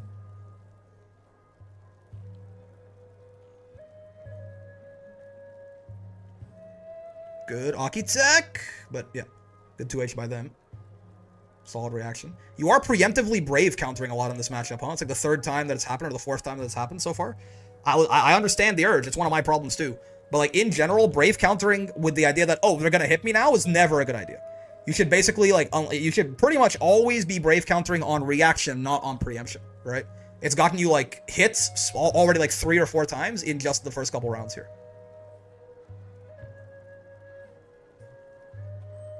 If you preempt a Brave counter and they don't hit you, you end up with a Raging Strike and you fucking die, right? Okay, nice. Again, I do like how you're using M Grenade, for sure. I'm a fan. Gabagool, forma de YouTube. You got a 2 extra here, surely, right? Am I stupid? Maybe not. Maybe I'm overestimating Eustace 2H a bit. Ow.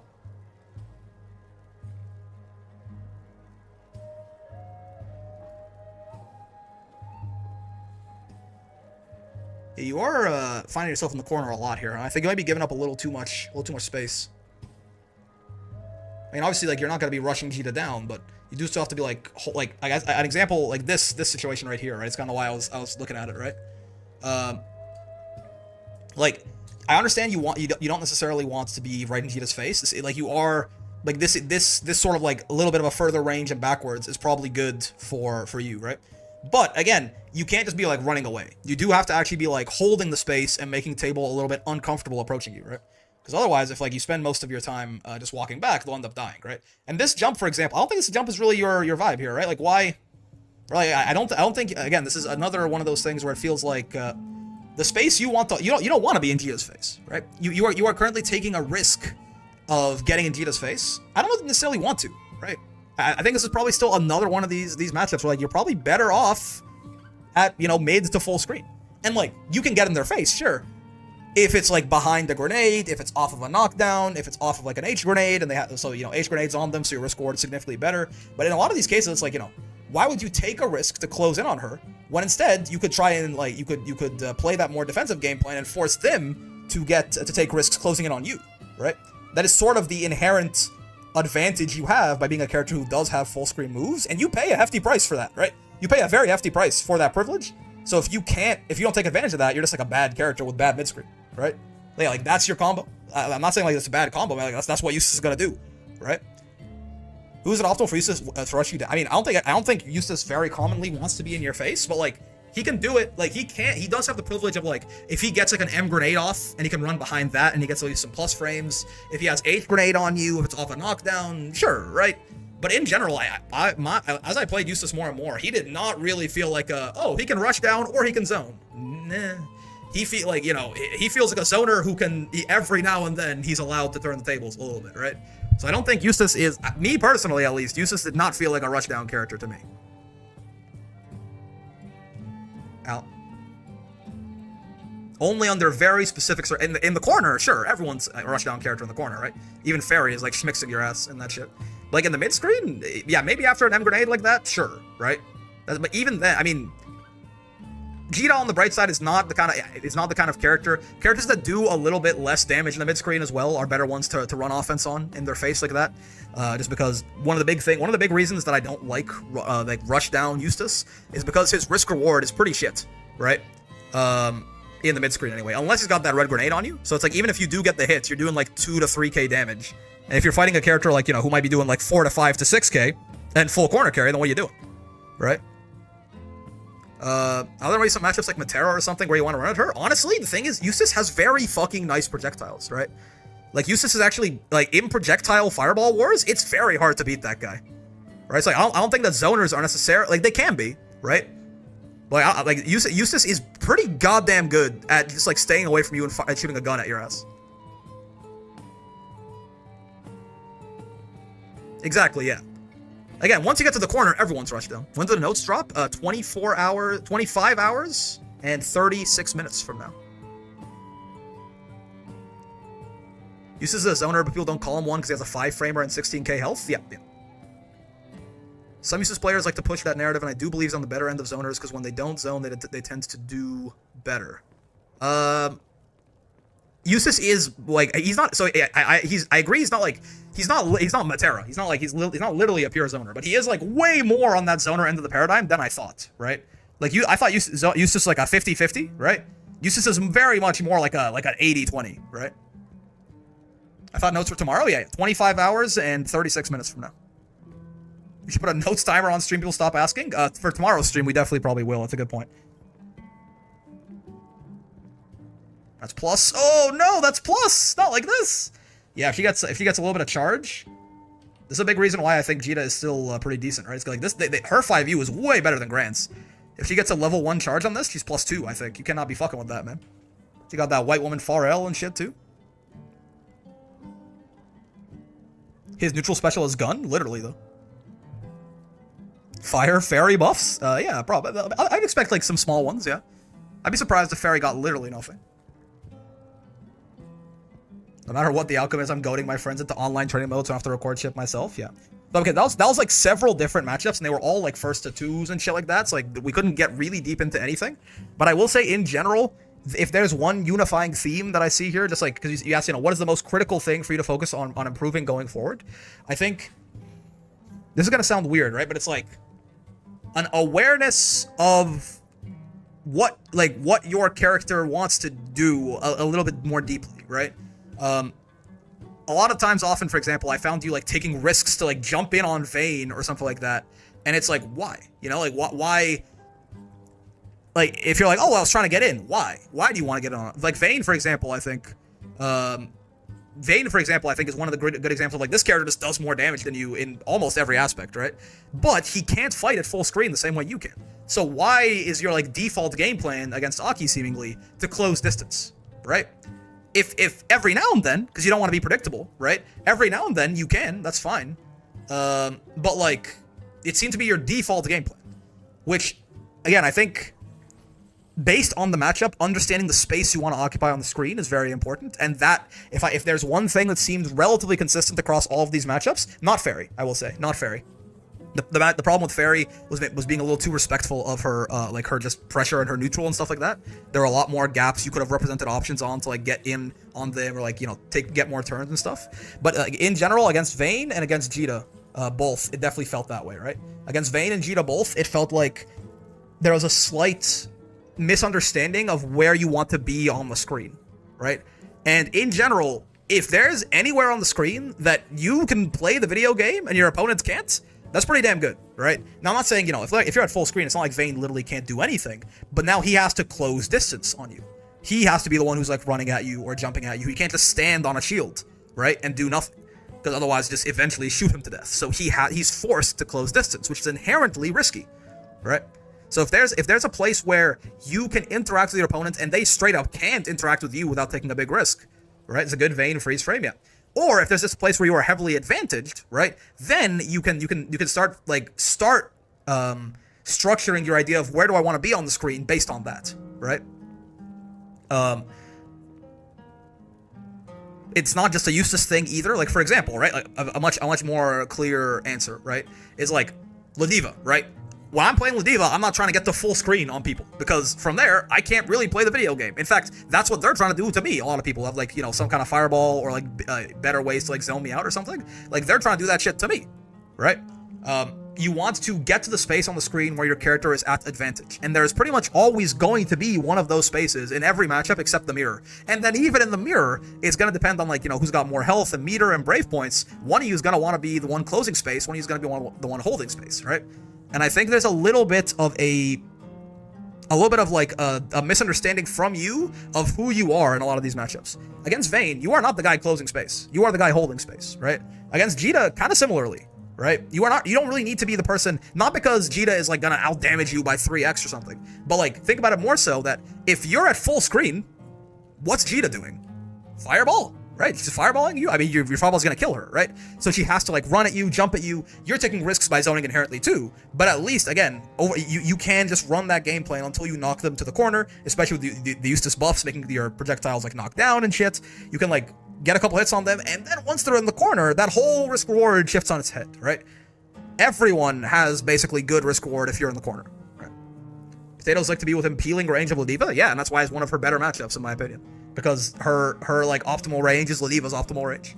But yeah, that like if there's one thing that I would say you need to, like, the most critical thing to focus on is that, the kind of understanding when you want to be approaching your opponent and when you don't. Because there was definitely some times where we made those decisions, and I was like, that's weird. Like, why are you, like, it's not like you jumped at Vayne and got anti-aired and died, because Vayne does that. It's more so, why were you jumping at Vayne in the first place? Not because you're scared of the anti-air, but more so, why do you want to close the distance that the jump is providing, right? Like, yes, sometimes you're doing it out of the corner, so fair enough, you just want it out of the corner. But a lot of the times, just doing it in neutral and shit. And against Zeta, same thing. And it's like, why? Why are we doing that?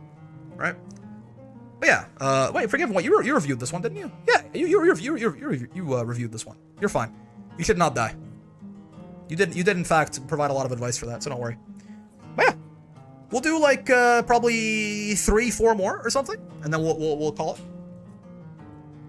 What's he doing over there? Yeah, it's like, why are you jumping at Vayne? You know, what's the, like, what was the game plan? First to 7 exhibition. What is this? Lyric versus Amy. Oh, it's Lyric. Yo, this is Lyric. Okay, so it's gonna be master replay review, right? So I'm gonna be way more nitpicky. But this is Lyric. Hi, I played Belial in Exhibition versus Amy Sensei, a very strong opponent. Yes, I already reviewed the VOD on my own. Clear problems in my playstyle were backdashing more than I should, or not utilizing that space I created to punish advancing attacks. On top of this, while I like to play slow, I reckon I played way too patient this time, in the corner specifically. In general, I feel I didn't give myself a better shot by having okay-ish movement, but not capitalizing on the opportunities created by that movement, plus indecision while in the corner. I like to hear your different points of views if possible. Thank you for your time, whoever reads this. Okay, sure. Let's see. So he's... So Lyric has identified, yeah, more... Yeah, too much backdashing without enough attempts to whiff punish off that backdash, or to use the space from that backdash, and then too patiently in the corner. In the corner, when you have him in the corner, when he has you in the corner. Okay. Also, I'm curious to see what this is exactly. Jumping at Vayne is my favorite adrenaline junkie pastime. Yep. And like, listen, when you got like an aerial that can actually beat him sometimes, Ladiva JM can like genuinely beat his 2H sometimes. So I'm like, it actually works. So I'm just fucking, let's go. It's great. Hold on. There you go. Excelsior Camaro, so true. Belial, yeah. We got Lyric versus Amy Sensei here.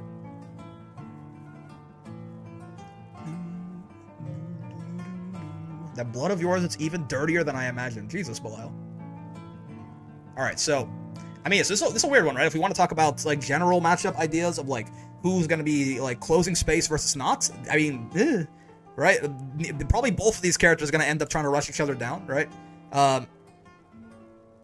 Yeah, these are like, with characters this well-rounded, it doesn't really matter, right? I do like Lyric, so on a deeper note, though, I do like Lyric's idea of trying to use... Which one's being reviewed? Lyric. I do like Lyric's idea of trying to use his movement to open opportunities for himself here, right? Because Belial is just faster than Siegfried and has more mobility options than Siegfried. So you could try to, like, jump around him a little bit here, right? Like, walk in, backdash out.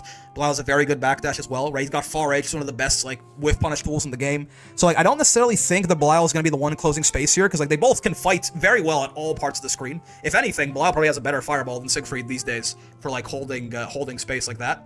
But, like, I think I do like the idea of, like, probably Belial is going to be trying to do a lot of weaving around the relatively slower Siegfried here, right? So immediately he does Verdrunga right away, sure.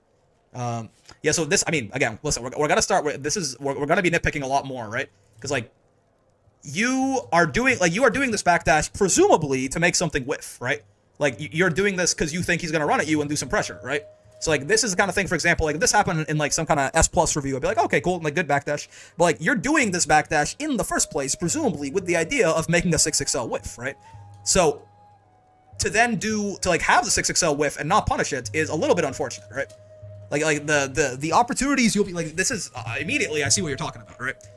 Like, I agree on this. The opportunity presented here has kind of just been squandered by the second backdash. You do get the idea. Obviously, it's what's on your mental stack, right? You want it to backdash and then far H, right? Because that's Belial. Belial's so good at that. But the second backdash here, because you didn't react fast enough, gets your far H killed by the 2N, right? So I'm seeing what you were pointing out, at least immediately, Lyric, about just, like, not using the opportunities created by your movement. But we'll see if that keeps up. I do like the backdashes themselves, though, right? Like, very good again, right, to get the Siegfried far H to whiff. I don't know if you can actually whiff punish this reasonably. Like, I don't know if this is... Like, if Siegfried whiffs this, can Belial far H him? Hold on. I don't know how long that thing extends his hurt box for. Because, like, normally I'd say no, but Belial Far H is a real fuck out of a button, right? It's a real shithead of a button. Kind of just Far H, 2-1, 4H on Siegel until your problems go away? I mean, well, that's exactly kind of what I'm... Eustace can Far H him? Then Belial probably should be able to as well, right? I would imagine. So if I, like, have Siegfried, if I record Siegfried, it's easy whiff punish, hurt box is massive? Oh, yeah, it is, and it stays out there for a while, huh? Yeah, so, I mean, immediately, unfortunately, this is kind of another example of... so you did this... Yeah, right? This is kind of immediately another example of not quite using the opportunities provided by, like, good movement, right? But again, like, yeah, you make this, like, because, again, the reason I'm doing this is, you know, Lyric is good, right? Lyric is good at the video game. So, like, he is doing this, again, this backdash is not just, like, a for fun backdash. He is doing this to scout for something. Presumably, that right there. This is, like, you have a while here. You could have waited and then Far H and still gotten this, right? You probably, like, I don't know if Belial gets, like, what combo Belial gets necessarily off this. Like, maybe you can just, like, Asmodeus him or something, right? I don't know exactly. I mean, did you have meter here? No, you didn't really have enough meter to get, like, a fireball or anything. So I'm not really sure what you could have, like, done that would be, like... I'm no Belial expert on what the combo could have been here. I mean, you can do, like, fireball here, seemingly, right? But, yeah, I don't really know, right? But, like, still... Even that is, like, plus enough that you can then run up and get your plus frames much more safely, right? If you had meter, you could have just, obviously, you could have done something like fucking... Oh, wait, hold on. I'm too far away. Something like this, right? Like, I don't know exactly what Belial can do from that standpoint. 6-6H? Whiff punishing with the 6-6H should be tough, right? I'm more so talking off the Far H. His is the Stomp? That's his 6-6M. His 6-6H is Grand Boot. Okay, sure. You're making a lot of shit whiff. You're just not really doing too much with it, right? Okay, sure. I like that. The boot was, I think, a little plus there. Mm-hmm. That was just a missed combo, right? Because that shit is punishable on block. Wait, does that work? What the fuck? Wait, don't block. I mean, it's counter, but the second one's not, right? That's wild. Okay, yeah. That 2L is so good, man. Yeah, so it's a missed, just a missed combo. That's fine. That is punishable. I mean, for Amy, that shit's punishable on block, right? It's -8. They don't really expect to block it, I guess. Belial moment? For real. Okay. Ow. Ow. Ow. Ow. Back in the earth. Schwarzfanga.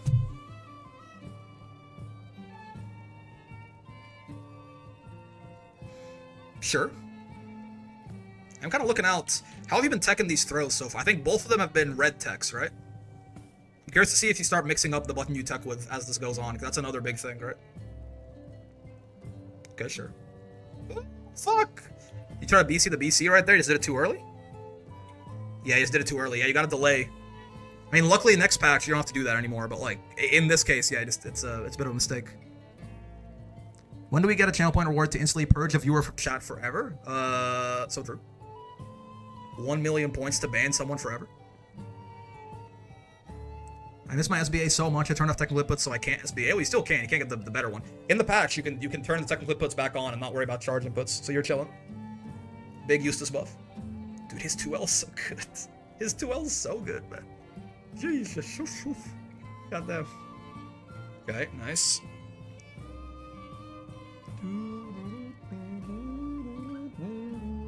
Okay. We'll save jump action. I like it. I mean, obviously, Lyric knows how to run his Belial pressure, right? He's not going to need advice on that. Oh, nice. Yeah, Belial's 2. That's the one thing, right? Belial's 2H is not stellar. It's only, like, okay. It's like, this is, like, the one thing about Belial that's not... He's only okay.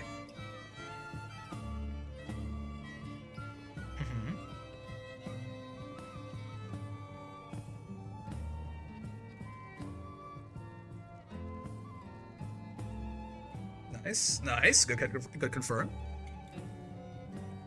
There's that Belial disadvantage given in corner we were talking about the other day. Yeah, that's why, again, yeah, in hindsight, when I said Katalina has the best defense and it's not close, I think hers is still probably better than Belial, but Belial is definitely right up there for that same reason. Why does the exclamation mark Belial thing never work for me? Someone else probably did it right before you or something. It's got a cooldown on it. Are they going to change 6XL? Not as far as we know. And honestly, I don't know that I really care for them to do so. Certain characters can get their 6XLs tuned down. Like Catalina's could be shorter, Beatrix's could be shorter, right? Belial, stuff like that. But 6XL as a mechanic right now, me personally, it's been nerfed 3 times. I think I'm fine with that as it stands. It's only like certain 6XLs are way too big, in my opinion. What's going on here exactly? Okay, yeah.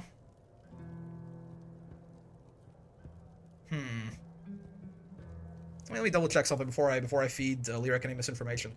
There's something. I mean, I guess you can represent. I think, right?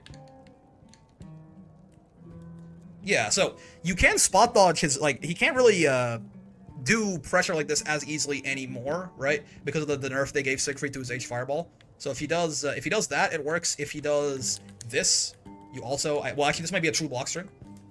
No, it's not. Yeah. So he is plus, unfortunately. Like, yeah.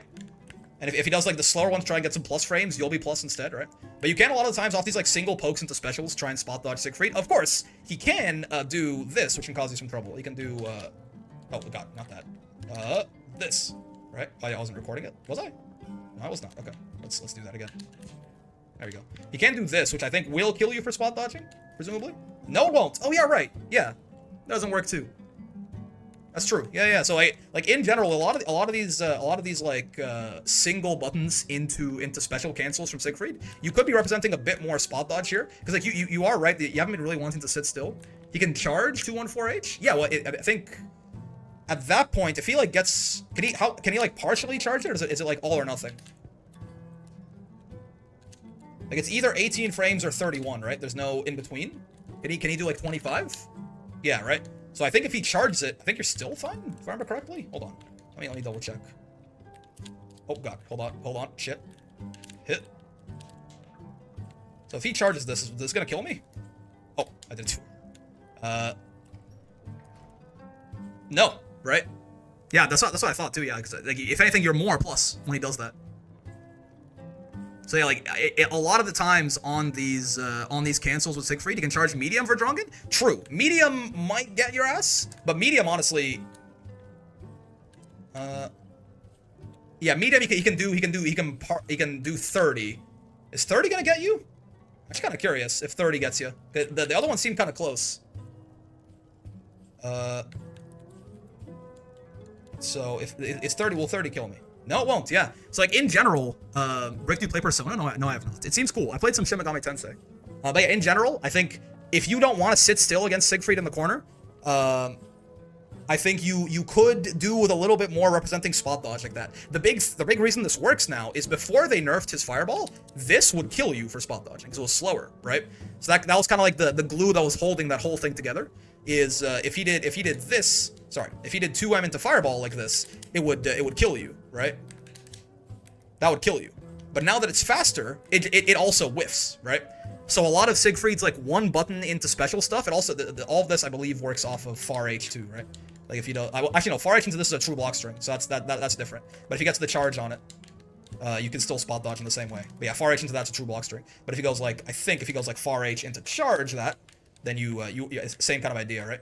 You can just immediately spot dodge when you see it, and you're very plus. Same thing with M, right? And again, you can spot dodge the fireball too. So like this I think is a big thing you can do on defense against Siegfried in general. Of course, just doing spot dodge after a button is not necessarily safe. He can just like do button into run up and throw you, for sure. Preempt spot dodge can dodge nearly all of his one button cancel specials. Yeah, exactly. Now, of course, if you're doing that too often, he's just gonna walk up and throw you after a button, right? You're gonna die, or he's gonna walk up and close H you. But it is, if you want to not sit still in the corner against Siegfried, it is a decent option to represent post nerf to the fireball, I think, right? I think a lot of people, everyone understood that the H fireball speed nerf was a nerf to its use in neutral, but it is genuinely also a nerf to its use in pressure, right? I don't think he can just do M Fireball and kill you for that also, while I'm thinking about it, because M Fireball is too slow, right? I don't think he can just go, I don't believe so. At least Siegfried's never done this to me, so let me try this out real quick. I don't think he can just do this. Yeah, it's too slow, right? Like, your spot dodge will, like, I think recover in time, yeah. What about you, Fireball? That might be a true block string. Right, I think that's a true block string. Let me see. Oh, I didn't record it properly. Yeah. Oh, okay. The first hit me there. I mean, yeah, that's a true block string, right? It's like, it's really fast. Yeah, but I can't. I'm mashing spot dodge. I can't even do it. So there's no need to worry about that. I mean, L Fireball. I think L Fireball maybe. Let's see. Oh, that's also pretty fast, right? Yeah, I don't think he has. Yeah, he has to hard call out the spot dodge, right? There is no way for him to cover this really. So again, I don't think, like, in general, Lyric was talking about how, like, they're a little impatient in the corner here. That's yes, but if you want to be impatient against Siegfried, the spot dodge will often leave you plus enough to do something. Especially, by the way, you're Belial, by the way. So, like, even if you're +3 off this fireball or something, right? Like, if he goes that into, no, not that. If he does fucking this, right? And I think you're +3 after this, you're fucking Belial, man. Oh. So instead, you can just go do that, right? And it'll beat anything he can do. Because you're +3. You can DP, I guess. It won't beat that. But I mean, come on. We're on a couple of layers of irony at that point, I think. I think you're +3, if I remember correctly, when you do this. +5. Oh, wait, are you +3 off the far H? You might be +3 off the far H. You're slightly less plus here, if I recall. +1. Ah, okay. So yeah, far H is a better poke for him, but of course it's got a little bit more risk. I mean, +1 from here. I mean, even he's gonna do what? He'll do 2M. Your far H is gonna crush his 2M, right?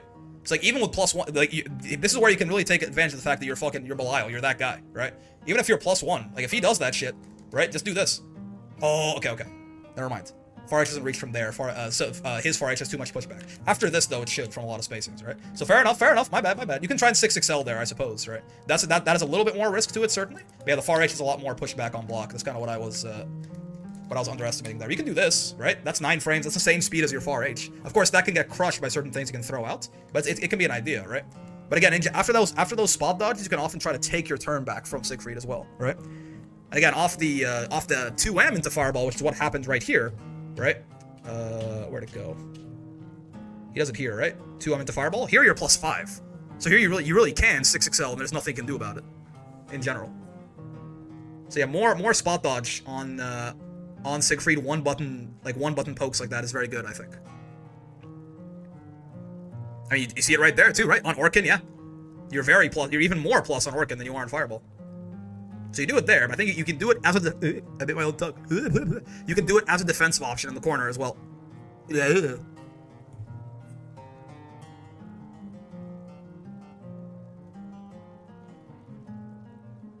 Okay.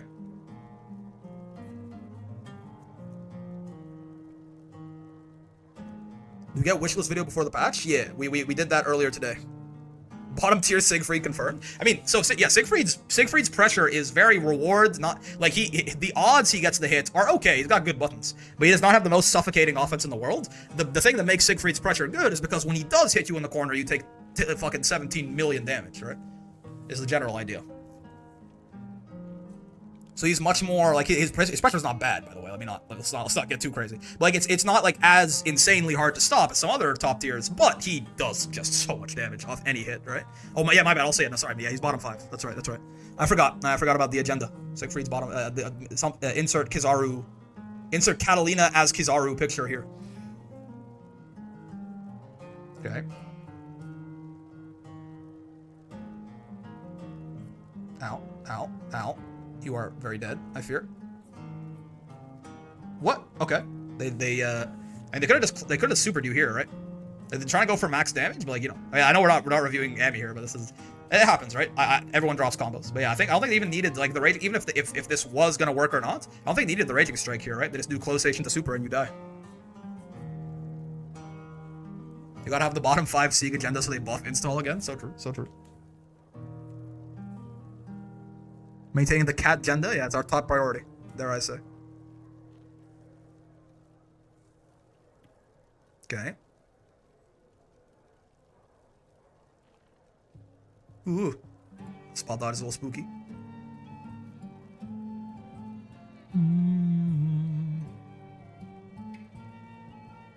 Yeah, so far I don't think maybe I'm tripping. I think you've been teching with the same button every time, right? Or not like you've been teching with a button every time, not the throw button, right? Changing up the button you use to tech, I think is very important as you get into like higher level, just because it makes it like if they know you're gonna be hitting 2L every time, they can start using the counterplay to that, right? Yeah, whether it's like a walk-up delay throw to no escape your ass, or just like walk-up close H to kill you or something like that. If you're teching with a throw button every now and then, right? 1, you get a better tech. It is riskier, but you get a better tech, and 2, it makes it a lot more comfortable for them to try and like beat your tech, since it could be one of 2 things.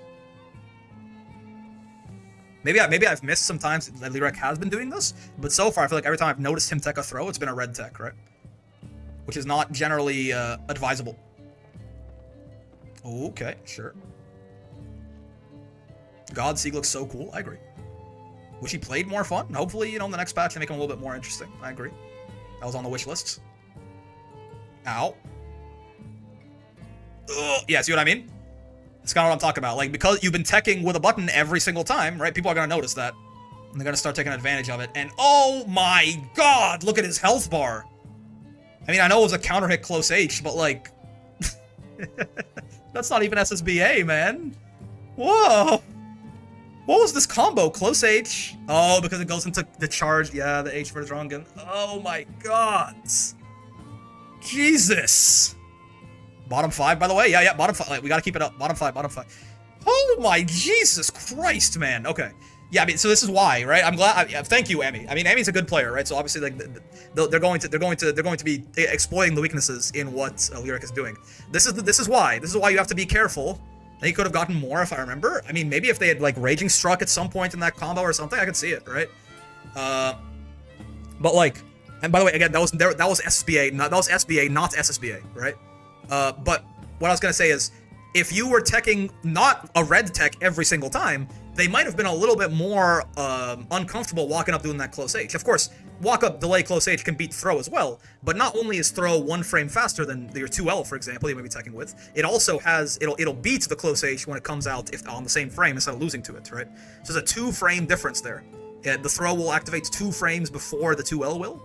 So, which could, genuinely, people are delaying their things by like these tiny little frame amounts. That could make all the difference, right? You could end up no escaping that close H, right?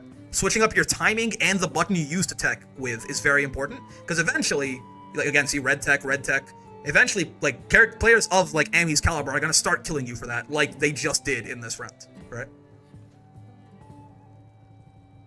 Sometimes you gotta, like, not tech the throw, potentially, even. Sometimes you gotta tech with the throw button. Sometimes you gotta tech early. Sometimes you gotta tech late. If you're too predictable, right, you're gonna get murdered. That, like, of the things, like, something that Lyric had not at least mentioned himself yet, that's one of the big ones for me. Sometimes you gotta hold the grab. Yeah, you can't be doing the same thing every time, or people will just kill you for it, right? Yeah, sometimes you have to stop delay teching entirely and just, like, do your best to maybe, like, either reaction tech or, like, worst case, you know, yeah, take the throw. It is very important to remain... What the fuck was that? Fellas, I don't know if I can maintain the agenda. He can do that. And he do with double 6XL, there's a gap in it. If you expect someone's gonna do 6XL, 6XL, you can mash and they'll lose. It's not true pressure. If someone does 6XL, 6XL, you call them out and you get a full combo on them. Of course, they can frame trap you instead, but that's the RPS of offense, right? Actually, you know what? I like to show, not tell. Let me take a quick detour and show you what I mean. So like for example, right? Say that I know, like I have the read that Siegfried's gonna do that, right? Let me do a little quicker too, just make sure there's no gap there. I know he's gonna do that, right? Right? Like if you know 6XL, 6XL is coming, it's not real, right? It's not a true block string. In fact, it's like really not a true block string, right? Like I'm doing a light to be safe, but you have to, like 6XL is, well, I guess I might be leaving a bit of a gap here. 6XL is at fastest, the fastest you can do it is 9 frames, because it's 8 frames, you have to hit the dash button. So if you do it perfectly, it's 9 frames. So if you're +2 and you do it again, there's a 7 frame gap. If you're even a little off, there's an 8 frame gap. Guess what frame 8 is for most characters, right? Belial's close H actually 9 frames, crazy. But yeah, so there's a big gap in here, right? Even if they do it frame perfect, there's a 7 frame gap. So again, you can always just like, if I have him do 6XL, Belial's a 6 frame close M, for example, right? Now, even if he's perfect, there's nothing you can do about me doing that if I get the read. So again, 6XL is, it's strong, don't get me wrong, but it's not some kind of like infinite pressure string or something like that, right? Nice 6XL asshole, you know, take all of this damage, right? Nice 6XL, take like 6,000 damage and get like put in the corner. Of course, but he's taking this much damage because I'm Belial, but you get the idea, right? Not everyone can necessarily do like this, right? But you get the point.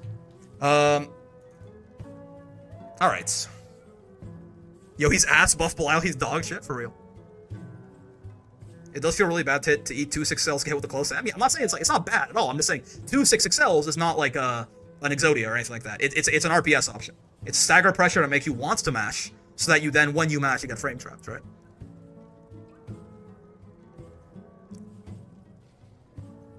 Okay. Oh, now our creator will perish. Can you kill him here? You don't quite. Yeah, you don't quite have the meter. That's that thousand extra health Siegfried has. Is what's gonna be left in his health bar there? Yeah. That's a Siegfried difference.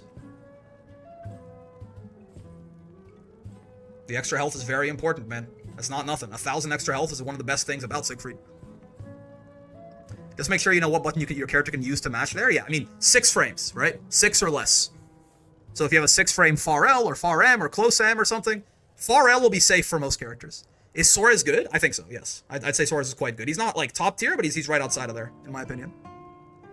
It's worse when you get counter at trying to mash out of it. Yeah, so again, don't do the close H. The close H there, because I didn't do the 6XL perfectly. If they do it perfectly, they literally cannot have a smaller gap than 7 frames, right? So if you have a 6-frame button, and you get the correct read, you are guaranteed to counter hit them. What if my only 6-frame has the least normal range in the game? Listen, Vaseraga, you have the worst defense in the game, okay? People will still disagree with me on this to this day. But yeah, oh, look, you are one of the only characters that if you want to mash there, you have to take a big risk, right? People will still disagree with me to this day, but yeah, you can't do much about it. You have to take a big risk or spend 50 meter. Sorry. You know, you got the worst defense. You got bottom 1 defense, unfortunately. Ferry too, that's true. Ferry has very bad defense of her own, certainly. But the Gespenst helps her a lot with it. The new Gespenst side swap makes the reward on her defense significantly higher than it used to be. Just Soul Forge tackle, true. Isn't 2B also like this with no far light? But she has no close normals. Her 5L basically is a far L, and it's 6 frames, so she can do it too. You know, okay, you know what? I know this is a Lyric replay review, but I think most of the important, like the 2 biggest things I'm gonna be able to find. I'm not gonna find like hundreds of problems in Lyric's gameplay, right?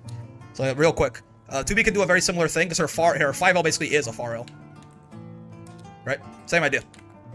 It's 6 frames and it's got some decent range to it, so it's not really that big of a problem.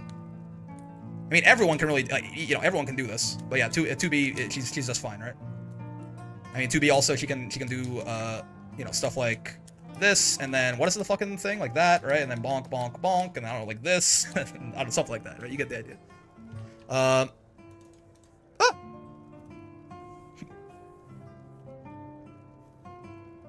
guess I have to do my 5-frame armor special punishable on block and hear people complain when they don't close the frame trap. Yeah, that's what I'm saying. That's what I'm saying. Uh-oh. I thought that was going to hit you, honestly. Siegfried SBA is so good. Even though you were so close to the ground, I thought that was still going to snipe you out of the air. Ow. Ow. Okay, it's pretty good.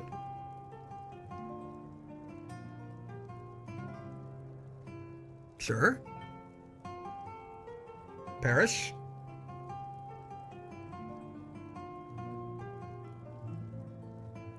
Yeah, I mean, on chip against Siegfried is real tough, right? Is Avatar Belial beyond fixing at this point? No. Avatar, if anything, is a little too good. He's not great, but he's a little too good for what he is, probably. I think Avatar is very, like, he's very close to being in an okay spot. I think he's maybe just a little, like, he's not amazing, but I think he's a little too good for how toxic of an archetype he is, right? I was just talking, I think probably if we just took Avatar Belial and kept him basically exactly the same, but just made it so this thing's minus on block, and we might be cooking, right? I think he's far from beyond fixing. I think he's actually, if anything, he needs a little bit of a nerf. I think a tiny little nerf. But yeah, so I think the big 2 things, because I know we kind of got sidetracked with some other stuff there, but like Lyric has identified probably one of the biggest problems already, right? In that he has like good movement, he was making a lot of stuff with, but then just not really doing too much with it, which is the kind of thing that we can let slip, but like not when you're as good as Lyric is, right? Like at this point, like you with those backdashes that made like the far H whiff or the 6XL whiff, like you are doing those for that express purpose. When you get your RPS correctly, like when you backdash to make his 6XL whiff, and turns out you read him correctly and he 6XLs, right? You need to actually get reward off that, right? If you backdash to make his far H whiff and you get the RPS correct and he far H's and it whiffs, you need to get reward off of that, right? So that's one thing. You already figured that out. The other thing I would say is just the Siegfried specific thing of like how we talked about it for a while, of how like with a lot of Siegfried's like one button pressure, the poke pressure from far away, you can just kind of represent spot dodge a little bit to make him a lot less comfortable throwing out a lot of his special moves, right? Again, of course, if you just spot dodge, right? So if Siegfried like, let's see, like I don't know, if Siegfried goes like, he can probably do like 2M, like far H or something like that and kill you for spot dodging, if I had to guess, right? Like if he goes like 2M far H, that's probably enough of a gap that if I spot dodge after this. Oh, Yeah, well, if he knows the spot dodge, I mean, fair enough, he still has to delay it, I guess. It's kind of tough to deal with, right? I mean, he can probably go, let's see, if he does maybe like 2M into run-up throw, that'll get me, right? Certainly. Like if I spot dodge right away. Yeah, right? So he can call it out. He can call it out for a shit ton of damage too, but he has to like delay his thing. So for example, he can probably go like 2M into, let's see, like if I go like 2M, oh, sorry. 2M into like delayed H, this might kill my ass. The timing's kind of weird. Yeah, and like as a Siegfried player, you probably find the timing this works on, right? Like there will be a timing where he can like counter hit you and blow you up for that, right?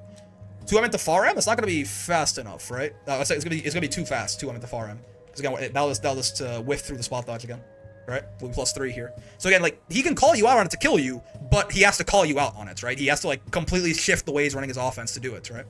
Because normally, like 2M into run-up throw, which is the safest way to do it, is not really gonna. That's very risky because 2M is minus on block, right? So it's based off a hard read. So like spot dodging when Siegfried's at this poking distance, doing a lot more spot dodge after the first hit, like block his far H into spot dodge, block his 2M into spot dodge, is something that Lyric could have represented a bit more. I think it would have made 2M far H like a monster. It whiffs. You have to delay it. You have to delay the far H, which is even weirder, right? Like I tried it right away. That was my first thought. Is 2M into far H. If he does it right away like this, the spot dodge is 2 invuln, right? You're +24 and he dies. So he has to actually delay the far H quite a bit. So he has to do 2M, nothing, far H, right? Which is like, you know, oh, it's too much of a delay. But yeah, like he's opening up huge gaps in his offense to do that, right? So like, I think it's a very good thing to represent against Siegfried in particular. That Lyric did not really do too much in the corner. And then the final thing is just like, I think you can't just be teching with the same 2L every time, right? We saw the just like gigantic amount of damage he took to the forehead when Amy finally said, all right, well, you're not going to change how you tech, you know? Enjoy, right? Like it was a little bit further back, right? Yeah, all this. Yep, right here. Right, you've been red teching the entire game, and he's like, well, whatever you say, man. If you change up the timing you delay tech on, if you change up the button you delay tech with, if you just stop delay teching sometimes, things like this are a lot less likely to happen. Or at the very least, Amy can feel a lot less confident in this as a read, right? So those are the three big things. The one thing you already pointed out, Lyric, right? In that, again, I think you just like, you made a lot of opportunities with yourself through good movement and kind of wasted them. But then also, the spot dodge, representing spot dodge in the corner against Siegfried, and then also the changing up how you tech, right?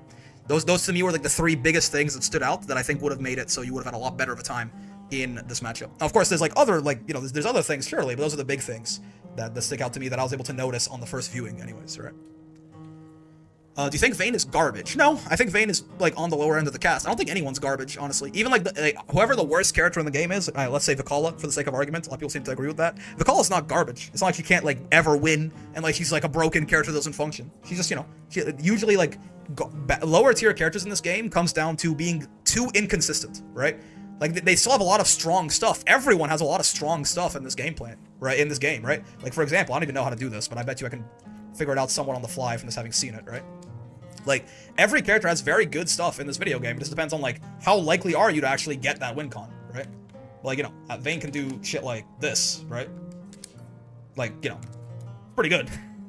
Right? Like, I don't really think a character that does this, I didn't do it right there. I probably could have gotten full cinematic, right? So, like, I don't know if, like, I don't think that a character like this can really be considered, like, garbage, right? When he can, like, when he is like just like the best in the game, damn near at something. But like, yes, he is like a lot worse than a character. Like for example, the reason he like, in my opinion, Vayne is like a lot worse than a character like Siegfried, right? For example, is that like, you know, Siegfried can do basically the exact same fucking thing that Vayne can do, right? I don't know. I actually don't know what Siegfried's is. It what off non-counter hit 2H, he might not be as good as Vayne. I'm not entirely sure. Maybe it's height dependent, I guess, right? Yeah, Siegfried can do a very similar thing to Vayne. He can do a very similar amount of damage to Vayne, but then he also just has a whole bunch of other shit, right? So again, I wouldn't say that Vayne is garbage. Usually, like he's on the weaker end of the characters in this game, I think. But it's more so just that, you know, he some of his other like some parts of his toolkit are more inconsistently useful versus a character like, you know, like Siegfried or Belial or whatever, who like everything about them is good like most of the time, right? They do the medium version, not heavy. Oh, let's see. Please. Oh, hold on. Please jump. Oh, so true. And then what is it like? But you can't. I guess you do that in the corner, right? Yeah, you do that in the corner, and then you can convert off of it. In the mid screen, off counter hits you can get the charge medium, right? Is what it is.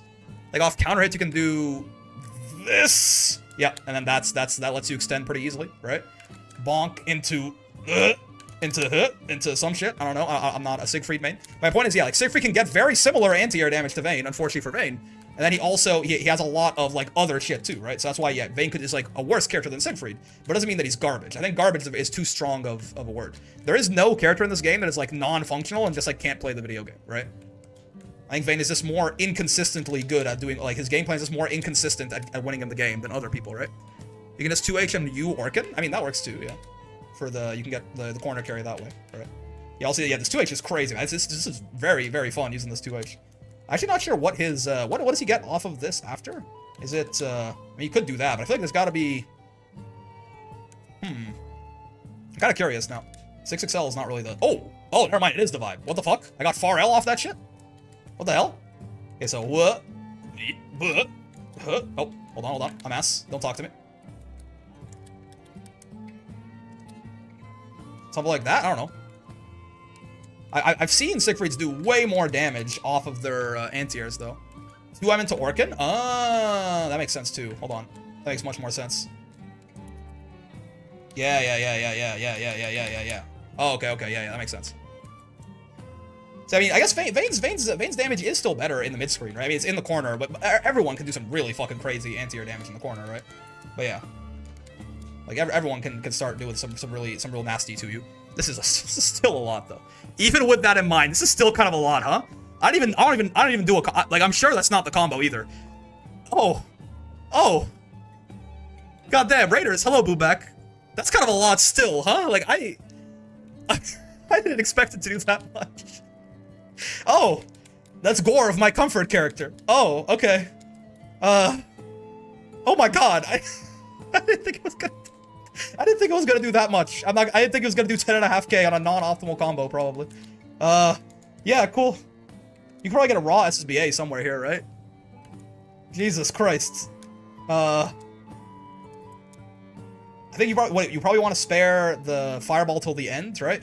You do like what, this, into this, into that, into this, into that. Can you do SSBA off this? Is that gonna hit raw? Yeah, it is. It might not be more damage though. I missed one of the loops. I forget what it is. But Jesus Christ, yeah, that is 10,000. Yeah, okay. Anyway, yeah, I don't think Vayne's garbage. I think Vayne, he's definitely on the weaker end, but no character in this game is garbage, I think. Jesus Christ. Okay. We're doing some replay review, by the way. I have a good stream and enjoy Sieg. No, we're not. Wait, we were just, we're talking about Vayne, actually. I was comparing him to Siegfried, but yeah. You can always do Orkin L follow-up into Raw Super. Oh, true. Yeah. Oh, shit, man. How much damage can this motherfucker do off of this? Like, this can't be fair, right? Surely? Right. Oh, okay, this compliment, okay. How did I get... I forget exactly what I did the first time to get that, like, insane-ass, like, the 10-2. Was it, like... I forget now. I do. Okay, that's compliment, right? Yeah. Yeah, the point is, yeah, you know, he does a lot of damage. That's the general idea there. Yeah, you can't really do it, but it's fine. 10.2 is good enough anyway. All right, so let's do some more replay review here. Our review's going backwards to last year. No, I'm just very behind. That's very mean of you to say. S rank might be hell. Okay, let's see what this is. Oh, Harihara. What the heck? He's almost done with December. Yeah, only 2 more. We'll be done with December today. Still last year right now? Alright, fellas. Alright, enough bullying. Enough bullying the streamer, okay? I did pretty shit today. Lots been happening. Oh, it's unfortunate. I hope you have a better day. Or I hope your day gets better as well. Versusia balls? Yeah. Alright, S rank might be hell. I am the Versusia. I want to check. Okay, so let's see. S rank might be hell. It's not really giving me a lot to go off of. We'll watch a couple of these, though, and see. Right? Is her hair different? Is this a mod? Her hair looks weird. There's some amount of visual mods going on here at the very least. Yeah, as always, when you get hit, when you lose your turn, right, it's a good time to pause and think about things. You probably, as Versusia here, you probably do want to use your button advantage. Oh, also she's wearing, like, yeah, less clothing, so true. She's naked. Yeah, my bad. It is indeed a mod. But yeah, like, you probably do want to use, like, your bigger buttons here to try and, like, hold grand... Oh, Jesus, yeah, I hate the Discord videos like this. I can't hit the arrow keys to move through them. You probably, like, do want to play on the slightly more defensive end of things here, because you have bigger buttons than Grand, so if you check him on the way in, you can potentially get, like, full combos off it as Versusia, with, like, a 2M into 5U or something, as well, like, your zoning will beat his zoning, right? So you probably are overall like on the more defensive end of things, but big fan of the Goon mod for real. Yeah, you are mashing a lot in the corner, certainly. Ow. Also, Magna Gran, hello. You see how I made Versusia more naked? Ah, okay. You got the hit, but you weren't quite ready to convert it. That happens. Is that coming from the video? I heard someone talking almost. This one just removing her waist thing? Yeah. I gave him the coaching for the Goon mod. Ow. Sure.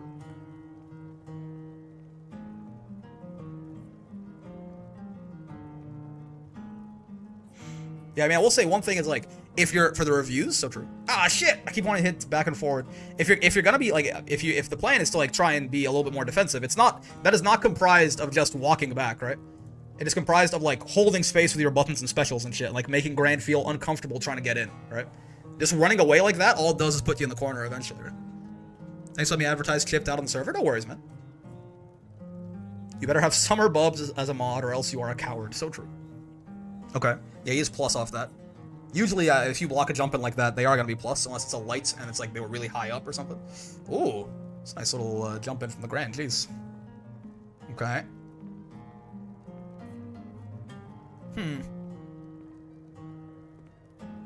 I'll tell you, could stand to BC a little bit more, I think. Yeah, nice. We got that. This is a great spot. Like, you're going to die anyway. You might as well not die with your Brave points.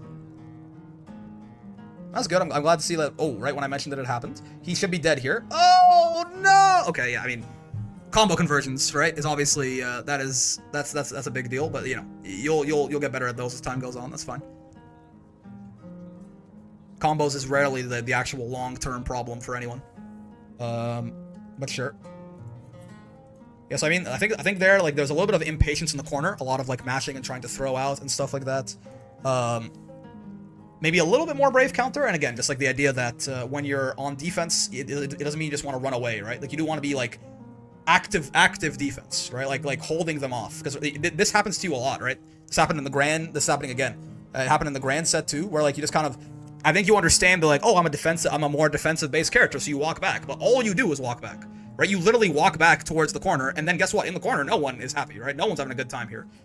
So I think, again, it's if you're gonna play defensive, it's a matter of actively holding your space, not just running away. Because fighting games are designed intrinsically so that if you keep running away forever, you die. You get back to the wall, and bad things happen to you, right?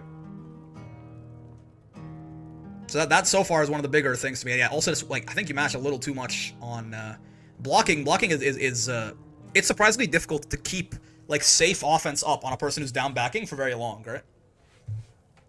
So don't be afraid to down back. It's quite good. It's quite good in this game. Defense is quite strong in this game. Like every time there's a little gap, you get poked by something, you seem to be mashing out, so you get counter hits, and they don't fully convert the combo. Then you get, so there's a bit of a gap, so you mash out, so you get counter hits, you try to throw, so you get counter hits. Yeah, see again. I think a little bit more patience on defense is going to do you a lot of good. I like when the super wore off, during the super, like the mod to make him like this ghoul Bubs wore off temporarily. Bubs in the lore is just a cuck for real. Interesting. Tomorrow. Okay. Yeah, so that right, like the big thing there, besides the defensiveness, like the just running away too much, was definitely way too much mashing, right? In my opinion. Temp. Yo, S rank temp? What the fuck? Dude, how old is this replay? What in the fuck? I guess his Beatrix is not master, is it? His Grand and his Nier, I think both are at this point. Okay. And you woke up throw.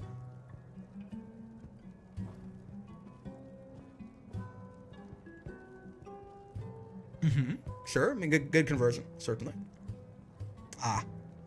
Yeah, I mean, I'm just, in general, there's just a very big lack of impatience, I think, coming out here, right? I employed the Versusia scrolls a while back. Yeah, I mean, this is not like a Versusia. This is not like a Versusia specific, like the combos and stuff. Sure, yeah, but like there's like a general fundamental issue here of just like very little patience on defense, I think. Some old ass footage probably catch up a little there from last year. After all, that's true. That's true. Yeah, I'm being bullied. Yeah, that happens. Don't focus on that first. Pog. Well done. That is the correct advice for sure. I mean, maybe at this point this is not super helpful to Harihara, but if anyone else finds themselves in situations like these often, then we can try and sort of pinpoint. Perhaps you can see yourself in his gameplay. We've all been there. I was such a match or two when I started. Yeah, I mean, no one wants to block, right? It's so lame. But actually, it's pretty fucking good, as it turns out. Ow. Mine's from 11:26, and I'm still waiting. It happened. Wait, did I skip yours, Platypus? Are we sure? Wait, did I skip your video? I'm still matching too, as you know. Yup. Well, I'll take a look back afterwards, maybe. Let's see after this. Oh, okay. Sure. Good spot dodge. I mean, I will say that thing is punishable on block, so you could try to just block it. But I mean, swag, I guess. Like you styled on him. Sure, man. Whatever you say. I scale above him. I'll be fine. Crazy. One more bonus. Look at us. Okay, sure. Didn't quite react to the RS. Happens.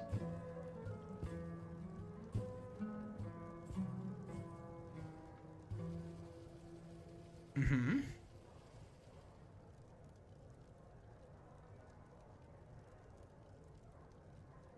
Oh. Okay, solid. Yeah. Yeah, I mean, there's one more in here, right? But I mean, so far there's one very over-centralizing problem, certainly. That almost makes the like talking about anything else a little bit more a little bit moot, right? There is one very important improvement to be made here, to the point that like telling you to focus on anything else is a little silly.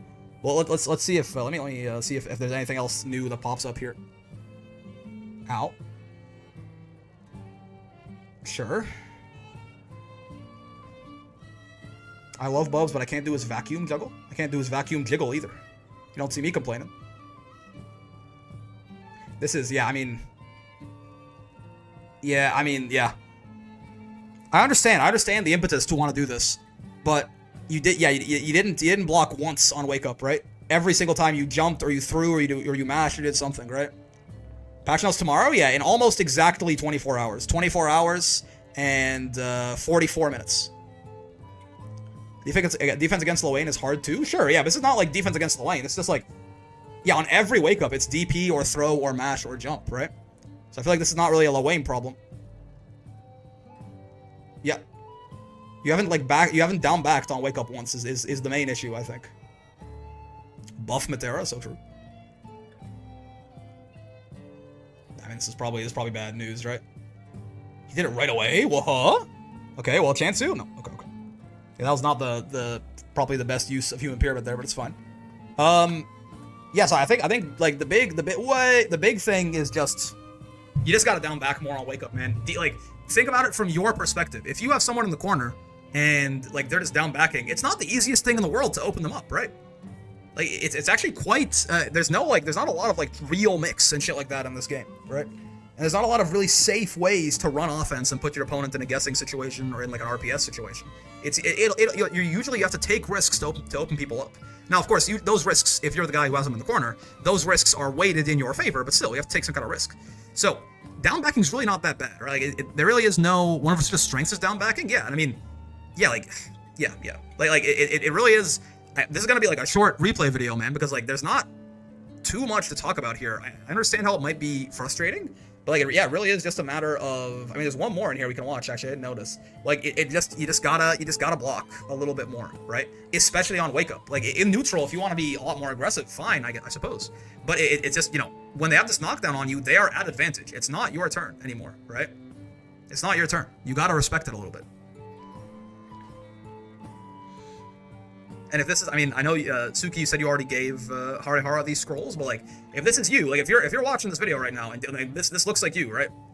Like, see, I mean, even that right there, that's if you want to be impatient on defense in this game, block and then brave counter. That's gonna treat you pretty damn well for most of your life, right? Until you get to like S+ or S++ or stuff like that, right? Like, just like, if you want to be impatient, as soon as you want out, block them and then just brave counter as soon as you can, right? Combo with delay teching? Don't even necessarily need to do that yet, but yeah.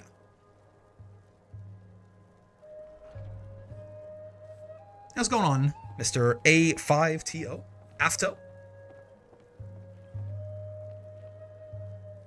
in general. But yeah, no, I agree. Delay taking is one of the reasons defense is so strong in this game, certainly.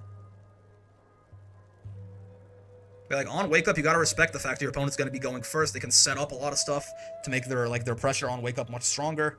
Yeah, man, we just can't be doing this, right? This is the thing. Like, that's fantastic, but here's the thing. Something looks different about this Versusia character, but I can't place exactly what? Yeah, hard to say.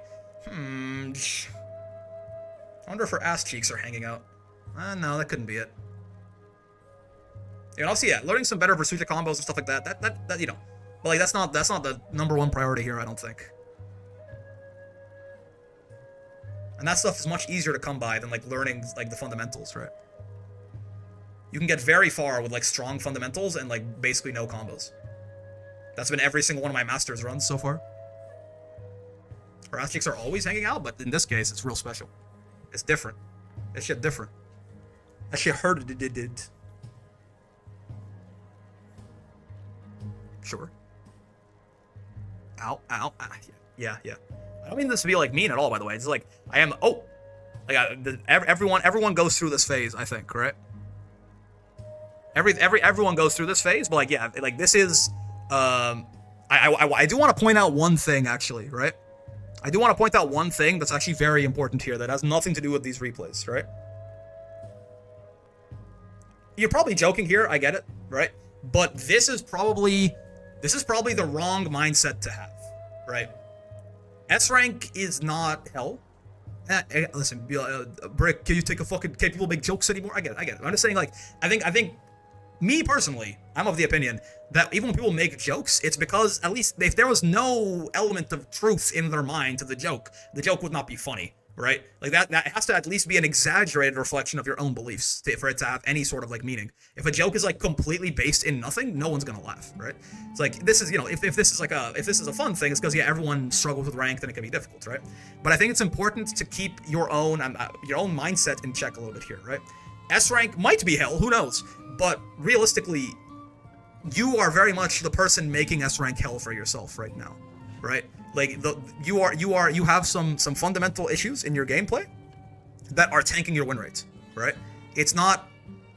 My point here is to say that just like do your best where possible, and it's possible you already do this, Harihara, but like this is just like something that stands out to me, right?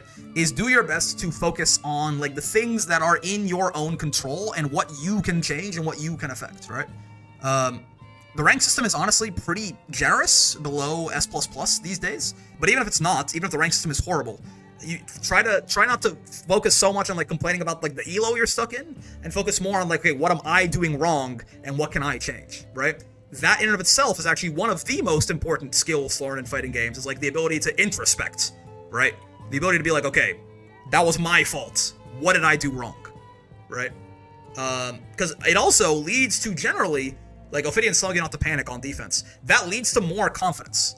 Like once it's like, okay, this whole thing, like it's within my hands. And the stuff that isn't in my hands, I don't have to worry about anyways, right? Because who cares, right? So it's all in my hands. It's up to me. I can be better. I can play better. I can win these matches, right? That also will lead to generally more confidence. Because like, okay, well, yeah, it's all, if I want to get better, I can get better. Nothing is stopping me but me, right? So that, I know I'm really reading into like a 5-letter title for a replay review, I know. But I just want to point that out, not just to Harihara, but to anyone, right? If you're like, man, ranked fucking sucks and I hate it and everyone plays like a fucking gorilla and like no, and everyone DPs all the time and I can't run any offense, no one respects me and they're mashers, blah. Yeah, exactly. These goddamn animals, these bonobos on ranked, playing like fucking, when I play against better players, I do way better. Like, I'm not saying that's Harihara. That's some of you motherfuckers for sure. And maybe it is Harihara too when he's like having a particularly bad gaming session. Who knows, right? So like try as much as you can to just like excise all of that shit out of your brain, right? Yeah, we talked about, yes, the importance of blocking is the #1 thing here. But just like a very important, just like a quick thing to note, like, you know, make sure your mindset is also in the right place of like, I am losing because of me. What can I do to improve my gameplay so I can win more often? The other guy, fuck him. He can do whatever the fuck he wants. All I have to worry about is how do I adapt to that guy? What can I do to beat that guy? Right? That's me. I'm the only smart person on ranked, for sure. Yeah, definitely. But yeah, I mean, so that is like a quick, just little thing, not just for Harihara, but for anyone, right? But also, the big thing, the big thing, obviously, is yes, down backing is good, and you need to block on wake up sometimes, like most of the time. In fact, almost all the time, you should be blocking on wake up. Mashing on wake up or throwing on wake up should be done exclusively on a hard read, right? Like, mashing on wake up or throwing on wake up is on a hard read based on something that you have seen your opponent doing. You're like, I think they're going to leave a gap here. I think I can get away with this mash, because it's really risky. You don't want to be doing high risk, high reward options as your layer 1, right? Do the safe stuff, and when you feel confident, you're like, wait a second, this guy's leaving a big gap on his pressure every time when I wake up. If I hit a button, he's not going to hit me. Okay, as long as you have like an idea of why you wanted to do it, besides just, I don't want to be in the corner anymore, right? But you need to down back way more. But yeah, I think that about covers it, right? Like, I'm not gonna go too much into. I think you get the idea. This is one of the shorter, like, non-news videos I ever made. This is gonna be like 17 minutes long. But like, yeah, I think it's two very big, like, centralizing things. One, the defense. Two, potentially the mental, right? Also, Susmain 0. Thanks for the follow, man. Yeah, let me go see if I can find Platypus's replay, since apparently I skipped it. Oops. You said November 26th.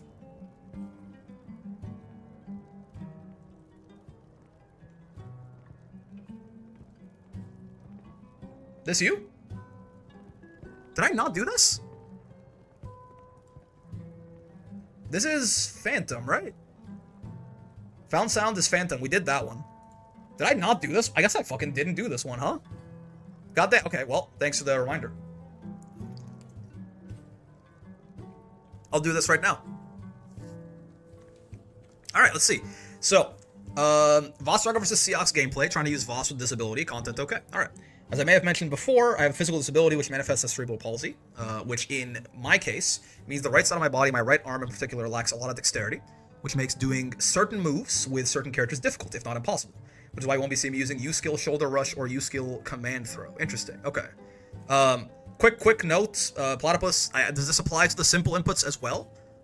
Apologies if that's like an ignorant question, but like is hitting like forward and like a U skill, like forward special and the U button, like is that also not like super feasible for you? Just like so I know, because like obviously like doing the charge inputs and stuff, I can see that being difficult. But there are simple inputs for the skills, right? Obviously, I'm sure you're aware. I'm just kind of asking. But yeah, however, I was wondering if there were more effective combo routes I could be using with him. I'm pretty new to him, so I don't expect. The only simple I could do was a scythe throw. Okay, because I guess back. Okay, it's a little bit easier. Sure. Okay, we'll keep that in mind then. I'm missing certain. I don't expect to do fuse level stuff, but I feel like I'm missing certain things in neutral in terms of optimal comboage. Your insights would be greatly appreciated. Okay. Interesting. So let's see here. I mean, you are playing against. Is this set against Archer? You are playing against some tough competition, certainly.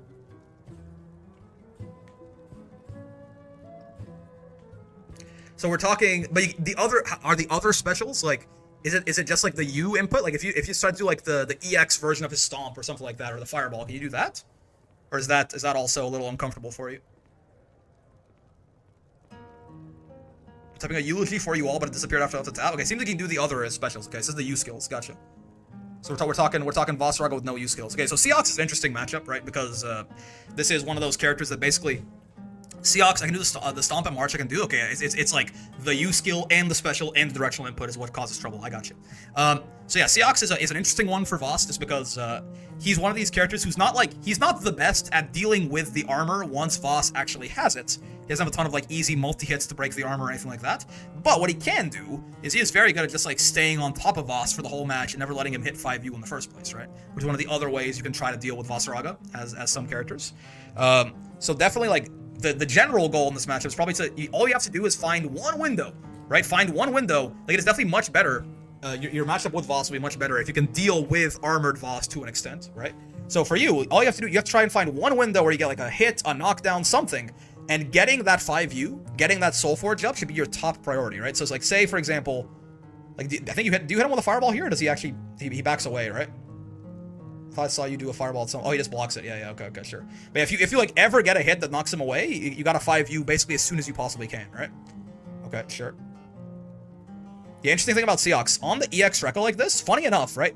on this Rekka, you can kind of mash a lot, just because like if you mash on this, he gets hit out of his little flippy dippy if you get 2L, and if you, I think he has the frame trap option is he can backdash, and he can also his little double hand slam.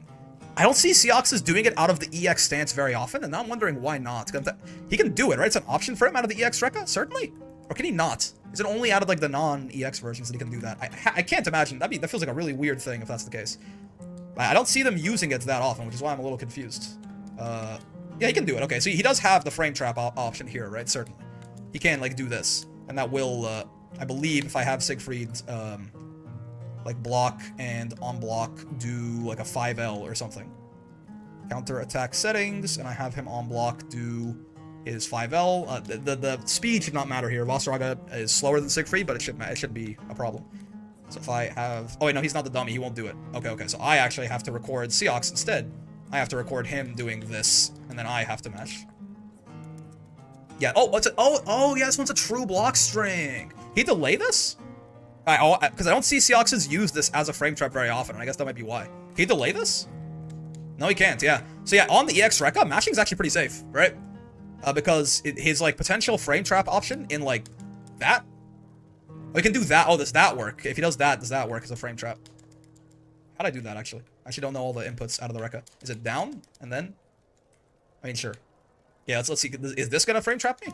No, it's true block string, right? So yeah, if you see Seox doing this EX Rekka, a lot of times you can mash. On the non-EX ones, it's a little scarier because they're not true block strings. He can actually frame trap into like the other follow-ups, but if he tries to take his turn back, if he tries to do what is the input for the plus on block flippy dippy? Is it up?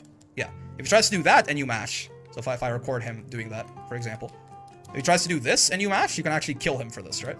You can get like a full combo here into whatever your character does, right? But you get the idea. So like matching on that EX Rekka in general is not a bad idea, because it is a true block string into the frame traps, and he can backdash, which will make your mash whiff, but like he's not gonna punish you for that most of the time. If he had like a 2L or something. So that's one little bit of thing against Seox in particular, but okay, sure. One way you can end these combos as Voss is if you have a launcher like that. This is nice too because it gives you Soul Forge, right? One thing you can do as Vaseraga, which is the same input as the grab, so I think you should be hopefully fine doing it. But you can do like if you get a hit like that, right? And you don't block, please, Mr. Siegfried. If you get a hit like that and you want to extend it with Raging Strike, what you can do is you can go like bonk into bonk, and you can do 1, 2, and then the medium command grab, right? Does a decent amount of damage and also throws them away, which lets you do this, right? And now once you have this, we can party, right? This is especially against Seox, right? Once we have the Soul Forge up, you really can just like, kind of be a little belligerent with it, right? Try to go into the tackle or stuff like that. Try and like stomp at him and go from there, right? It depends. But like ending your combo in that M command grab a lot of the times is very nice. You can also, Voss, if you don't know, can combo into his command grabs grounded as well. You can go like auto combo into bonk if you want to spend the brave points. Then again, you get to throw him away, you do a decent amount of damage, and you get Soul Forge up, which is your #1 priority in this matchup, right? Gotta remind myself that Soul Forge is my friend. It's not just your friend, it's your father, it does your taxes, it loves you, it carried you for 9 months before you were born, it brought you into this world, and it can take you out of it, right? This is the thing that your character does. Like, the thing your character does is get Soul Forge and pressure people, right? Put those motherfuckers in RPS situations, right? So, like, Soul Forge is, like, it is your life, it is love, it is your character. Especially in a matchup like this, where Seox is not the best at actually dealing with your Soul Forge armor, right? So like this exact combo, you probably want to go and then M command grab instead of tackle here. You'll throw him away, you'll do like 5k, and you will get your Soul Forge up. Ow.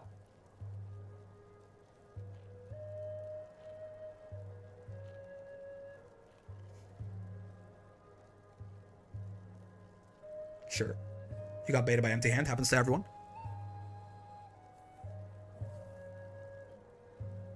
I will say in general as well, if he's not being overly aggressive, you should just Soul Forge in neutral a lot of the time, right? Like, if he starts the round, like, not going in on you like that, like, he has to rush you down, because if he doesn't, you Soul Forge, right? Like, Seox has a little bit of work to do here. He has to be running at you, and if he's not representing that he's going to be like a madman and try to kill you, you have to just Soul Forge and be like, well, you lost your chance, buddy. Okay.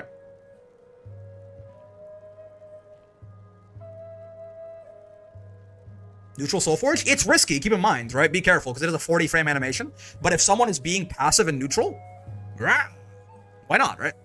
Force them to rush you down. If they're not going to do it, then you're just going to get Soul Forge and you're going to be in your win condition at that point, right? Okay, I like the JM. Nice, okay, you do combo to the command grab. But see, yeah, so here's the big thing, right? That's fantastic, but here's the thing. You need to Soul Forge here.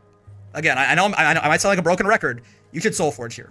Because actually, realistically, if this Seox knows what's up, this is fake. You can just mash on this and you die. You have no armor here. Without Soul Forge, this stance has no armor. So, like, this was great. I like the jump in, I like this combo. Amazing. 5U here. And then walk at him. Right? He jumps, but like Archer, I think Archer is just used to, like, he's just scared of Vaseraga. He should mash here. Right? He can kill you for this quite easily. You have no armor here. This is what you're doing here is fake. Okay, sure. So for to be the answer, yeah, I apologize if it's like very repetitive, but like for a character like Voss, he really is like he's kind of a one-note character, right? Soul Forge is amazing, and it's what he's built around. I like the empty jump throw. I like the idea. Okay. I like it. Nice little change up on your offense. I mean, notably with Voss, you do have a command grab, right? So even if you want to like empty jump throw like that, instead of empty jump throwing, you can empty jump command grab, so you can't tech it, right? It is slower, so he has more of a window to mash, but like in general, it is probably a better idea. It does a little less damage, but it's impossible to tech. The throw is not bad. Mix against some regular throw, even on a character with a command grab, isn't bad, because throws are much safer, but they are also much safer for your opponents. It's more likely to be able to actually stop it. Whereas command grabs, you have to fully commit to like a hard read that is quite risky. Okay, I like it. Sure. Wake up back throw.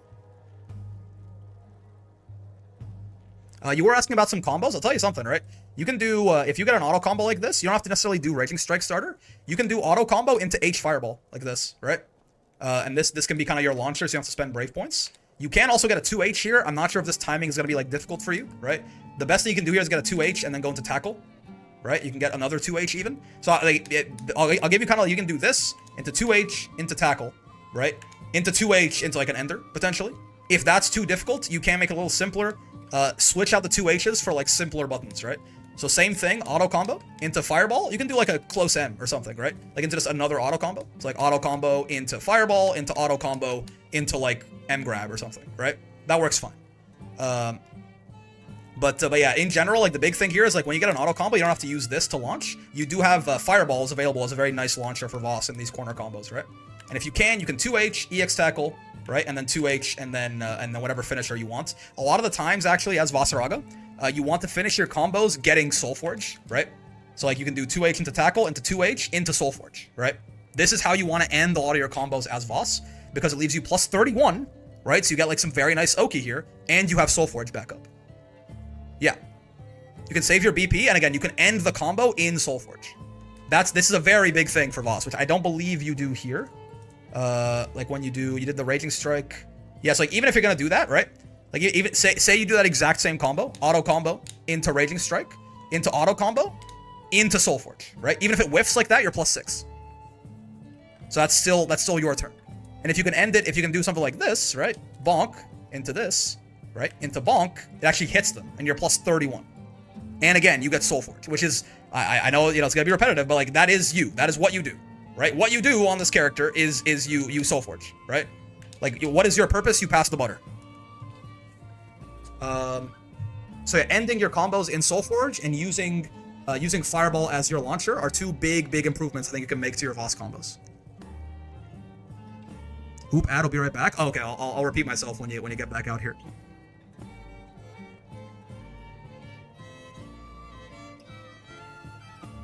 Okay, sure.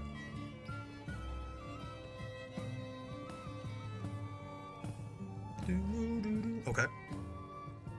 Yeah, Archer being a little bit more aggressive now, as you would expect. It is basically his real... it's a good win con, but it's his only win con against Voss. If he lets Voss get Soul Forge, things are going to get bad for him. Sure. Sinister throwbait, as Virum would say. It's been a tough round. Alright, welcome back, Platypus. What was the last thing you heard me say? Because I have some other suggestions for your combo routes, potentially.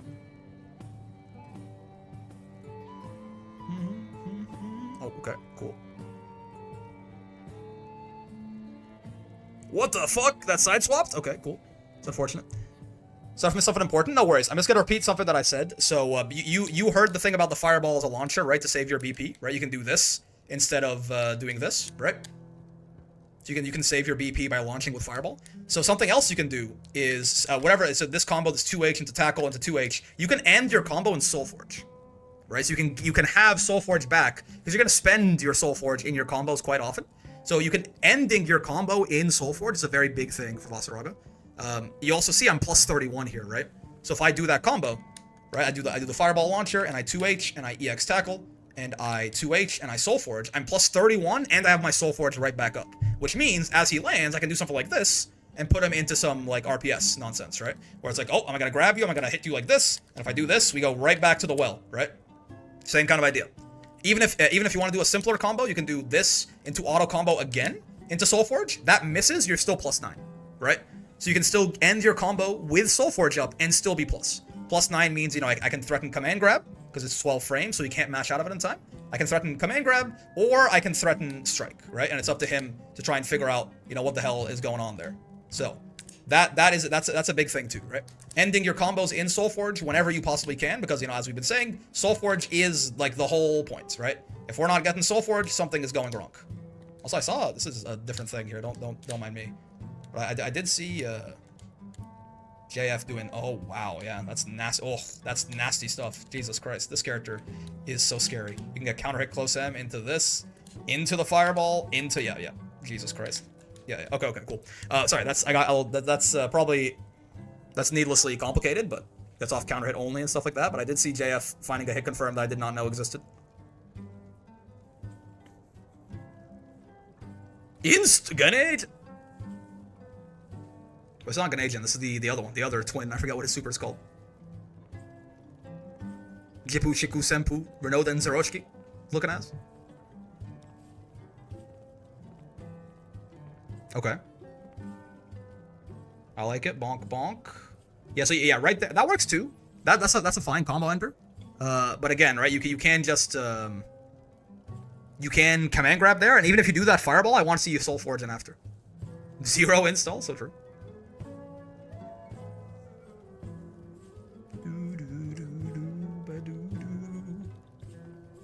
This is probably good against the armor, isn't it? It adds an extra hit. So like maybe, yeah, but like that's a, you know, losing your meter gain and all of your meter and like a bunch of damage to be it's not a bad idea, I guess. Like if you're stuck as Seox, you could like install in neutral if you see him have Soulforge and try, but yeah, that's I think the big thing. So you asked about wondering if there was more effective combo routes it could be using. I think that's why he installed. Yeah, it might be. It also just makes him a lot more plus on all his offense, right? So you might just be looking for that.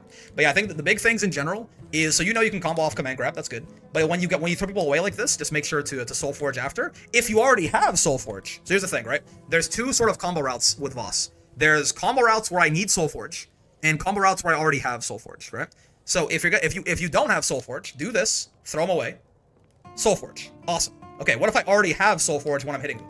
In that case, go auto combo into light tackle, right? That is a decent chunk of damage, 3k right there, but more importantly, it leaves them right in front of you. You're plus 19, right? With Soulforge, you are no longer a defensive character. With Soulforge, you are here to run offense and kill them. So auto combo into light tackle leaves them right in front of you, and you can immediately threaten command grab or strike again. So it's a 50-50 for them. Or alternatively, since you have Soulforge, if you want to spend that Soulforge, you can always go bonk and then like get into stance. And again, once again, we are now in the RPS, right? So now you can do whatever the hell you want from that point forward, right? So if you don't have Soulforge, your number one priority is getting Soulforge. If you do have Soulforge, your number one priority is getting in your opponent's face, right? So I don't have Soulforge, I throw him away, I get it. If I already have it, I want to be in his face. So I end my combos like this instead, because I don't want him far away from me, right? And then we go into stance or like, you know, neutral, like command grab versus strike pressure, right? In the corner, same thing. Don't launch with Brave counter, launch with Fireball. If you can do this combo, do this into 2H, into tackle, into 2H, into Soulforge, right? Because then you spend Soul Forge in that combo and get it back in the same combo. This is like 6k, it's quite nice. And you get your Soul Forge back and you're plus 31. So again, rinse and repeat, right? Either I hit him or I command grab him, right? Or if I want and I want to spend the Soul Forge, we can go into the stance and this is like a terrifying place for him to be, right? So that is the general idea. I think I can manage that with lab though, yeah. If it's Whisper, sorry, I'll answer your question in a second. I'm just going through something here. But if that's too difficult, an easier version is something like this. Auto combo into this, into auto combo, into Soul Forge, right? That's a little bit less damage, but you still get your Soul Forge back up and you're plus 7, which is still like, it's good enough to try and threaten. So you can actually be more play. You can be plus 9 here, actually. I delayed it too much, right? If you just go auto combo to Soul Forge right away, you're, oh, hold on. If you go auto combo to Soul Forge right away, you're plus 9, right? Yeah, plus 9, which is good enough for command grab or strike mix once again, right? So yeah, that is if that first combo is too hard, this one's easier, right? Auto combo fireball and then auto combo Soul Forge, essentially, right? That should work out. You can also, if you already have Soul Forge, you can do this, right? That leaves you plus 35. So you don't if you already have Soul Forge in your combo. So again, you can do whatever the hell you want off of that, right? You can get like a meaty heavy or something like that potentially. You get the idea. Now works in 2 in case Muscle Fatigue kicks in. Yeah, this should be much simpler, right? Just bonk, bonk into 1, 2, 3 Soul Forge, right? But the big thing is launch with EX Fireball and end your combos in Soul Forge. That's the big thing. It's got Master Ladiva. Yo, Bob, congrats. Okay, what was Whisper talking about? Whisper was saying, hey, Brick, do we know if Ferry's getting buffed? I only play Lucy and would like to learn her or someone else. We don't know. We do know some characters' changes. We know Lucy is getting nerfed a little bit, for example. We don't know his whole changes. We know, like, one of the changes that he got was a big nerf. We know Uel's changes, Grand's changes, and Vikala's changes. Otherwise, we don't know. Yeah, the patch notes are coming out tomorrow, almost exactly in 24 hours, right? So it's 8:46 p.m. my time right now. At 9 p.m. tomorrow, the patch notes come out. So in 24 hours and like 14 minutes, the patch notes come out, right? So we'll see. Ferry becoming top 1, don't worry. Already is, man. Already is. Is this more damage, by the way? I'm just getting a little lost in the Vaseraga sauce here. Don't mind me. I guess you would close M there, huh? You can do this into tackle, into fireball, right? This, tackle, fireball, 2H, bonk, pip, into that, right? Which is a lot of damage. But I don't know if it's more damage due to the close H afterwards like JF was doing. So this is 9,370. This into fireball, into 2H, into bonk. I think that is more damage, yeah, doing the close H. Yeah, it makes sense. I'd say that's notably more damage, actually. Jesus, yeah. Not surprising, I guess the JF had the better route. I'm not too confused about that. That's 10k. Whew. That's 10k off a medium. What the fuck is this? That's 10k off a medium, man. Cool. I mean, you can do this also, which is like the actual, like you're going straight to hell combo, right? Like that's the, you know, tell your mother you love her. Yeah, I mean, Platypus, I think that these combos probably maybe like a little bit too much, like hand dexterity required, but like Voss could hit very, very hard, right? That's not even optimal, I think. I'm pretty sure you can do even more than that. I'm not getting like the proper conversion off this. I forget. There's like an extra 2H that I'm missing somewhere or something. But yeah, this character can, he can cook for sure. He can cook up some serious. Oh, I think it's stance, right? I think it involves a stance somewhere. You go like bonk, bonk into this. Into the fireball, into stance light or something? The die and go to hell super combo? Yeah. Voss has a couple of those. I could have sworn something like, I forget, but yeah, he can do like 12k off that charge heavy. But yeah, point is, I hope, is that, do you have any other questions, Platypus? I hope that kind of covers the main things you were looking for there. I think those should be, binding allows for some easier execution with Superstar, thank God. Okay. I mean, this is more so, honestly, it's not even, this is more so a timing thing.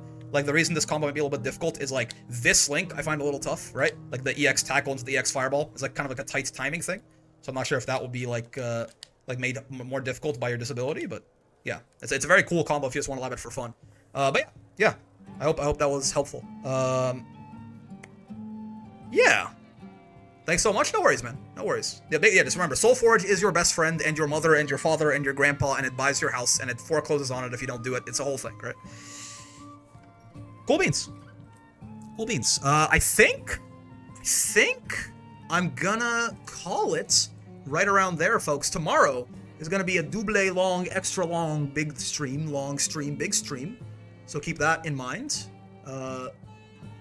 Yeah, we're gonna be live at probably 5 at the same time. We're gonna finish at like probably fucking midnight or something, right? Because we're gonna be streaming like a normal Granblue stream, playing some Ladiva, doing some replay review, stuff like that. We were gonna do that like SSBA ranking video that Midnight wanted to do. But then eventually, we also, obviously, patch notes are gonna come out. We're gonna go over those and discuss those. We're going to make a video on the Sam Lafon character guide. There's gonna be a whole lot to do tomorrow, so, you know, be sure to get some rest. We got a long day ahead of us. Mr. Strimmer, what do you do when you have an idea on what to work on for improvement, but you can't find the energy and motivation to do it? If you can't find the energy and motivation to do something, you shouldn't. Is that weird? Like, if you are not having fun, if, like, for example, you're like, oh, like, I know theoretically this is what I should be doing to improve my Granblue game, but, like, I just don't enjoy the process of improvement right now. Honestly, like, I'm not saying don't play Granblue. I'm saying, like, you know, either figure out why you're not having fun and try to, like, remedy that before you move forward, or maybe take a break. Maybe, like, play something else until your motivation to play the game comes back, right? It loops back whenever the prompt comes in a match. I mean, if you can't find the energy to work on it... Yeah, if you can't find the energy to improve, you probably can't find the energy to have fun playing either, if I had to imagine, right? But... It's weird? No, it's not weird. It's a very normal thing. Like, improvement is not... working on yourself in anything, even if it is a video game, is, like, it's effort, right? Yeah, I'd say either... I just realized... Oh, wait. I just realized the YouTube chat's been, like... I just got, like, 15 messages in the YouTube chat, so I assume... Yeah, because I just got like 4 messages from Razzle, and I was like wondering why no one said anything. I just got like 15 messages all of a sudden in the chat. What the fuck? Hello? Yeah, okay, hold on. I hope they buff Vayne. Yeah, Cold Spine talked to me about Vayne. Oh yeah, Crater asked about 6XL. Yo, Squid, thanks for the follow. It's off counter hit only. Yeah, that. Yeah, talking about Voss combos probably. Bottom 5 add damage. 15-year-old tries to make his big mom wear clothes. Okay, yeah. But yeah, like if you don't have the motivation to improve, you can just not as well, right? Like until you feel like play the game a little bit more for fun for a while, and then you know if you feel the need, like you're like, okay, now I'm ready to like really like work on myself and improve, then go for it, right? Or again, if you just like don't have fun playing the video game, maybe take a bit of a break. That's a good idea from Ophidian too, right? Like if it's like if the reason you can't find the energy or motivation to work on something is because it feels like it's just way too much, it's gonna be way too big of a change, break it down into smaller chunks. That's a great idea from Ophidian, right? Like maybe if it's like, oh, I have to work on my defense, right? That's like really vague, and it could be like it's even like figuring out what that means. It's like effort and like what is that, you know, and like maybe like work on one very specific thing, right? It's not, oh, I need better defense. It's, oh, I want to make sure that I can like tech, you know, that I switch up the button I'm teching with, you know? Sometimes I tech with strike, sometimes I tech with throw, right?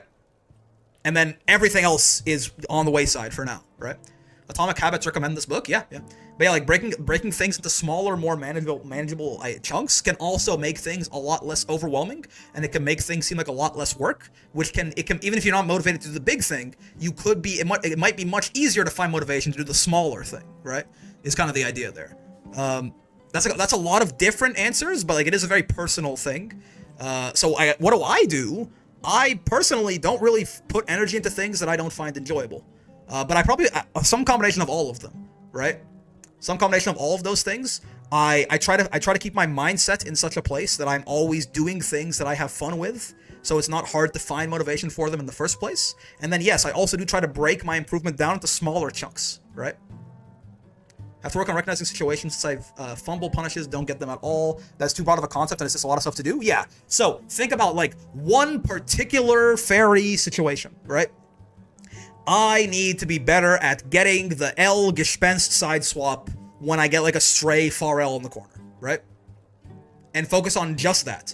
If you're dropping all of your other fucking combos, who cares, right? But just focus on that one thing until you feel relatively confident doing that, right? Don't try to do like 15 things at once. You will end up doing 10 things poorly and 5 things not at all. If you do one thing, you'll do it well, right? And you can slowly, it's a marathon, not a sprint. Work on one thing, then another thing, and another thing, and another thing, and it builds and builds and builds, and that's how you get good fighting game players, right? Everyone had to build that shit brick by brick, tiny little bit by tiny little bit, and eventually it kind of stacks up, right? And again, yeah, also it being a smaller concept is going to feel less overwhelming, and it'll feel like you'll need less energy and motivation to actually work on it, right? TY, I hope that was helpful. It is a very personal thing, but yeah. Brick by brick, yeah. And thanks, good suggestion, Ophidian, as well. Thank you. But yeah, so I'm gonna. I see you. Yeah, I did say with the capital B. It's true. But yeah, I'm gonna call it here. I think I'll see you guys tomorrow for super duper extra long Giga stream from like 5 to like midnight or something like that, probably. And we'll find someone to raid on Twitch, I suppose.